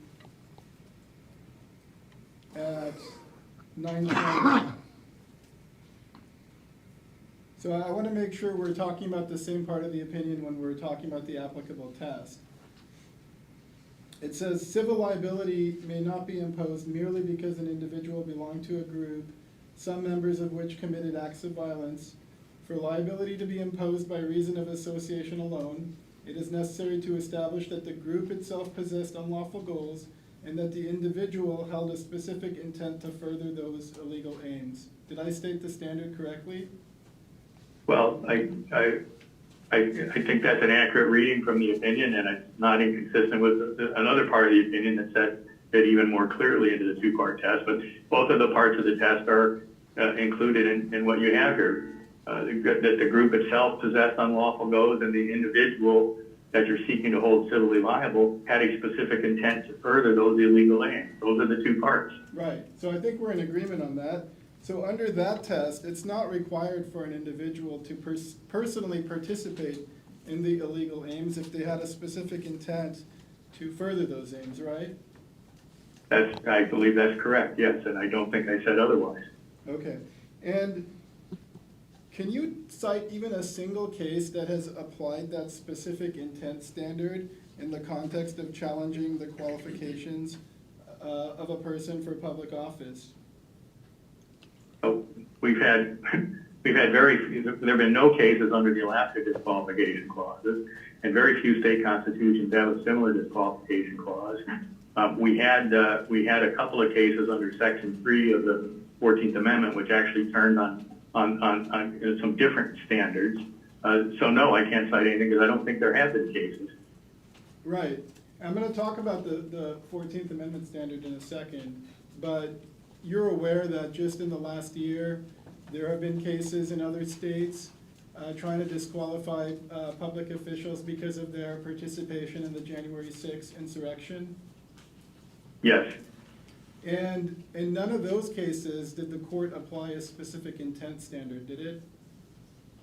Well, because in those cases, they weren't dealing with an association. They were dealing with specific actions by the individuals themselves. Right. And you mentioned the 14th Amendment. I think you're referring to Section 3 of the 14th Amendment, right? That's correct. And Section 3 of the 14th Amendment disqualifies anyone from holding either state or federal public office if they have, quote, engaged in insurrection or rebellion against the United States government, right? Well, that's not the entirety of Section 3. It continues on and gives Congress the ability to essentially terminate the disqualification under Section 3, Right. which Congress did in 1872 in most instances and did posthumously for the few remaining leaders of the Confederacy in 1896. No, I understand that Congress can decide with a 2/3 vote to excuse somebody who's participated in an insurrection. I understand that. I'm not asking about that. I'm just asking about what the language of Section 3 of the 14th Amendment is as far as disqualification. And what I'm reading is that if a person, quote, engaged in insurrection or rebellion against the same meaning the United States, or given aid or comfort to the enemies thereof, they are disqualified from state or federal office under that amendment, right? That's correct. And unless and until Congress waives that disqualification, which it has done. And I think we didn't really talk about this just because we were short on time. We didn't get into your qualifications, but you're a professor of constitutional law, is that right? I was. Okay, you were. More than 20 years. Right. And isn't it the case that one provision of the U.S. Constitution can't violate another provision of the U.S. Constitution? Well, if there are provisions in tension, you've got to try and figure out a way to reconcile the provisions, yes. All right. And I think you would agree with me that the Section 3 of the 14th Amendment hasn't really been tested that much in the over 100 years it's been on the books, right? Well, until this last year, and I don't think I've reviewed the final outcome in each of the half a dozen or so cases that were brought, but my understanding is that nobody was disqualified under it. Are you familiar with the case out of New Mexico against Coy Griffin? Now that you mention it, I do recall hearing that. I've not looked at it to know what the final outcome was. So is it your understanding that the key question in Section 3 of the 14th Amendment is if somebody participated in an insurrection? Or gives aid to the insurrection, yes. Right. So let's focus on the word insurrection as understood by the framers of the 14th Amendment. Isn't it true that they understood insurrection to mean an assemblage of persons acting to prevent... Doesn't tell me much about whether that's the original understanding of the word insurrection in the 14th Amendment at the time it was adopted. Well, do you have any information to provide the court of a contrary understanding of what the framers meant by insurrection? I've not been asked. Judge, we're getting way outside. I mean, this is not relating back to the First Amendment discussion. It's relating to a specific charge that was lodged against a county official in New Mexico. To the extent he has knowledge of the New Mexico case, it sounds like he doesn't, and so I don't hear questions specific to the New Mexico case. But Dr. Eastman has been proffered as an expert in constitutional law. He's acknowledged that there are provisions within the Constitution need to inform each other and that there's a tension. And so it's fair questions and relevant for Plaintiff to explore to what extent the 14th Amendment Section 3 might interact with the First Amendment. So, because I've not been asked to look specifically at Section 3 of the 14th Amendment, I've not done any original research the founders, the drafters of that amendment's understanding of the word insurrection at the time they proposed it, or the people that ratified it. So I need to conduct more research before I could answer that question.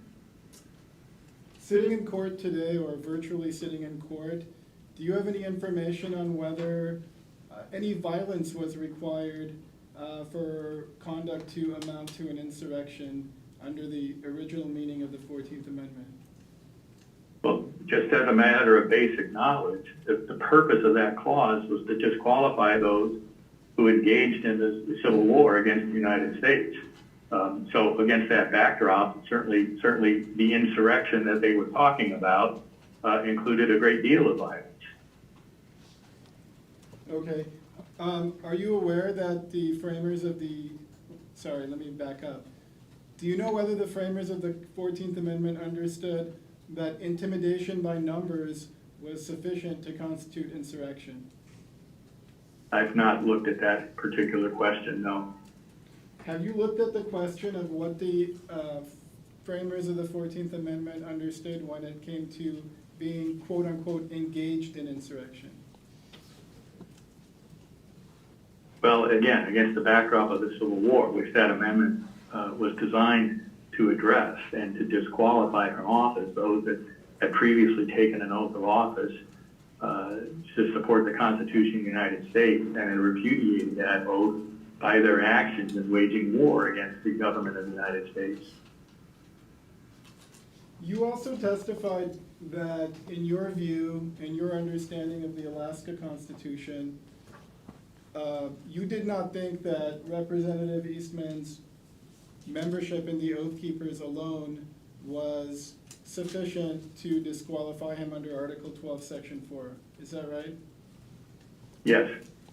Did you look at the intent or proceedings of the Alaska Constitutional Convention in trying to determine whether membership alone was sufficient under the Article 12, Section 4? I did look into that, yes. And isn't it true that the notes of the proceedings suggest that the delegates at the convention believed that membership alone would be sufficient? No, I didn't see that in the notes of the proceedings at all. I only see a brief reference that this clause was added, proposed by the initial drafting committee because it was contained in the proposed enabling act for Hawaii and Alaska. And they just merely said it's required and we put it in. There wasn't any further discussion about it. Well, isn't it true that there actually was discussion about it? There was a discussion on February 3rd of 1956 about the first comma in that clause?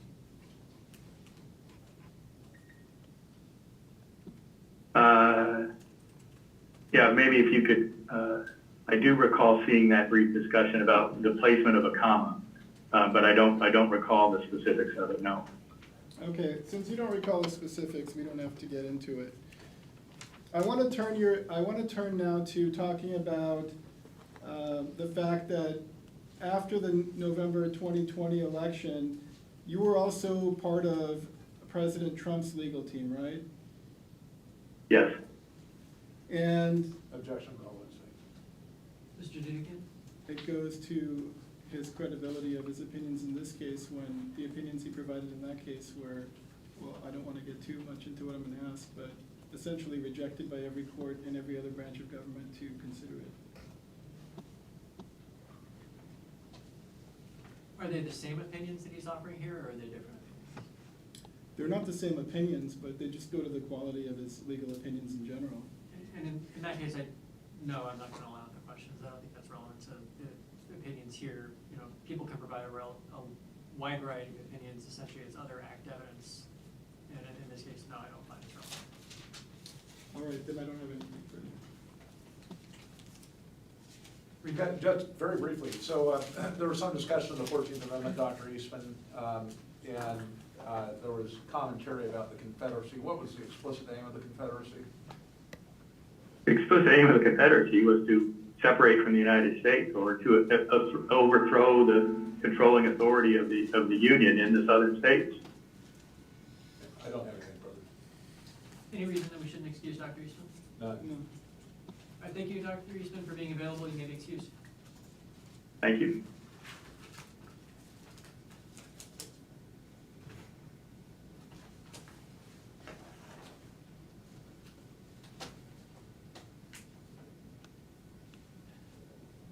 Is the plan to continue then with Representative Eastman's It testimony? is, Judge, he's on cross right now.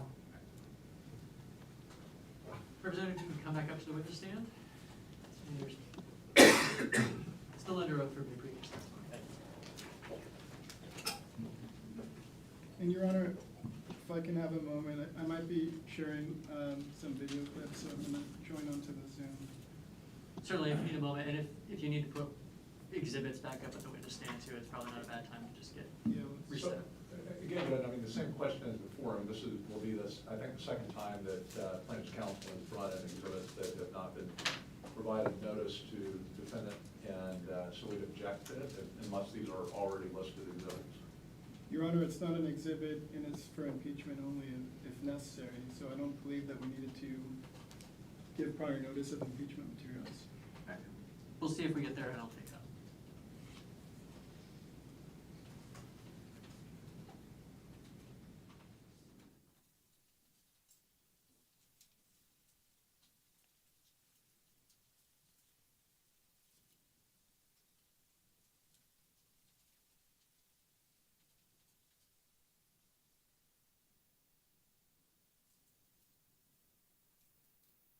I'm trying to join the Zoom.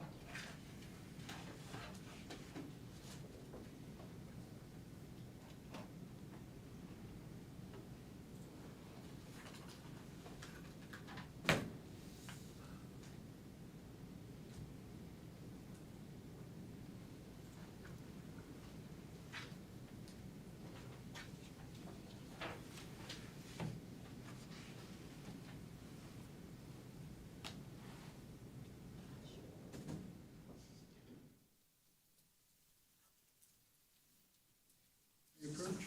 You may.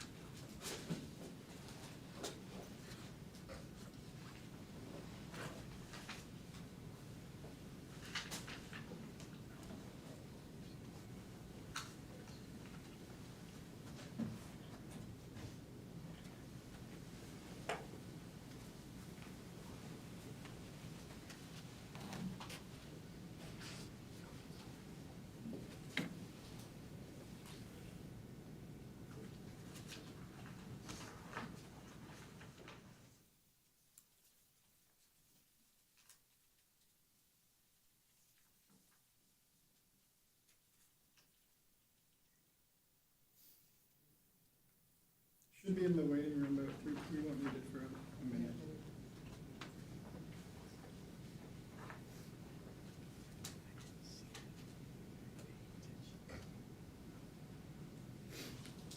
Representative.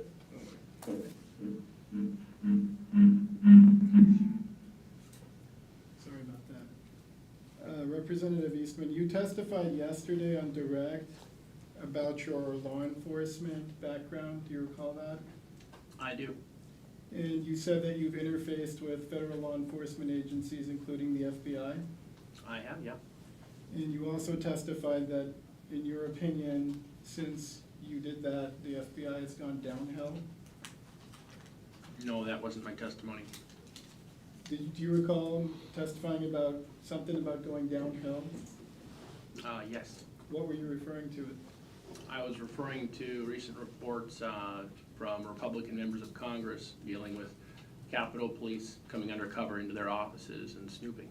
So your testimony was the Capitol Police have gone downhill since you interfaced with them? They have, yes. And isn't it also your opinion that the FBI is the largest criminal gang in the country?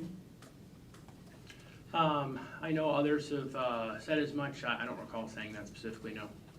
Do you recall retweeting that on your feed just a couple of days ago? I believe that Dinesh D'Souza had put out a tweet that I retweeted. Saying that exact comment? Something similar to that. And is that in part because of the treatment of Stewart Rhodes by the FBI? I don't remember him mentioning Stewart at all in that.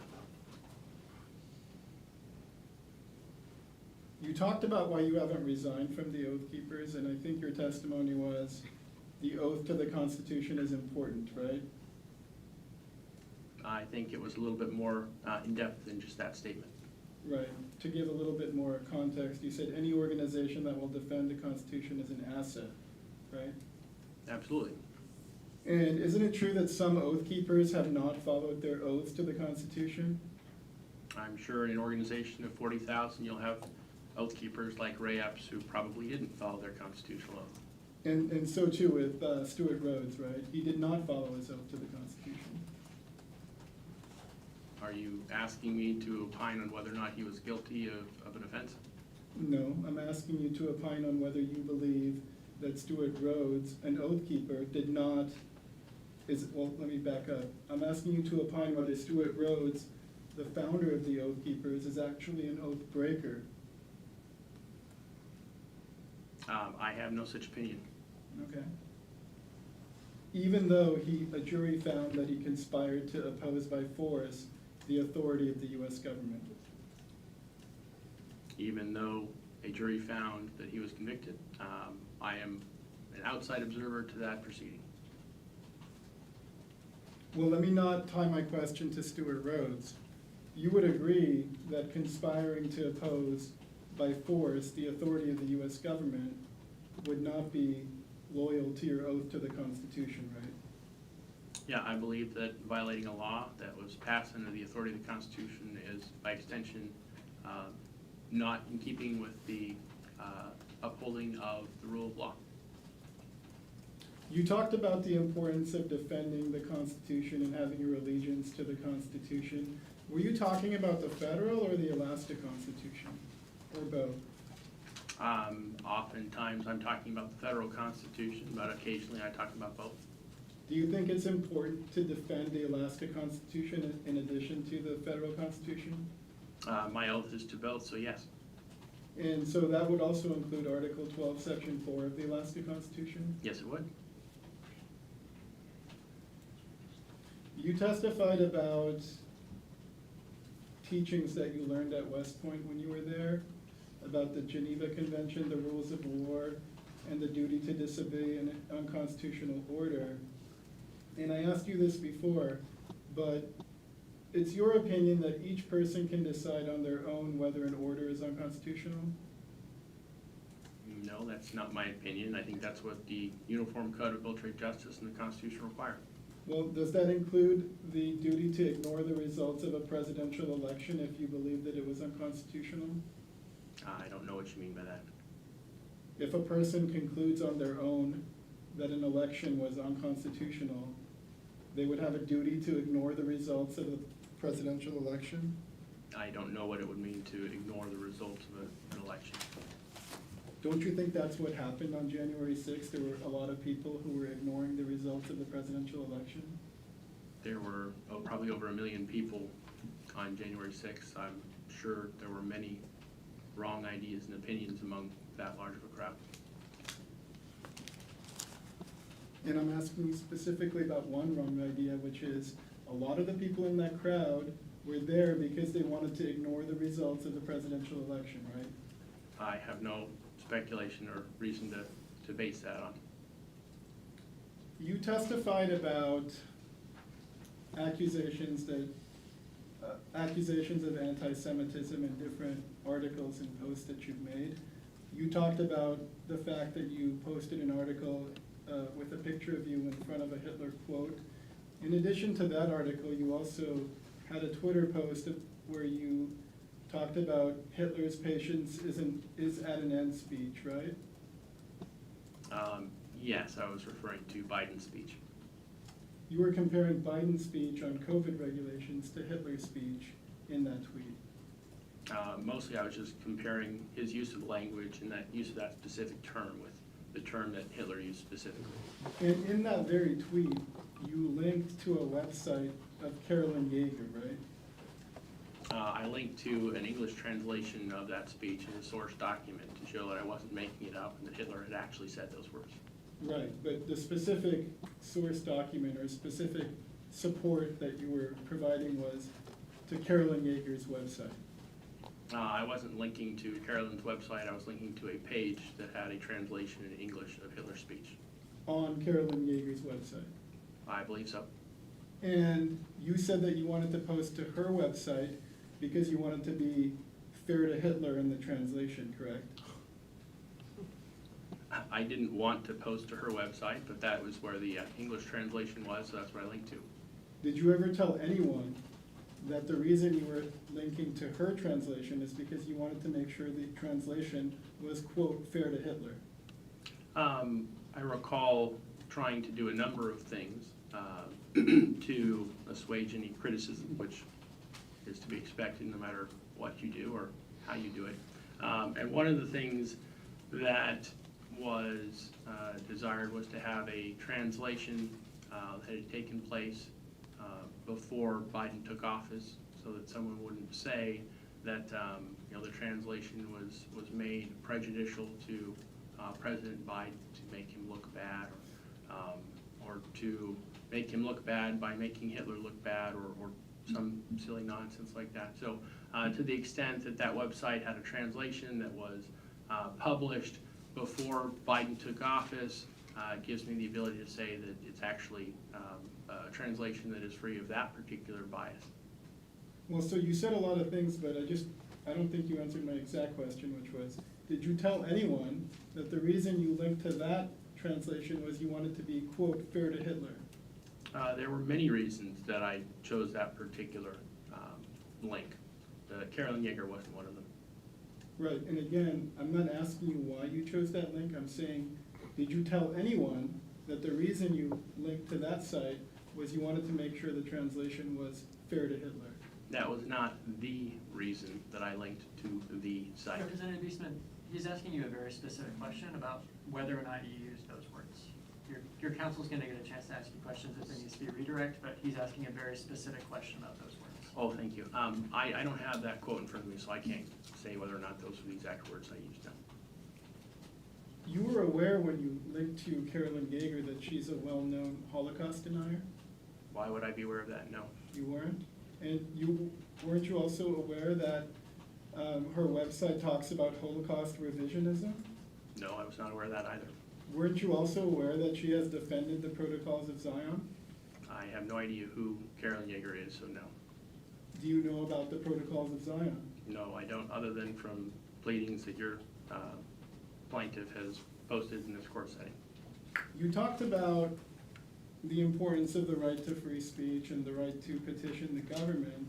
You would have to agree that that does not include the right to engage in violence, right?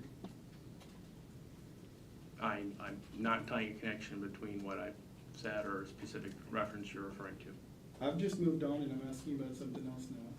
Yesterday, you testified that one of the reasons you haven't resigned from the Oath Keepers and one of the reasons why you think this case is important is because free speech is important and the right to petition the government is important. Does that generally comport with your statement yesterday? I believe so. I think they're both still important.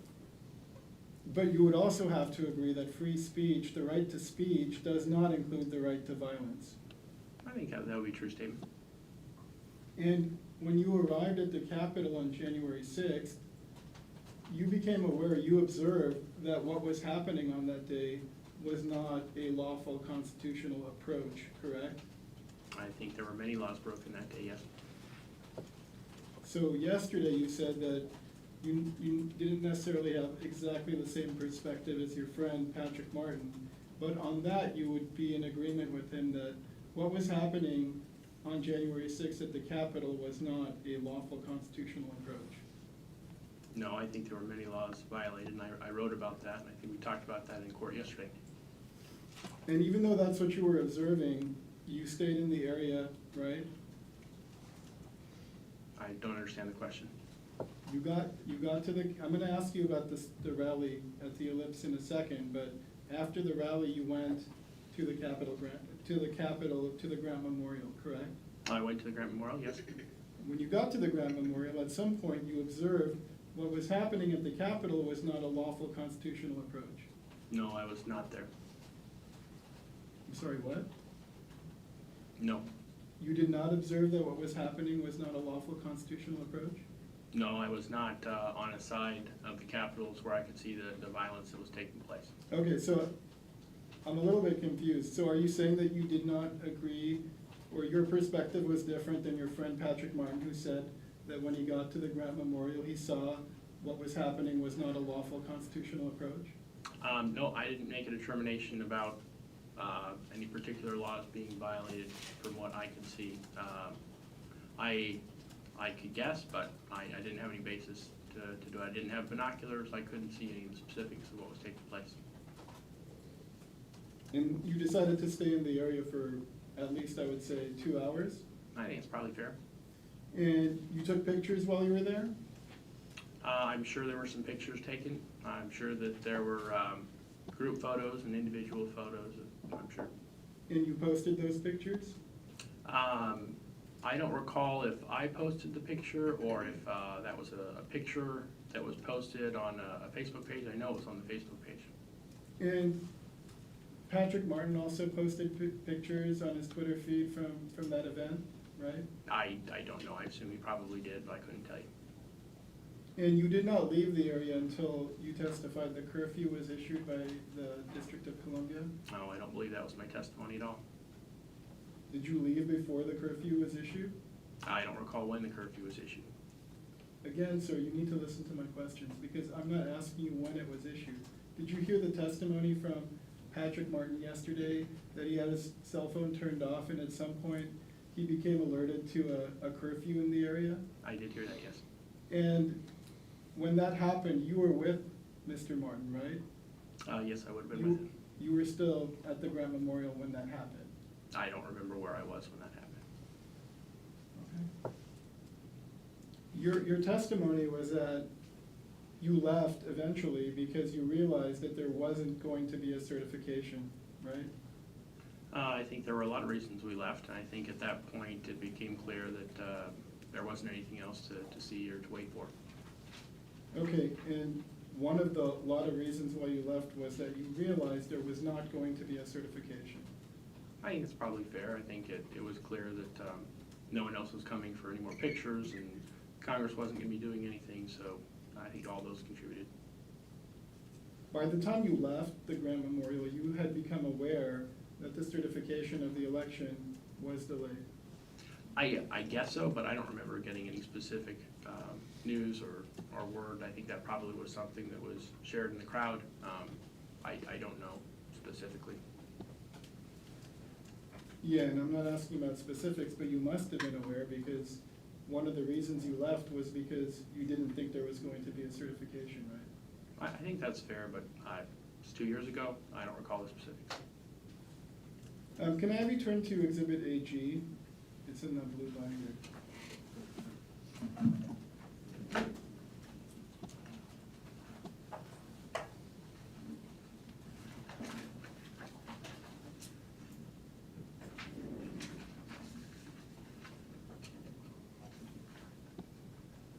That's the Facebook post that you testified about yesterday. Yes.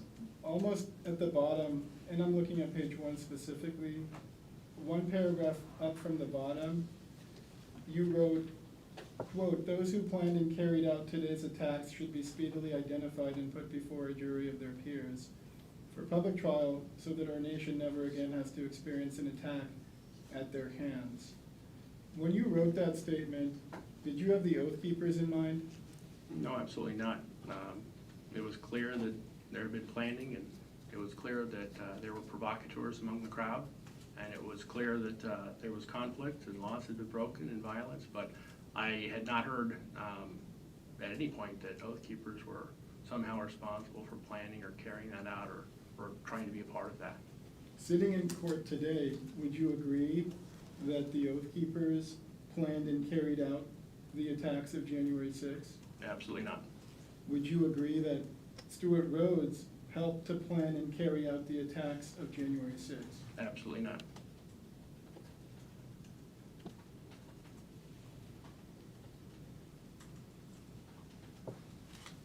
You testified yesterday about what the catalyst was of your trip to Washington DC in January of 2021. Your testimony was that it had nothing to do with the Oath Keepers. You weren't there to provide security, right? I was not.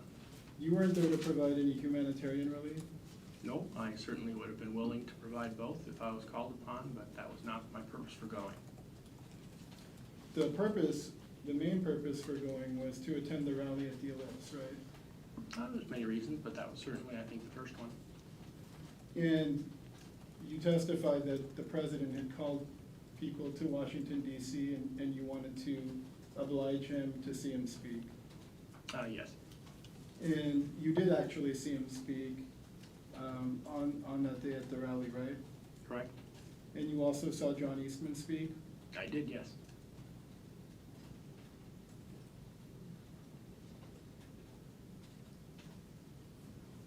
And during the president's speech, he said that the election had been rigged, right? I don't remember him using those words. Do you remember the president using the words, "We took them by surprise, and this year they rigged an election. They rigged it like they've never rigged an election before." Do you remember those words? Sounds familiar, but I couldn't say whether or not he said those exact words. Your Honor, if I could, I'd like to play a video just to see if I could refresh the witness's recollection. Relevancy objection, Judge. Mr. Duke, what's the relevance of that? The relevance is to explain Representative Eastman's subsequent actions, and it's going to the Capitol after the speech. He gave his reasons why he did that, and I want to ask about it. So objections overruled. Go into the subject.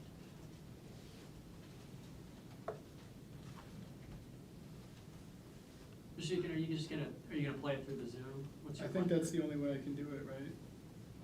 I mean, you're refreshing his recollection, so you're not really publishing it. If you just want to show him the video, you can do that, but. I guess I'd have to go up and. It's up to you. I'll try doing it through the Zoom, and if that doesn't work, we'll do a plan B. I mean, again, Judge, this is it's not being introduced as an exhibit. Refresh the witness's recollection. This is not something that would have been unexpected in preparation for the trial. This is something that should have been provided to the defendant in advance, not impeachment. Okay. I understand. I'm allowed to refresh his recollection.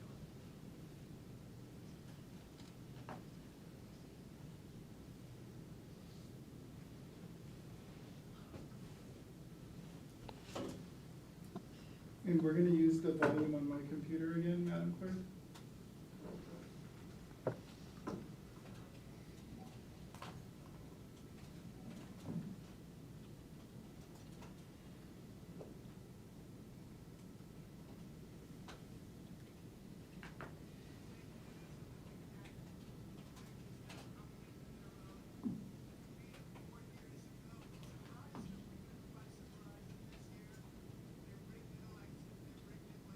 Mr. Dugan, I think you're gonna have to play it louder if we're gonna. Okay, let me, Can you hear that, Representative Eastman? give me 1 second. I don't know, excuse me, I don't know that it matters, but it's not audible on the Zoom. Thank you, sir.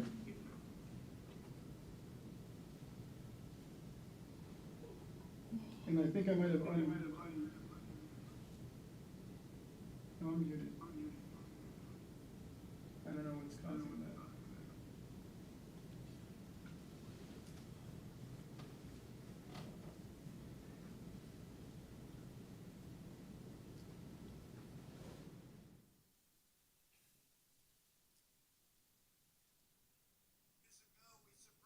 We took them by surprise, and this year, they rigged an election. They rigged it like they've never rigged an election before. And by the way, last night they didn't do a bad job either, you know.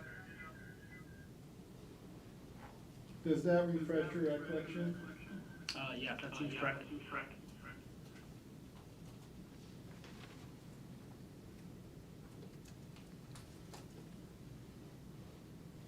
And I'm not sure how to avoid that echo. If we could just remute your laptop. I am muted, that's, And also turn the sound on. oh, okay. And Mr. Zadukian, you are still sharing your screen on the Zoom. I don't know if that's intentional. Oh, I think that's fine. The president also said we want to go back and we want to get this right because we're going to have somebody in there that should not be in there, and our country will be destroyed, and we're not going to stand for that. Do you remember those words? No, it sounds like something he might have said. Mr. Dugan, let's stop sharing your screen. Okay.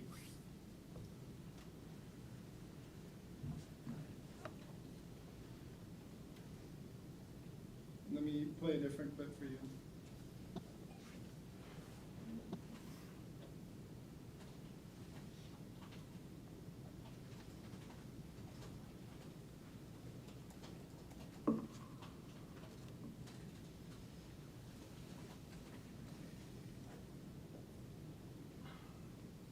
I want to go back 8 weeks. Let's go back 8 weeks.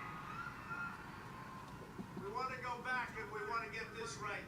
Because we're going to have somebody in there that should not be in there, and our country will be destroyed, and we're not going to stand for that. Does that refresh your recollection on those words being spoken at the rally? Yes.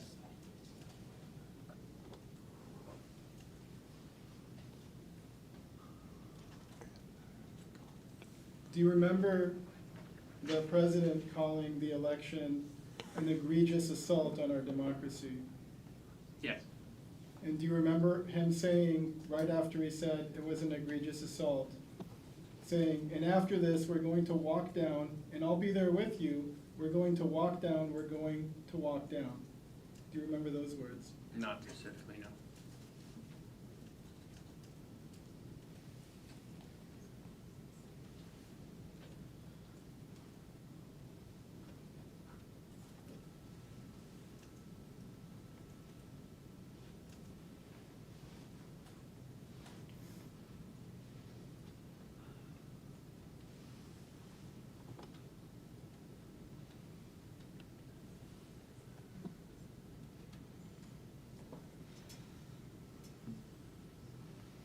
Because you're sworn to uphold our Constitution. Now it is up to Congress to confront this egregious assault on our democracy. And after this, we're going to walk down, and I'll be there with you. We're going to walk down.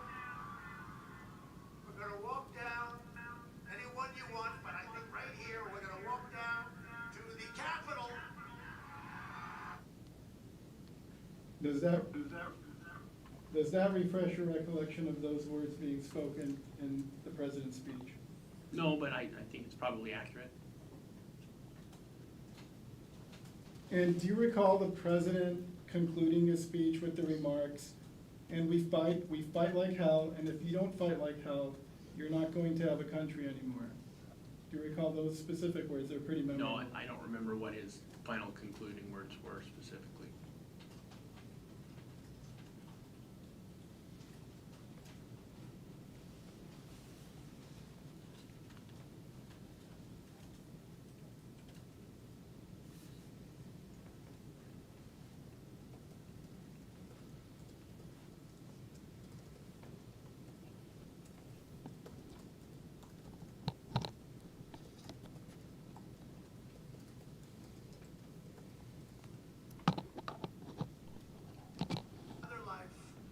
I said, something's wrong here, something's really wrong, can't have happened, and we fight.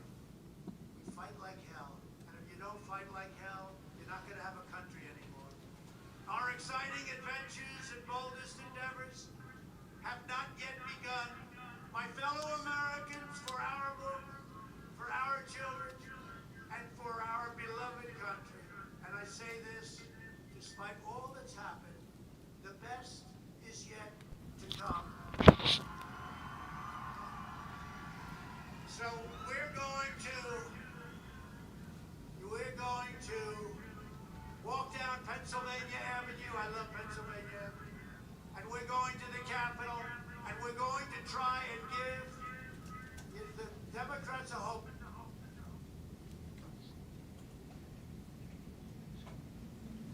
Having seen that video clip, does that refresh your recollection about the "we fight like hell" language being spoken by the Seems accurate. president? Yes? No, but it seems accurate. Okay. And when that speech concluded, you and Mr. Martin then headed to the Grant Memorial at the, which is 0.2 miles from the Capitol, correct? No, we went by another way. Okay, and you ended up at the Grant Memorial after the speech? Yes, we did. And you led your friend, Mr. Martin, to the Grant Memorial, right? Yes. Nothing further. Mr. Miller?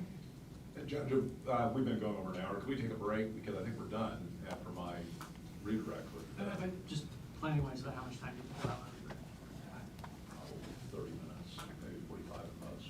That's fine, so we'll come back at 2:35. All right, stand recess.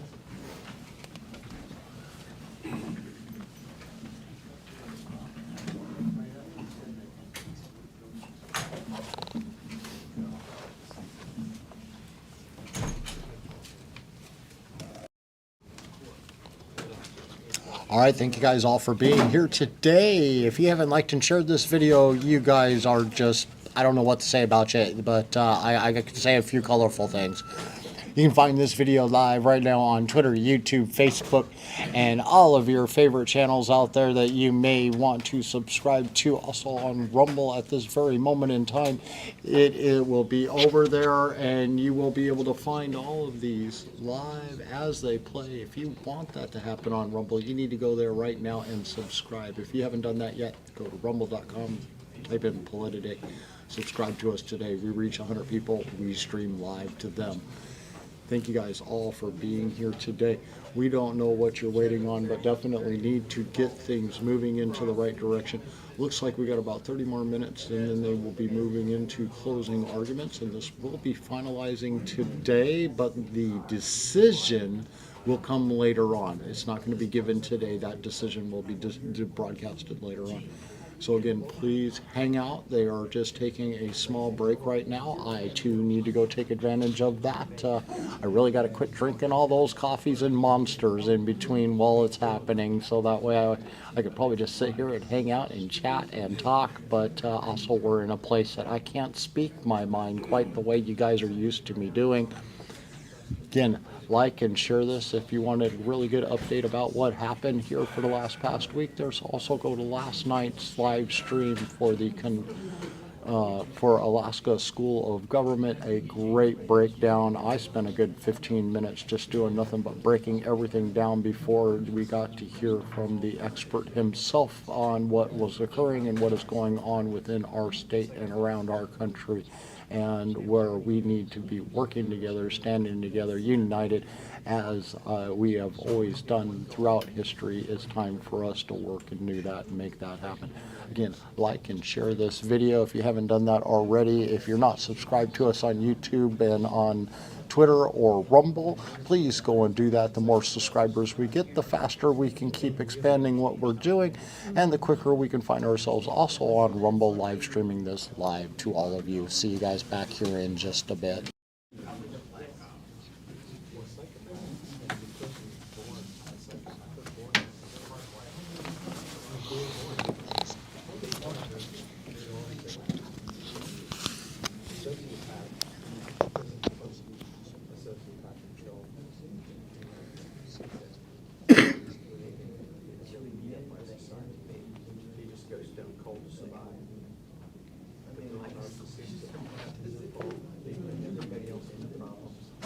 You were under sedation, you don't know what happened. I was on talk radio.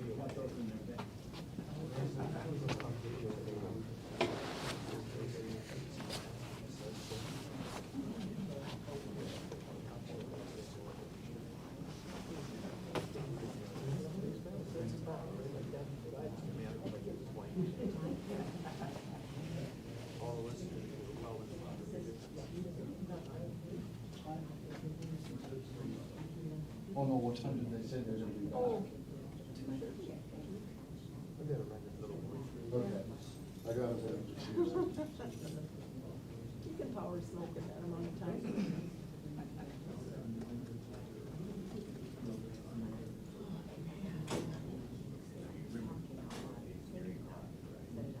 Tyranny of the judiciary. He sent a text 2 days ago. He wants us to have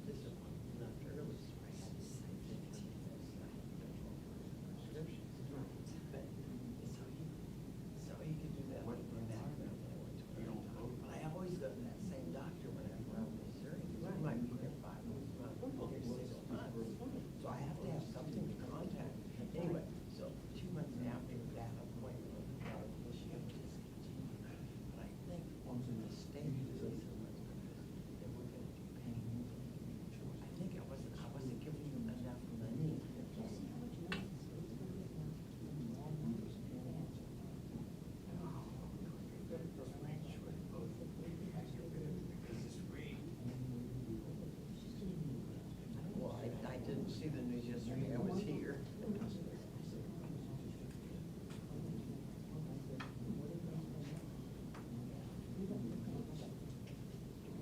Go quick, you got 4 minutes.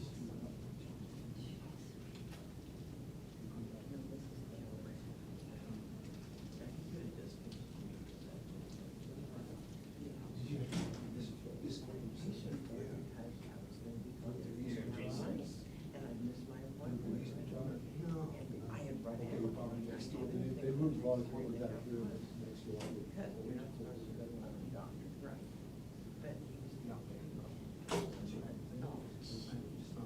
So, you know, it's not like it was information, it's just, I was his, he was my doctor. I shouldn't have another one. But his stated that because we're not doing the pain management, but I know that admission is what got awesome, because that wasn't right. I was just going there for the prescription, we talked just a little bit. And one time, because I didn't recognize her, she didn't remember that she was just called. She remembered me back there, and I didn't recognize her. So he ran a whole plane on an Alzheimer's memory test. And I go, what I wanted to have was a shock in my shoulder. Right, for the hip. And you ran out of time on this. And he says, well, I don't have time to get a shock after that. And I said, but you wasted my time on this, where you wanted to do it and you didn't do it. I wanted to do it. You're getting more money for that. He could have run out and got the thing and stuck it in my shoulder. Diesel shot. Yeah, I just got that hat, but I don't work.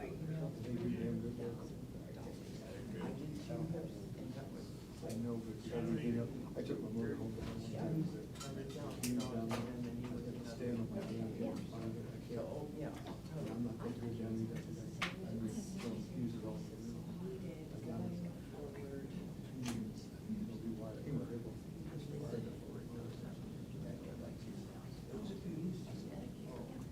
And here's the Medicare, only did that much. We basically. I can stand up, I have to use $12. But basically, that would have been my whole house. Right. First time, then my other place, second time. Friends of mine have diesels, and they didn't know where to go, so they refer them. All This place is All damn done. good. They did it right there off the highway. Got a brand new shop, I mean, it's nice. I know, but it's for this nice.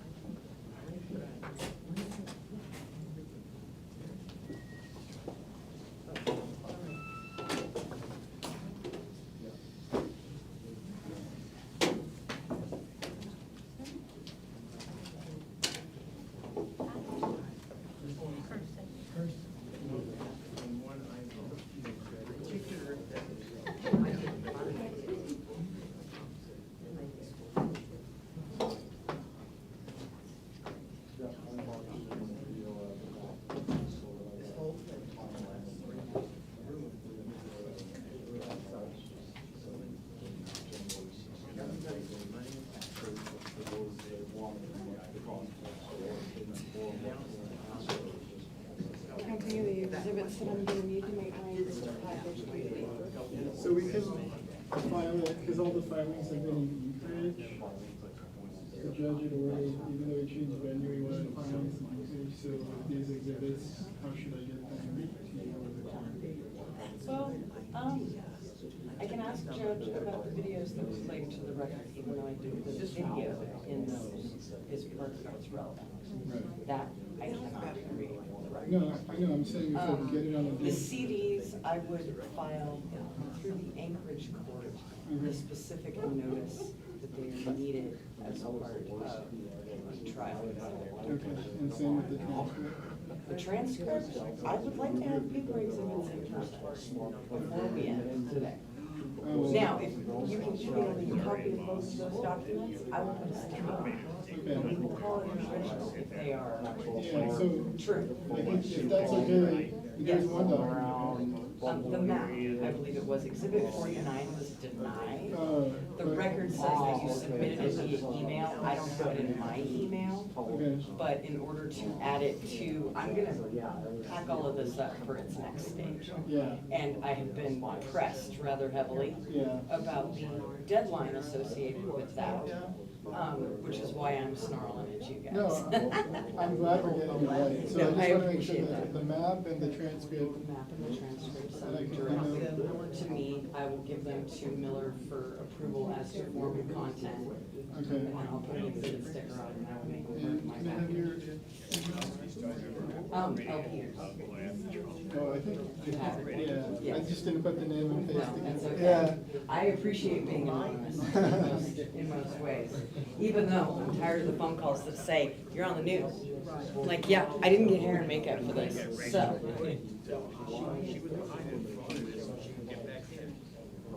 And what are we calling the transcript? 52, yes. The transcript, and that's Rhodes's trial transcript. Yeah.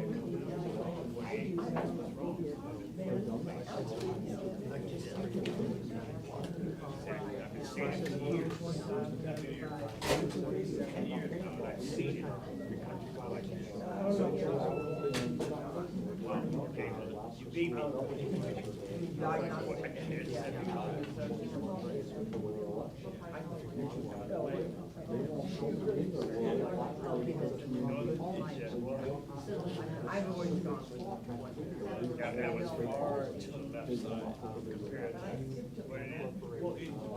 Well,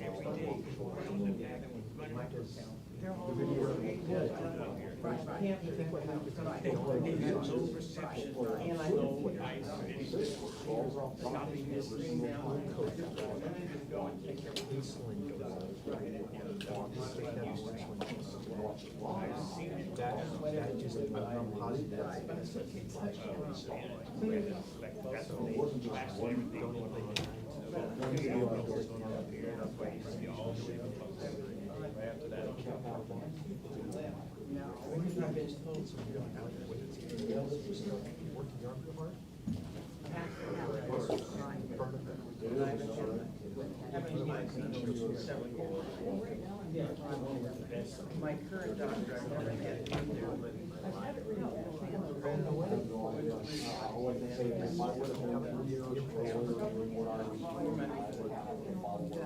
never had anything positive about the cancer. Oh my God.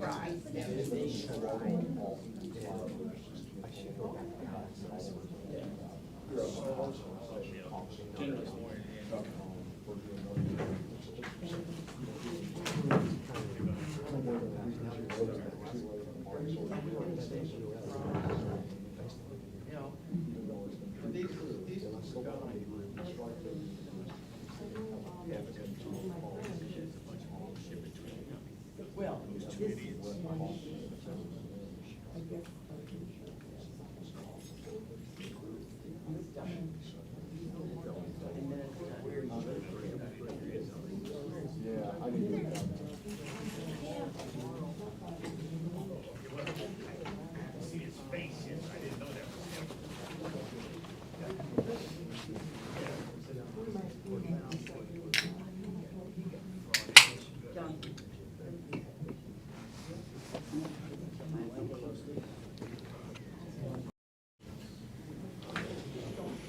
right. Hello, my fellow Alaskans. We are back once again.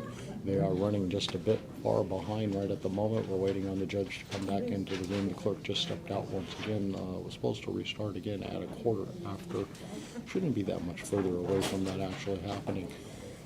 Take the time, like, share, or make sure you click that bell to be notified. Thank you guys all for being here, and when the website's back up and running, go click that support button and help us out. Make a donation. All proceeds go right back into what we do here. And we are working towards getting another microphone that hopefully won't be blocked or knocked out like we're experiencing here inside the courthouse. I have yet to have a single day of successfully connecting it up. Other than for a very short period of time before something knocks it right back out. But those that caught my broadcast last night, not in the courthouse, flawless. The microphone works just like it's supposed to. Plug it in and away you go. But the minute I plug it in here, nothing but interference. So now I'm running a double mic wireless system trying to capture the best sound that I possibly can today. And we're just about ready to enter into closing remarks, and today will be the end of the trial for us all. And until the judge comes back with his verdict on what is going to happen next. FYI update, I expect this to go all the way to the Supreme Court, win, lose, or draw. This is not going to be over here. This is going to probably go to the next level. If you get a chance, go to davidlegal.org. You can find all the documents to what is going and been presented in this case, including all of the videos that have been shown. And you can also make a contribution towards his legal obligations that he's having to fork out of his own pocket for this particular lawsuit. And unlike the opposition that brought this case, this is his money. This isn't being funded by larger organizations that have millions and millions at their disposal to do what they want with, to bring cases just like this one to the state of Alaska. For your FYI, this is case number 4 that's been brought up to the Republican Party in the last few years, number 4. And can you guess on how many on the opposite parties have had the same style of lawsuits brought against them? Keep guessing. Don't hold your breath. I want you to live to be able to see Christmas and enjoy the new year, because they're very hard and few in between to find. Again, like, share, greatly appreciate it. Thank you guys all for being here today. Should be starting here real soon. I'm just going to shut up so that you guys can enjoy the show. Yes. Well, And a ruling was made. Right, So- wasn't that though the video, wasn't that on screen? Or was that? It may have. Yes. Yeah, so. let me I will just- ask for an extra fee. Thank you.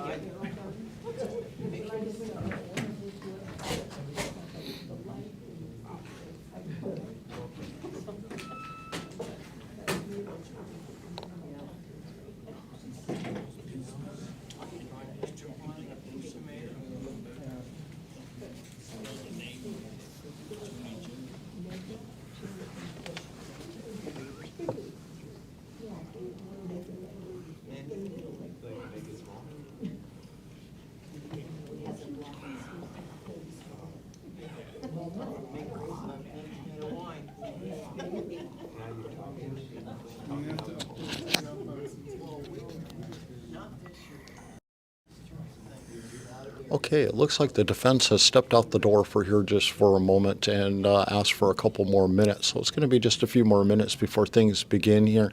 Again, take a moment, like, share this video, go to our website, politidic.com here in about a week. Make a donation, help support what we do. Greatly appreciate it as always. Several things that you could also do is, if you wanted to learn more about this case, you go to davidlegal.org and you can find all the case documents and the videos for what is going on in this past week there. I expect no matter what the verdict is in today's case, that this will move on into the Supreme Court. The decision is supposed to come out sometime, I believe, just after Christmas. By the new year, we should have the judge's decision on where this stands at. win, lose, or draw. I don't see this ending just quite yet. Hopefully it will. The whole intention, if I was to give my opinion on this case, everything was basing it on hopefully that David would have just completely withdrawn from running for his election and not moved forward, wouldn't have ran, wouldn't have won, would have completely bowed out, and then this case probably never even would have seen a courtroom at that point. But David Eastman is fighting the good fight. He's standing up for each and every person throughout the United States and America, in my opinion, standing up for our First Amendment rights. We all should be able to enjoy our rights under the Constitution, and we should not be all judged as one for the actions of others. If that was the case, no matter what, then there's a lot of other people in this world who should be seeing and losing their jobs just because they belong to an organization that has a bad apple or two inside of it that does things that's wrong.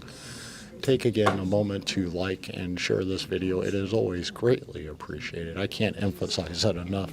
That is the only way we're going to continue to beat the mainstream media shadow banning that they have out there when it comes to any voice that they don't want to have heard. We've all been experiencing it. I mean, if you've been keeping up with the Twitter files that are coming out right now, exposing the hidden bureaucracy behind the scenes that has been in control of letting what speech they want to have heard and not heard. You guys know this is a very real thing, and it's not just limited to Twitter. This is across all big tech social media.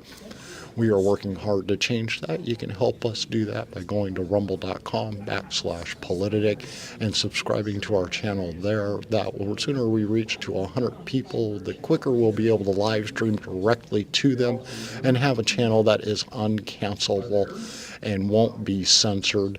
That way, if they have things like the COVID symposium with all the medical doctors again, we'll be able to live stream it to all of you instead of having to sit on the sidelines just watching and not giving you guys the latest and greatest information. They're about ready to come walking back in just a moment, and looks like everybody's back in the room. I'm going to switch the camera around, put the microphone back up there, and away we'll go.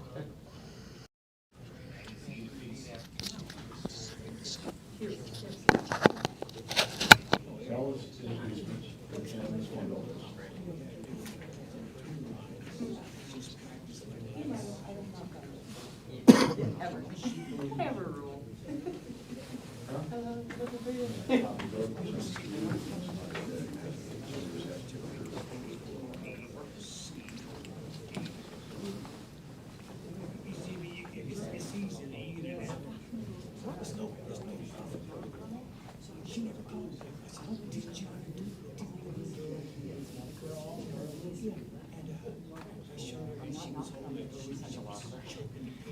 To make sure that we get in trouble, not you.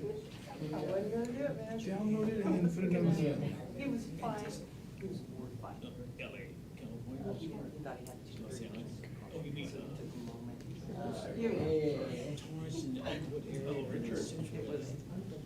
That's hilarious. That's really funny. It was a lot of fun.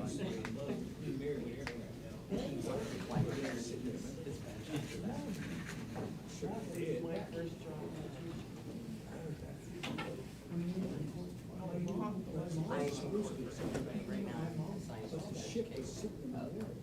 I've been on the Queen. Yeah, I am too.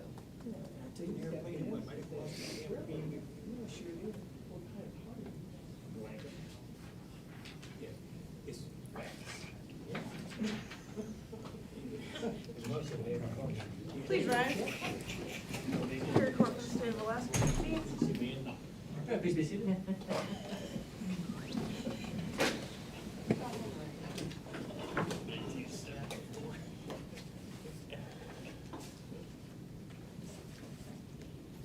Are you ready to proceed with the direct? Just a second, Judge, we're trying to get some exhibit stuff lined out, and we're gonna have to have somebody bring by a couple of documents. Do you need a little bit more time now? Would it be helpful? It's only gonna, just so that we get them in before close at 4:30. I think we've just about got it lined out, so Your Honor, if you just give us a minute or two.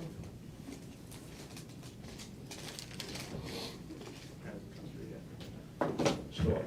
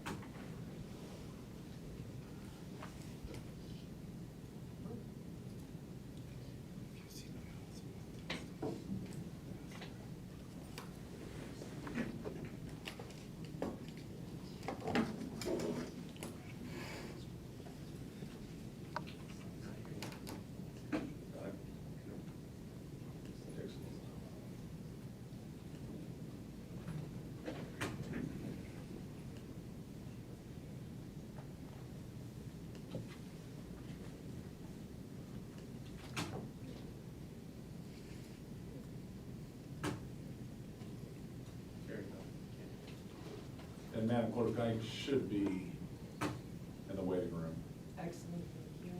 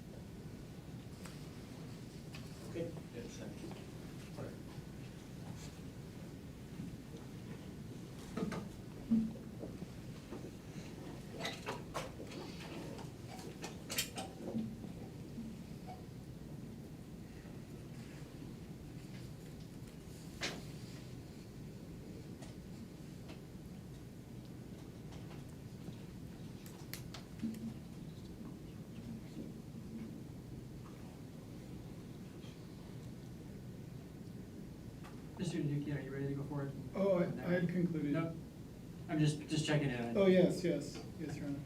And Ms. Harrison, can you hear us online?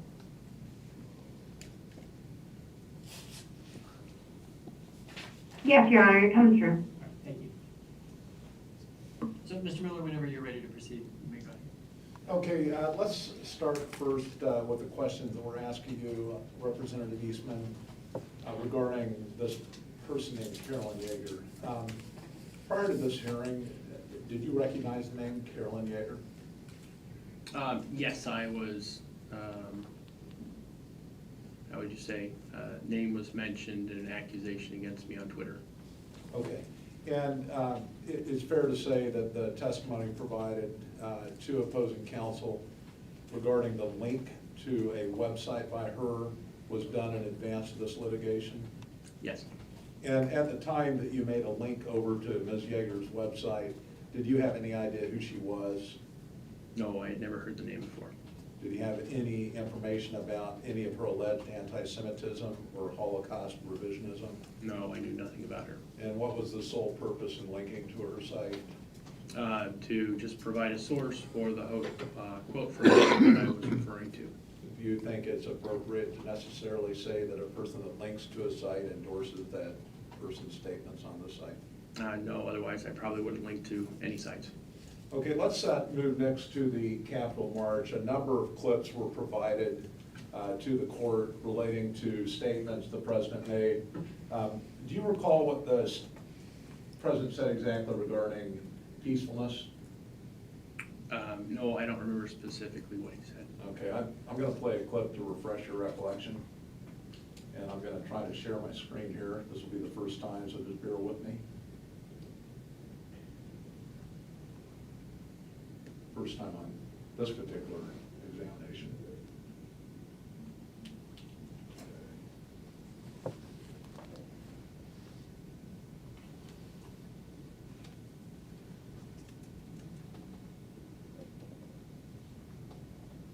And I'm going to adjust the volume at some point. It may create some feedback, Madam Clerk. But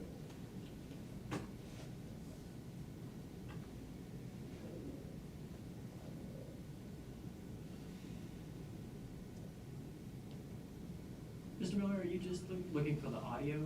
I'm just waiting for the share to show up on the screen itself.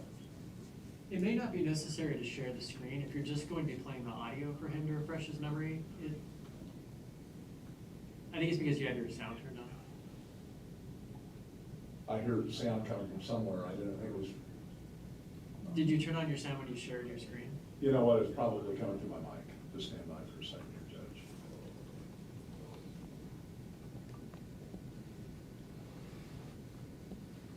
All right, that should have cut off the mic on that.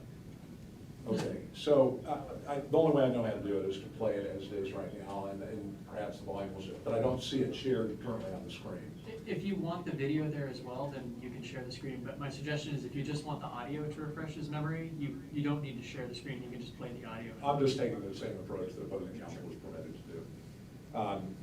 And I think the audio probably will be better than video, but if we could share the screen.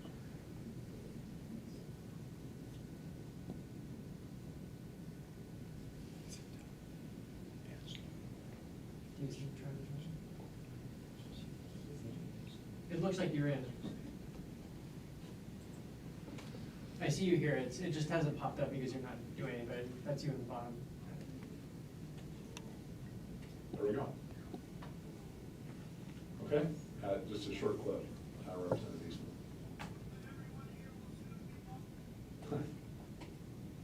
Volume is not working out very well for us here. You might need, I think what Mr. Duke was doing was he was turning on the volume on his computer he was playing from, and then that was coming through his computer. It is on, but.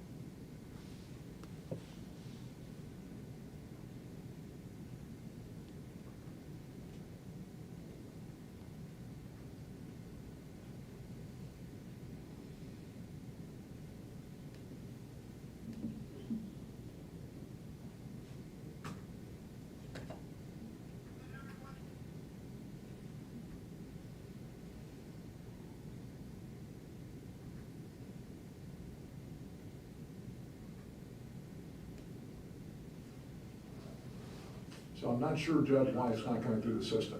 And that's part of the reason why we needed to come through the share screen, because of the volume issue.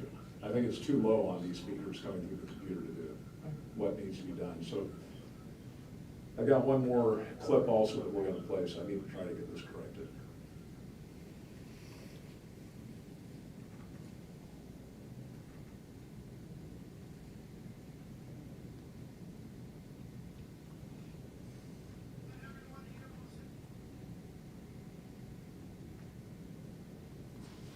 I'm going to stop the share for just a second and go back to the settings on Zoom.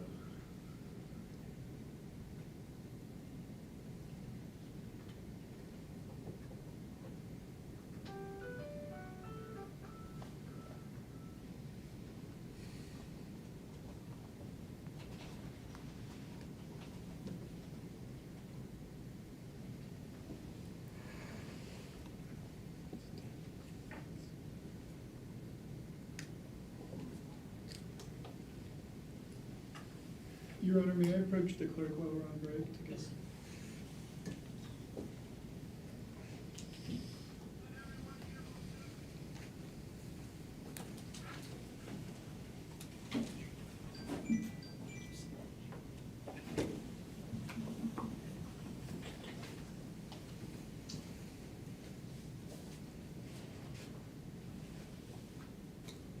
May actually be best to play it through the phone, Judge, because they can put that right up against the speaker.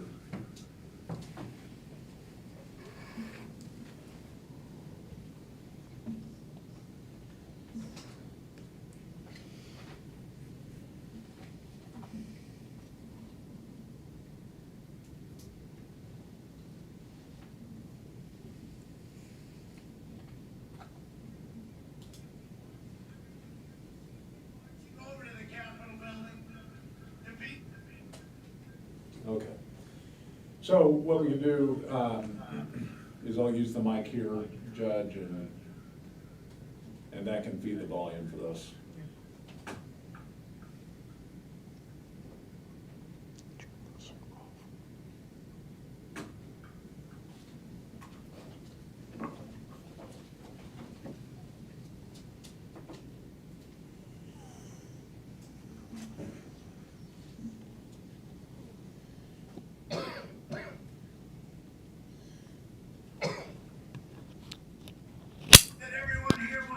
Marching over to the Capitol building to peacefully and patriotically make your voices heard. Today we will see whether Republicans stand strong for integrity of our elections.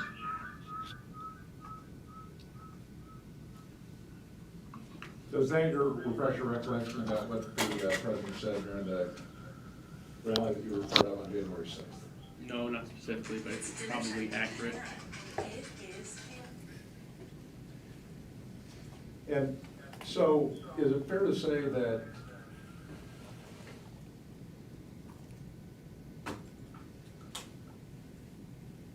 what the President said did not influence your actions after the rally?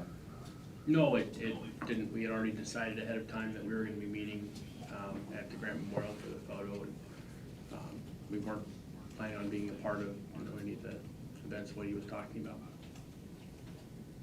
And Madam Clerk, I'm going to end the share because it's creating some feedback, and I'll be back to this share in just a minute.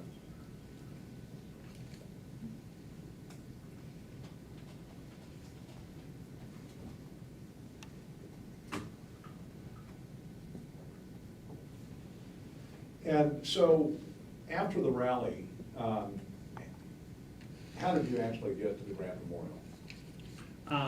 We left the ellipse and we walked towards the White House, so away from the Capitol. We ended up going, I think we probably would have had to pass the White House to get to one of the, I think, northern metro stops. So there was a march from the rally to the Capitol. Were you part of that? No, we went the other direction. I think after we got off the metro, or maybe at some point, I think we might have crossed the path of the march, or at least people looked like they were walking all together, which might have been a march, but that was just coincidence for a short period of time. So you've heard the statements that the President made regarding the peacefulness of the march. You've heard what the President said on the clips that were played by Plaintiffs' counsel regarding why he wanted people to go to the Capitol. Again, why did you go? Did it have anything to do with the President, or what was the motivation? No, it wasn't because of what the President had said or done. It was because we were already committed at that point to ending up by 4 o'clock at the Grant Memorial, and just the desire to be in the vicinity. Obviously, what Congress was doing was historic, so just to be there and hold vigil. There was some questions that were asked of you regarding your perspective of the FBI and the Capitol Police. Some of this apparently referred to the article that you were asked about on your cross, and that's the Trump lost and Jeffrey Epstein article marked as Exhibit 51. Do you have that in front of you? I was just looking at it. I'm not sure if it's in this binder. Why don't you look and see that 51 is there? Okay. It would have Is it in been, the white binder? White binder. Is it what binder, Judge? Oh, I approach. You may.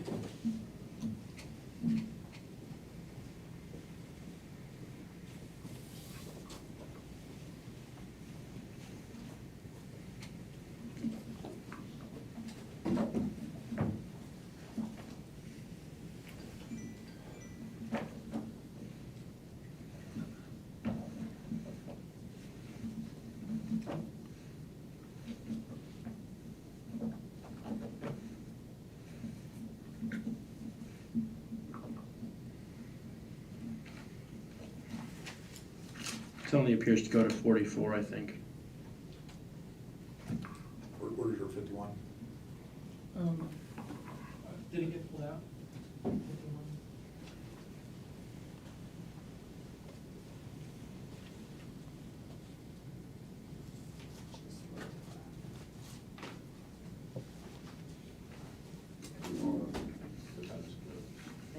think I have a spare copy of it, but we should find the original.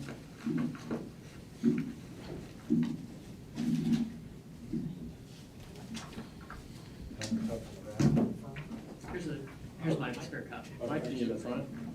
Spare. Maybe the front, Judge. It's just hanging loose. Right, there may be up here. Let me.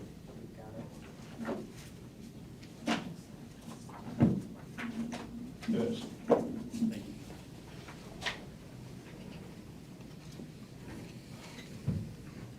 you.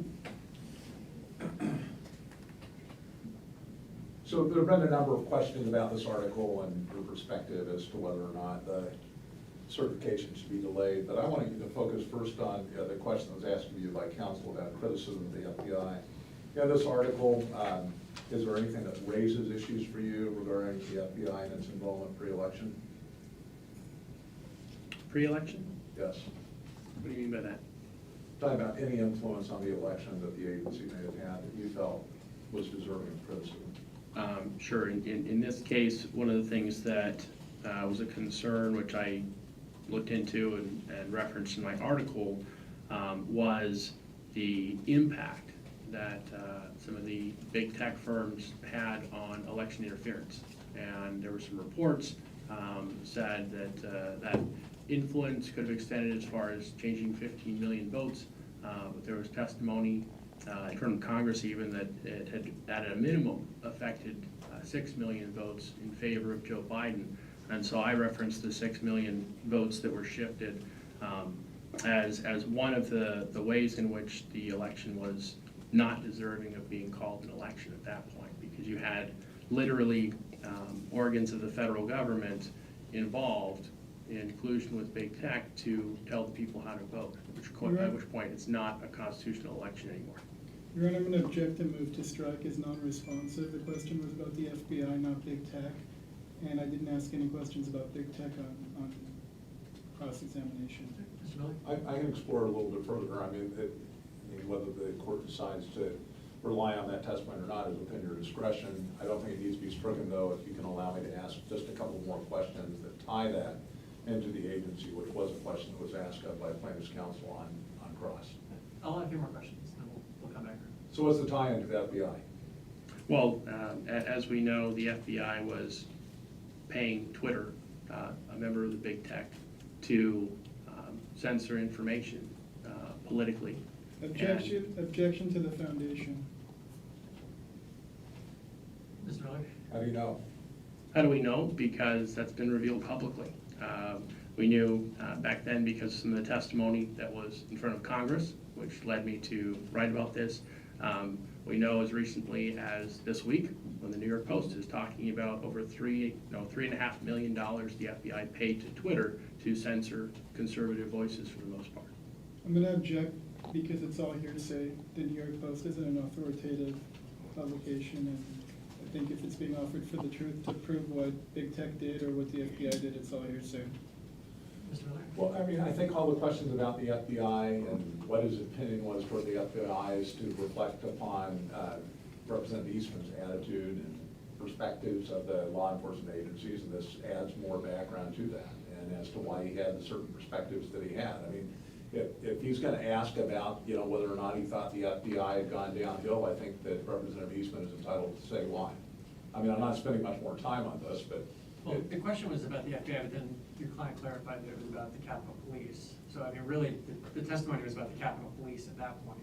And as to the statements about the election, those are hearsay if they're being offered for the truth of the matter, sir. Okay, well, that's really all I've got at this point on that particular subject.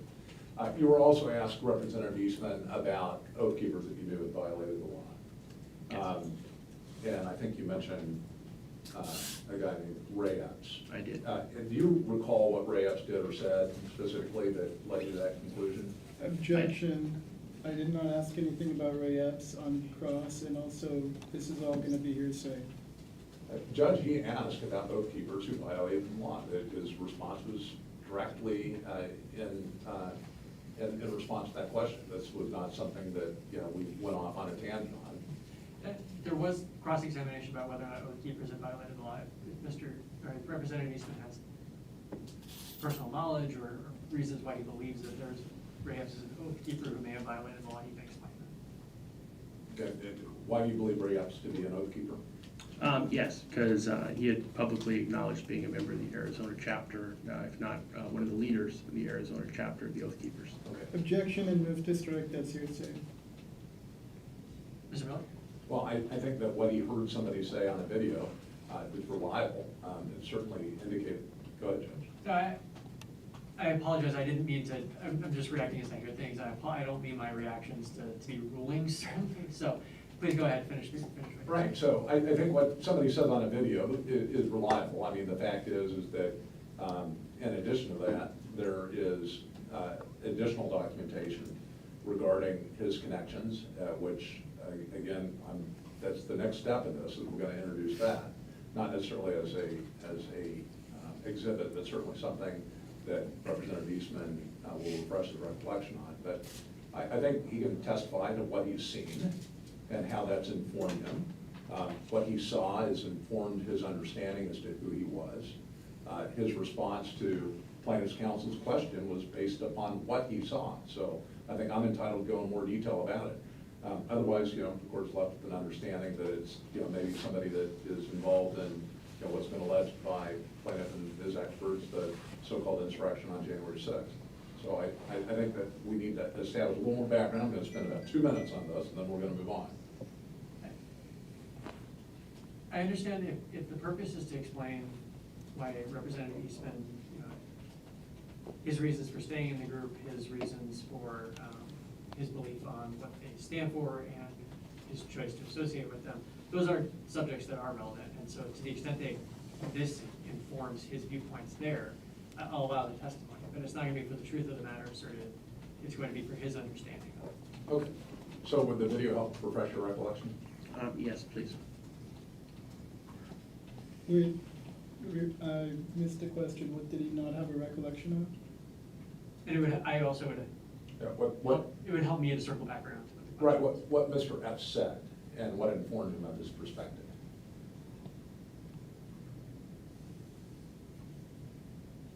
And I've got to be linked back in, so bear with me for a second, Judge.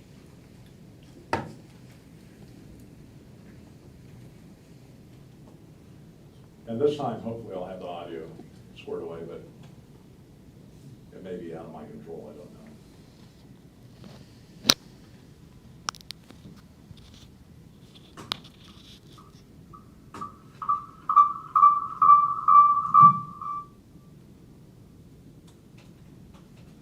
So the feedback is occurring, I think, through this mic that's on my desk. But we also need this mic to hear the audio, unless it's going to come through the clerk's speaker with share this time, which I don't know. I don't think we've been able to make that work. It's, for some reason, we're on plaintiff's counsel's computer. I'm not sure why it's not It working didn't- here. It didn't work through the system. So your audio came through your mic too? Yeah. Okay.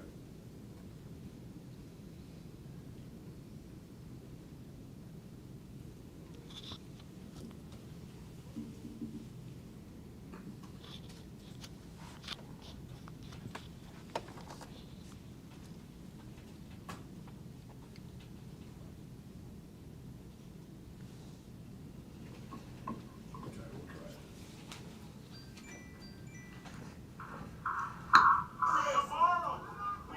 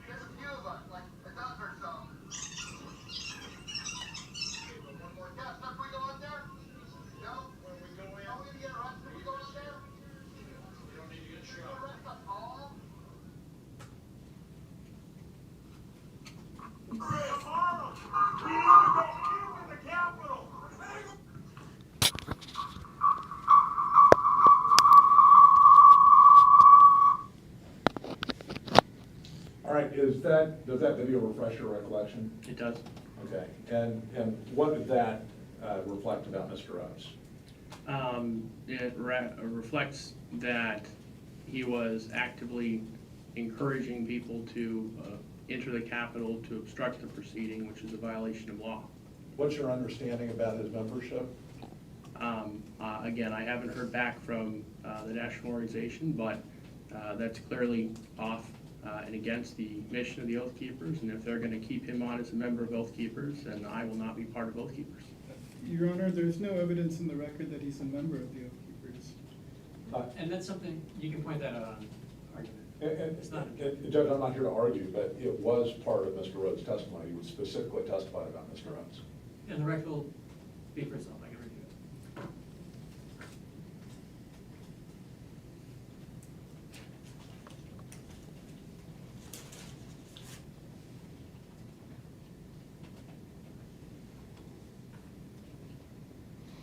All right, let's talk specifically about what you're wanting Congress to do. There's testimony, and in fact, an exhibit has been admitted regarding your communications with members of Congress. After you went back last night, after your testimony, did you have opportunity to review anything that you actually submitted to your congressional members? Yes, I made a request to each of my 3 members in Congress. How did you do that? How was that request made? I went onto their website and used their contact form on their websites to submit my request. Did you save those requests? I did. Do you recall what they said? I have them available. I don't immediately recall. And Your Honor, so this is not an exhibit. It's a new document. It was not requested in discovery, so it's not an issue of compliance with your discovery order. But it is something that's relevant to what came out on cross, and I think that Representative Eastman should be permitted to review its contents. I'm happy to provide that to opposing counsel at this time. So if you provide a copy of this, Okay. And let me do that, then you can, do you have that on your phone currently? I do, yes. Okay.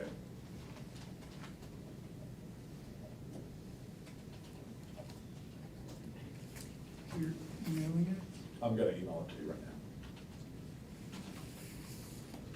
And will you copy me on an email too, please, Mr. Mills? Yes, ma'am, I'll do that. Thank you.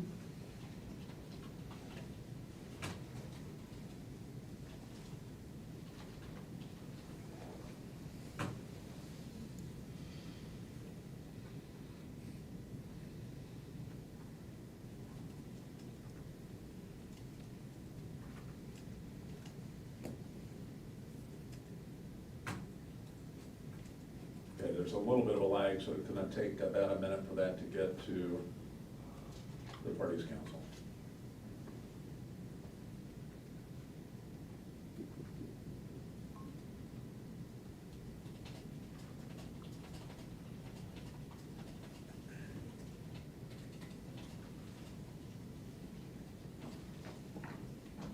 Do you have it yet?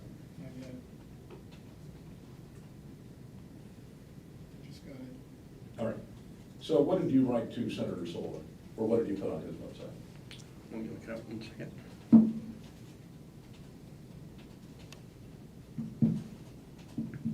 I wrote, Senator Sullivan, I ask that you stand tomorrow on behalf of the Constitution and every Alaskan who has expressed concerns over the integrity of the 2020 presidential election. Please do not set these concerns aside and simply cast Alaska's vote to certify an election that was not conducted in accordance with the United States Constitution and that does not accurately reflect the will or reflects the will of the American people. How about Senator Micheal? I wrote, Senator Micheal, I ask that you stand tomorrow on behalf of the Constitution and every Alaskan who has expressed concerns over the integrity of the 2020 presidential election. Please join your Republican colleagues in objecting to the immediate counting and certification of votes for President and Vice President of the United States. Please do not set these concerns aside and simply cast Alaska's vote to certify an election that was not conducted in accordance with the United States Constitution and that does not accurately reflect the will of the American people. And Congressman Young. To Congressman Young, I wrote, Congressman Young, I ask that you stand tomorrow on behalf of the Constitution and every Alaskan who has expressed concerns over the integrity of the 2020 presidential election. Please join your Republican colleagues in objecting to the immediate counting and certification of votes for President and Vice President of the United States. Please do not set these concerns aside and simply cast Alaska's vote to certify an election that was not conducted in accordance with the United States Constitution and that does not accurately reflect the will of the American people. That reflects. How many people do you represent in District 10? I currently represent over 21,000 Alaskans. And you're soon, the redrawn district, how many, about the same number? A little bit smaller, 18,500 or so. So with respect to the people in District 10, this issue of certification of the election and the problems that you expressed, the constitutional problems, the vote integrity issues, the vote irregularities, was this an issue that was important to your constituents? It was something that I received countless contacts about through social media and email and phone calls. So in the last year, how do you think that ranks in importance of the issues that your constituents, when I say year, I'm talking about the year before January 6th. And rank order, and I'm not telling you to give me every issue, but what type, was it a high priority, low priority, the top priority?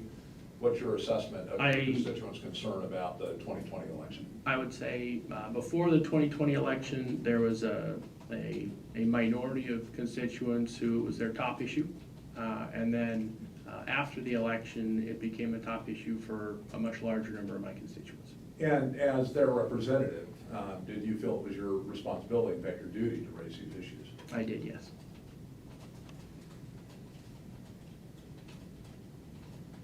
There have been a number of questions about whether you wanted to delay the certification.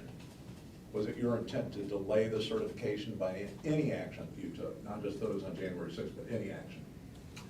By delay, I think there's a couple of different meanings that you can have there. If by delay you mean, distract or obstruct Congress from moving forward, no, absolutely not. If by delay you mean listening to the objections from the members of Congress who had prepared presentations and evidence to talk with their fellow colleagues in advance of the vote on a particular state's certification of electors, then yes, I believe that process should have been followed.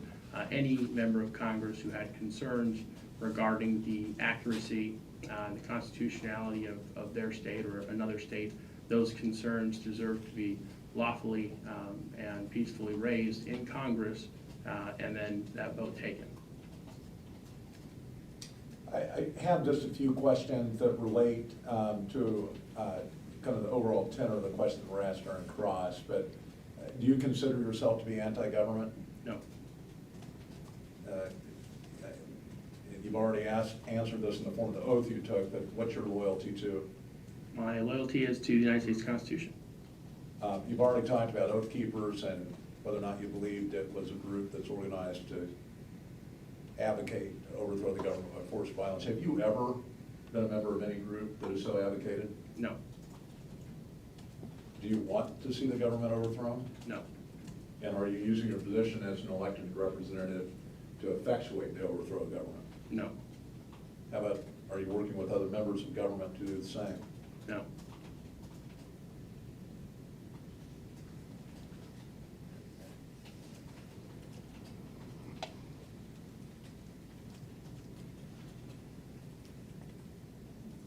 What is your largest concern about the outcome of this case?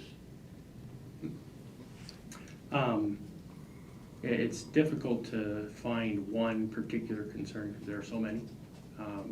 I think the ability and the right of my constituents to have a voice in government of their own choosing, to raise the concerns that are theirs, to have representatives like myself who are able and free to raise those concerns on their behalf. Their ability to express those concerns by assembling peacefully, by attending political events, by making public statements. I think it all goes back to their voice in government through their own writings and speakings, and through the writings and speakings and votes and actions of their elected representatives, so that at the end of the day, the government is in fact theirs. It speaks in accordance with their consent, and that consent is not thrown away or set aside, at which point that it would no longer be their government. Is there anything else that you want the judge to be aware of before he rules in this case?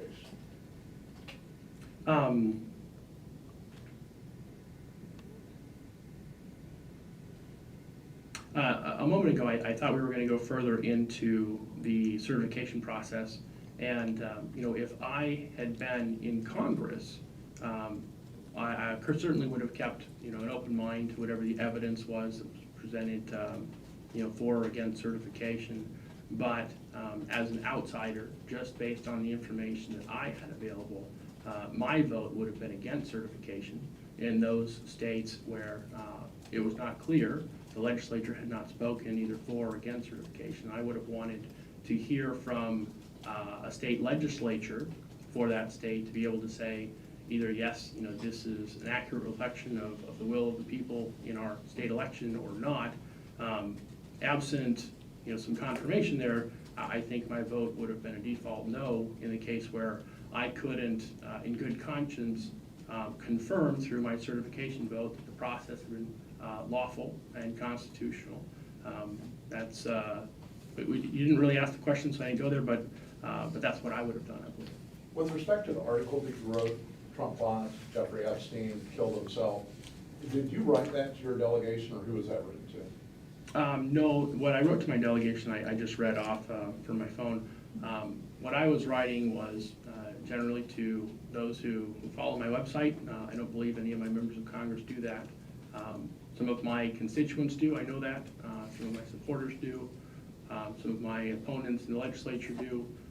So it was to be part of that conversation over the importance of not only accurate elections, but most importantly, that article was written about political truth and how political truth becomes an enemy of truth, because once you have something that's been established as a political truth, it's something that can no longer be questioned.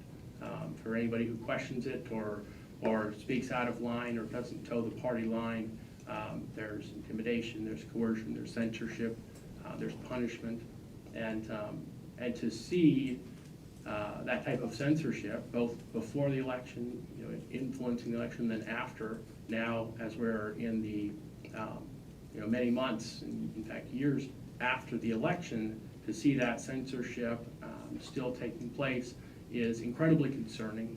I think that may be the greatest concern I have for our republic right now, is that the freedom of speech is under attack, and we're not able, my constituents especially, are not able to freely voice their concerns, their opinions, and their political viewpoints. Good, thank you. Any reason we should not excuse Representative Eastman from No, testifying? Your Honor. Maybe. Defend the rest. We have no rebuttal witnesses. Ms. Harrison, anything on behalf of the division? No, Your Honor, although I would like the opportunity to make a closing argument for the other parties and Rule 50 motion of the as well. Understood. All right. As far as closing arguments, we discussed doing that tomorrow morning. Is 9 o'clock work for the parties? Judge, we're planning to do that by video, correct? Yes. And Your Honor, I would request we start it at 8, if at all possible. Your Honor, I would object to that. The problem is, I've got to get back to Fairbanks for a flight. And so I've got to hit the road, Judge, as soon as I can. So it's not because I'm trying to disadvantage any party, you know, and I'm not going to try to attack plaintiff's counsel with his schedule, but it's going to be about the same time for him anyway, because he doesn't have to drive into the valley. So the start time is effectively, except for the burden on the clerk, obviously, the same it is for any, except for, you know, Representative Eastman and myself, who've been starting at 9 o'clock. So we would request that just for purposes of travel. I think all of us expected to be done today.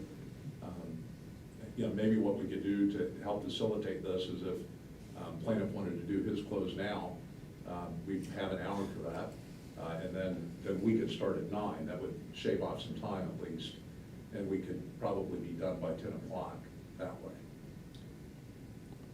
Your Honor, our concern is the briefing that's going to be filed tonight. If it's filed at midnight, and we have to do closings at 8 AM, that's not gonna give us enough time to go through it and process it and incorporate that into our argument. So I would say we should start at 9 like we have been every day. 8:30? We'll start at 8:30. We'll get an earlier start, but I also need to be respectful of court staff time and also do give some time for, a little bit of time for digesting the briefing that's filed. So, And how much time are you going to allocate? I was thinking 45 minutes per side. Is that, I understand that Ms. Harrison is probably going to use less than that, is my guess, between the division statement as well as the Rule 50 motion. I would still expect it to be less than 45 minutes. Yes, Your Honor, I don't expect to say anything that's gonna surprise the court or any of the parties tomorrow. And It's quite short. I think 45 will be more than sufficient. I don't expect taking up that much time. Maybe we just set it at 30 minutes, Judge. Would that be enough time for the plaintiffs? I expect so. Would that be enough time for you? Absolutely. All right. And Ms. Harrison, again, it was 30 minutes? Yeah. All right. Then that should, hopefully that addresses your travel concern. It does, Judge. Thank you. Anything else to take up before 8:30 tomorrow morning? Just, excuse me. On the exhibits, Exhibit 21, which is the go-to meeting transcript, I believe the court had admitted it under 703 only. In light of the testimony from Stewart Rhodes today, where he confirmed that the transcript was admitted and confirmed the substance of the statements reflected in the transcript, I would move for it to be unconditionally admitted. Judge, I mean, so goose is good for the gander. I mean, we've talked about the deposition experts that the experts gave and whether or not they come in. I know that Your Honor has not made a ruling on this yet, but again, first of all, Mr. Rhodes did not evaluate the entire transcript. He was never asked, is this entire transcript accurate? He never even affirmed that he had the entire transcript. I think that obviously the statements he made in his testimony regarding what was there are admissible, but we would strongly object to its admission. And I mean, of course, you already are aware of the objections that we have to the other hearsay that's been admitted for the truth of the matter.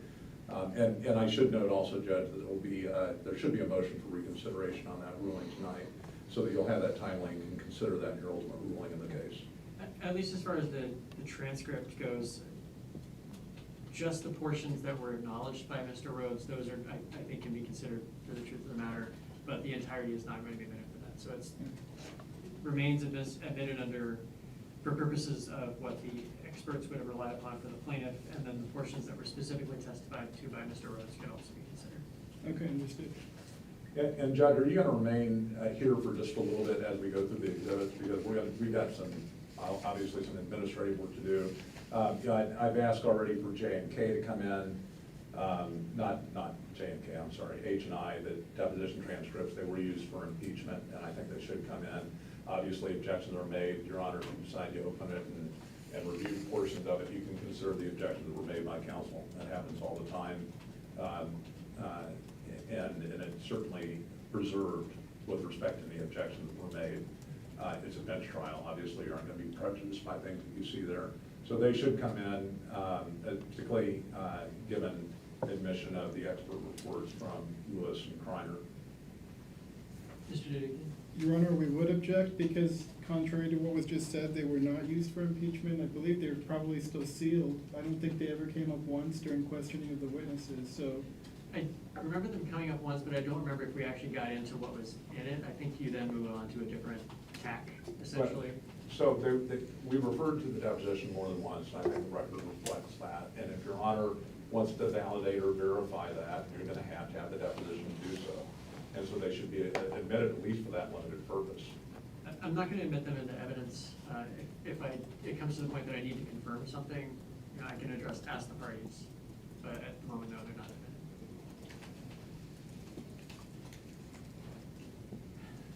At least as far as then going through the rest of the exhibits, if there's no more issues to raise, I will be here for a while. I would ask both parties to stick around afterwards, make sure that your understanding of what's admitted matches with what we had specifically admitted, just to make sure there's not a dispute as to what's in evidence.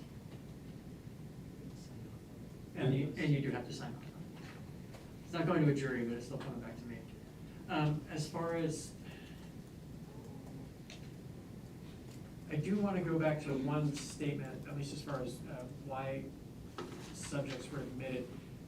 Mr. Miller, in your conversation with I believe it was Dr. Eastman, you made a comment about the truth of the matter asserted from the indictments coming in. My ruling was not that the indictments themselves, that the statements within them were coming in for the truth of the matter asserted. Instead, those were admitted so that I could understand provide context and understanding for what the conviction and the guilty pleas went to. So I needed to understand what the elements were, what the charge was, because if I just took judicial notice of a conviction without any understanding what the conviction was, it wouldn't be particularly helpful. So at least as far as the indictments go, the ruling was that I would be able to look to the indictment to know what the charge was, so I could understand what the guilty plea was or what the conviction was for.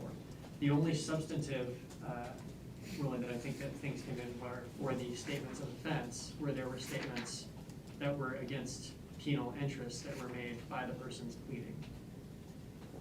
So again, those were admitted for the truth of the matter. Does that match with your understanding? Yes, Your Honor, that was the intent of, well, for two reasons. One, to show what was in the state's custody when they made the administrative decision, but also for the reason that you stated, to inform the verdict that you took judicial notice of. Yeah. So at least as far as the indictments go, if your understanding was that I'm considering the entirety of the indictment for the truth of the matter asserted, I'm not. But with respect to the statements of offense, the Yes. plea agreements, you are admitting those for the Yes, truth of the matter. and that's the distinction between Okay. those. Understood. And, Your Honor, one other thing, just so the record is clear, you, I believe, ruled that you're going to admit the plaintiff's expert reports, but I just want to clarify that there's actually three exhibits, not two, because there was also an addendum. So the exhibits would be, Exhibit 15 is the report of Matthew Kreiner, 16 is the report of Jonathan Lewis, and 44 is the addendum to the Lewis report.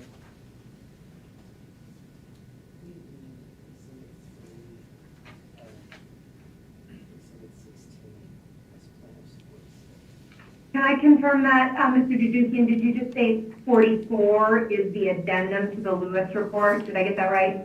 That's what I'm looking at on the list. I think the part of the Lewis report, or I forget, part is. Exhibit 3 came in as number 46, and that was what was submitted to the legislature. Yes, but then I believe you later admitted the rest of. Of the plaintiff's, and the addendum was part Right. of that. So it's 15, 16, 16, and 44. and 44. And with respect to 44, Judge, we have the same objection. It wasn't offered at the time, or by the time that the plaintiff closed his case, therefore we object to it. All right, understood. I believe those are the only housekeeping issues we had to raise. Mr. Miller? I'm just looking to see if there are any other issues on the exhibits that we need to talk about.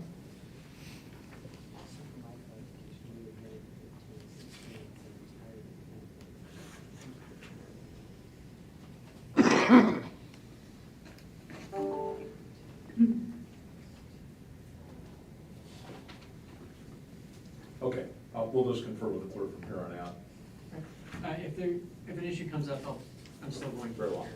With that, we can go off record. We'll come back at 8:30 online tomorrow morning. Yeah,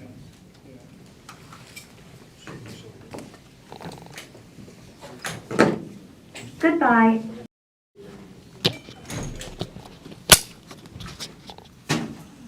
All right, you guys all heard it here first. We'll be back tomorrow at 8:30 a.m. This will be a virtual live stream, no different than what I'm already doing, other than I will not be sitting in a courtroom tomorrow streaming this all to you. We'll get to hear the final closing arguments from both the plaintiff and the defense, and we'll get to hear the verdict sometime after Christmas, and then we'll get to find out what stage this goes to on the next level. If you haven't liked, shared, or liked and subscribed and clicked that bell to be notified, you guys are slacking. It's time to get it done right now. You guys all have yourself a great evening. Keep yourselves warm. I will see you guys all again here tomorrow morning. Thank you guys all for being here. And again, like, subscribe, click that bell to be notified.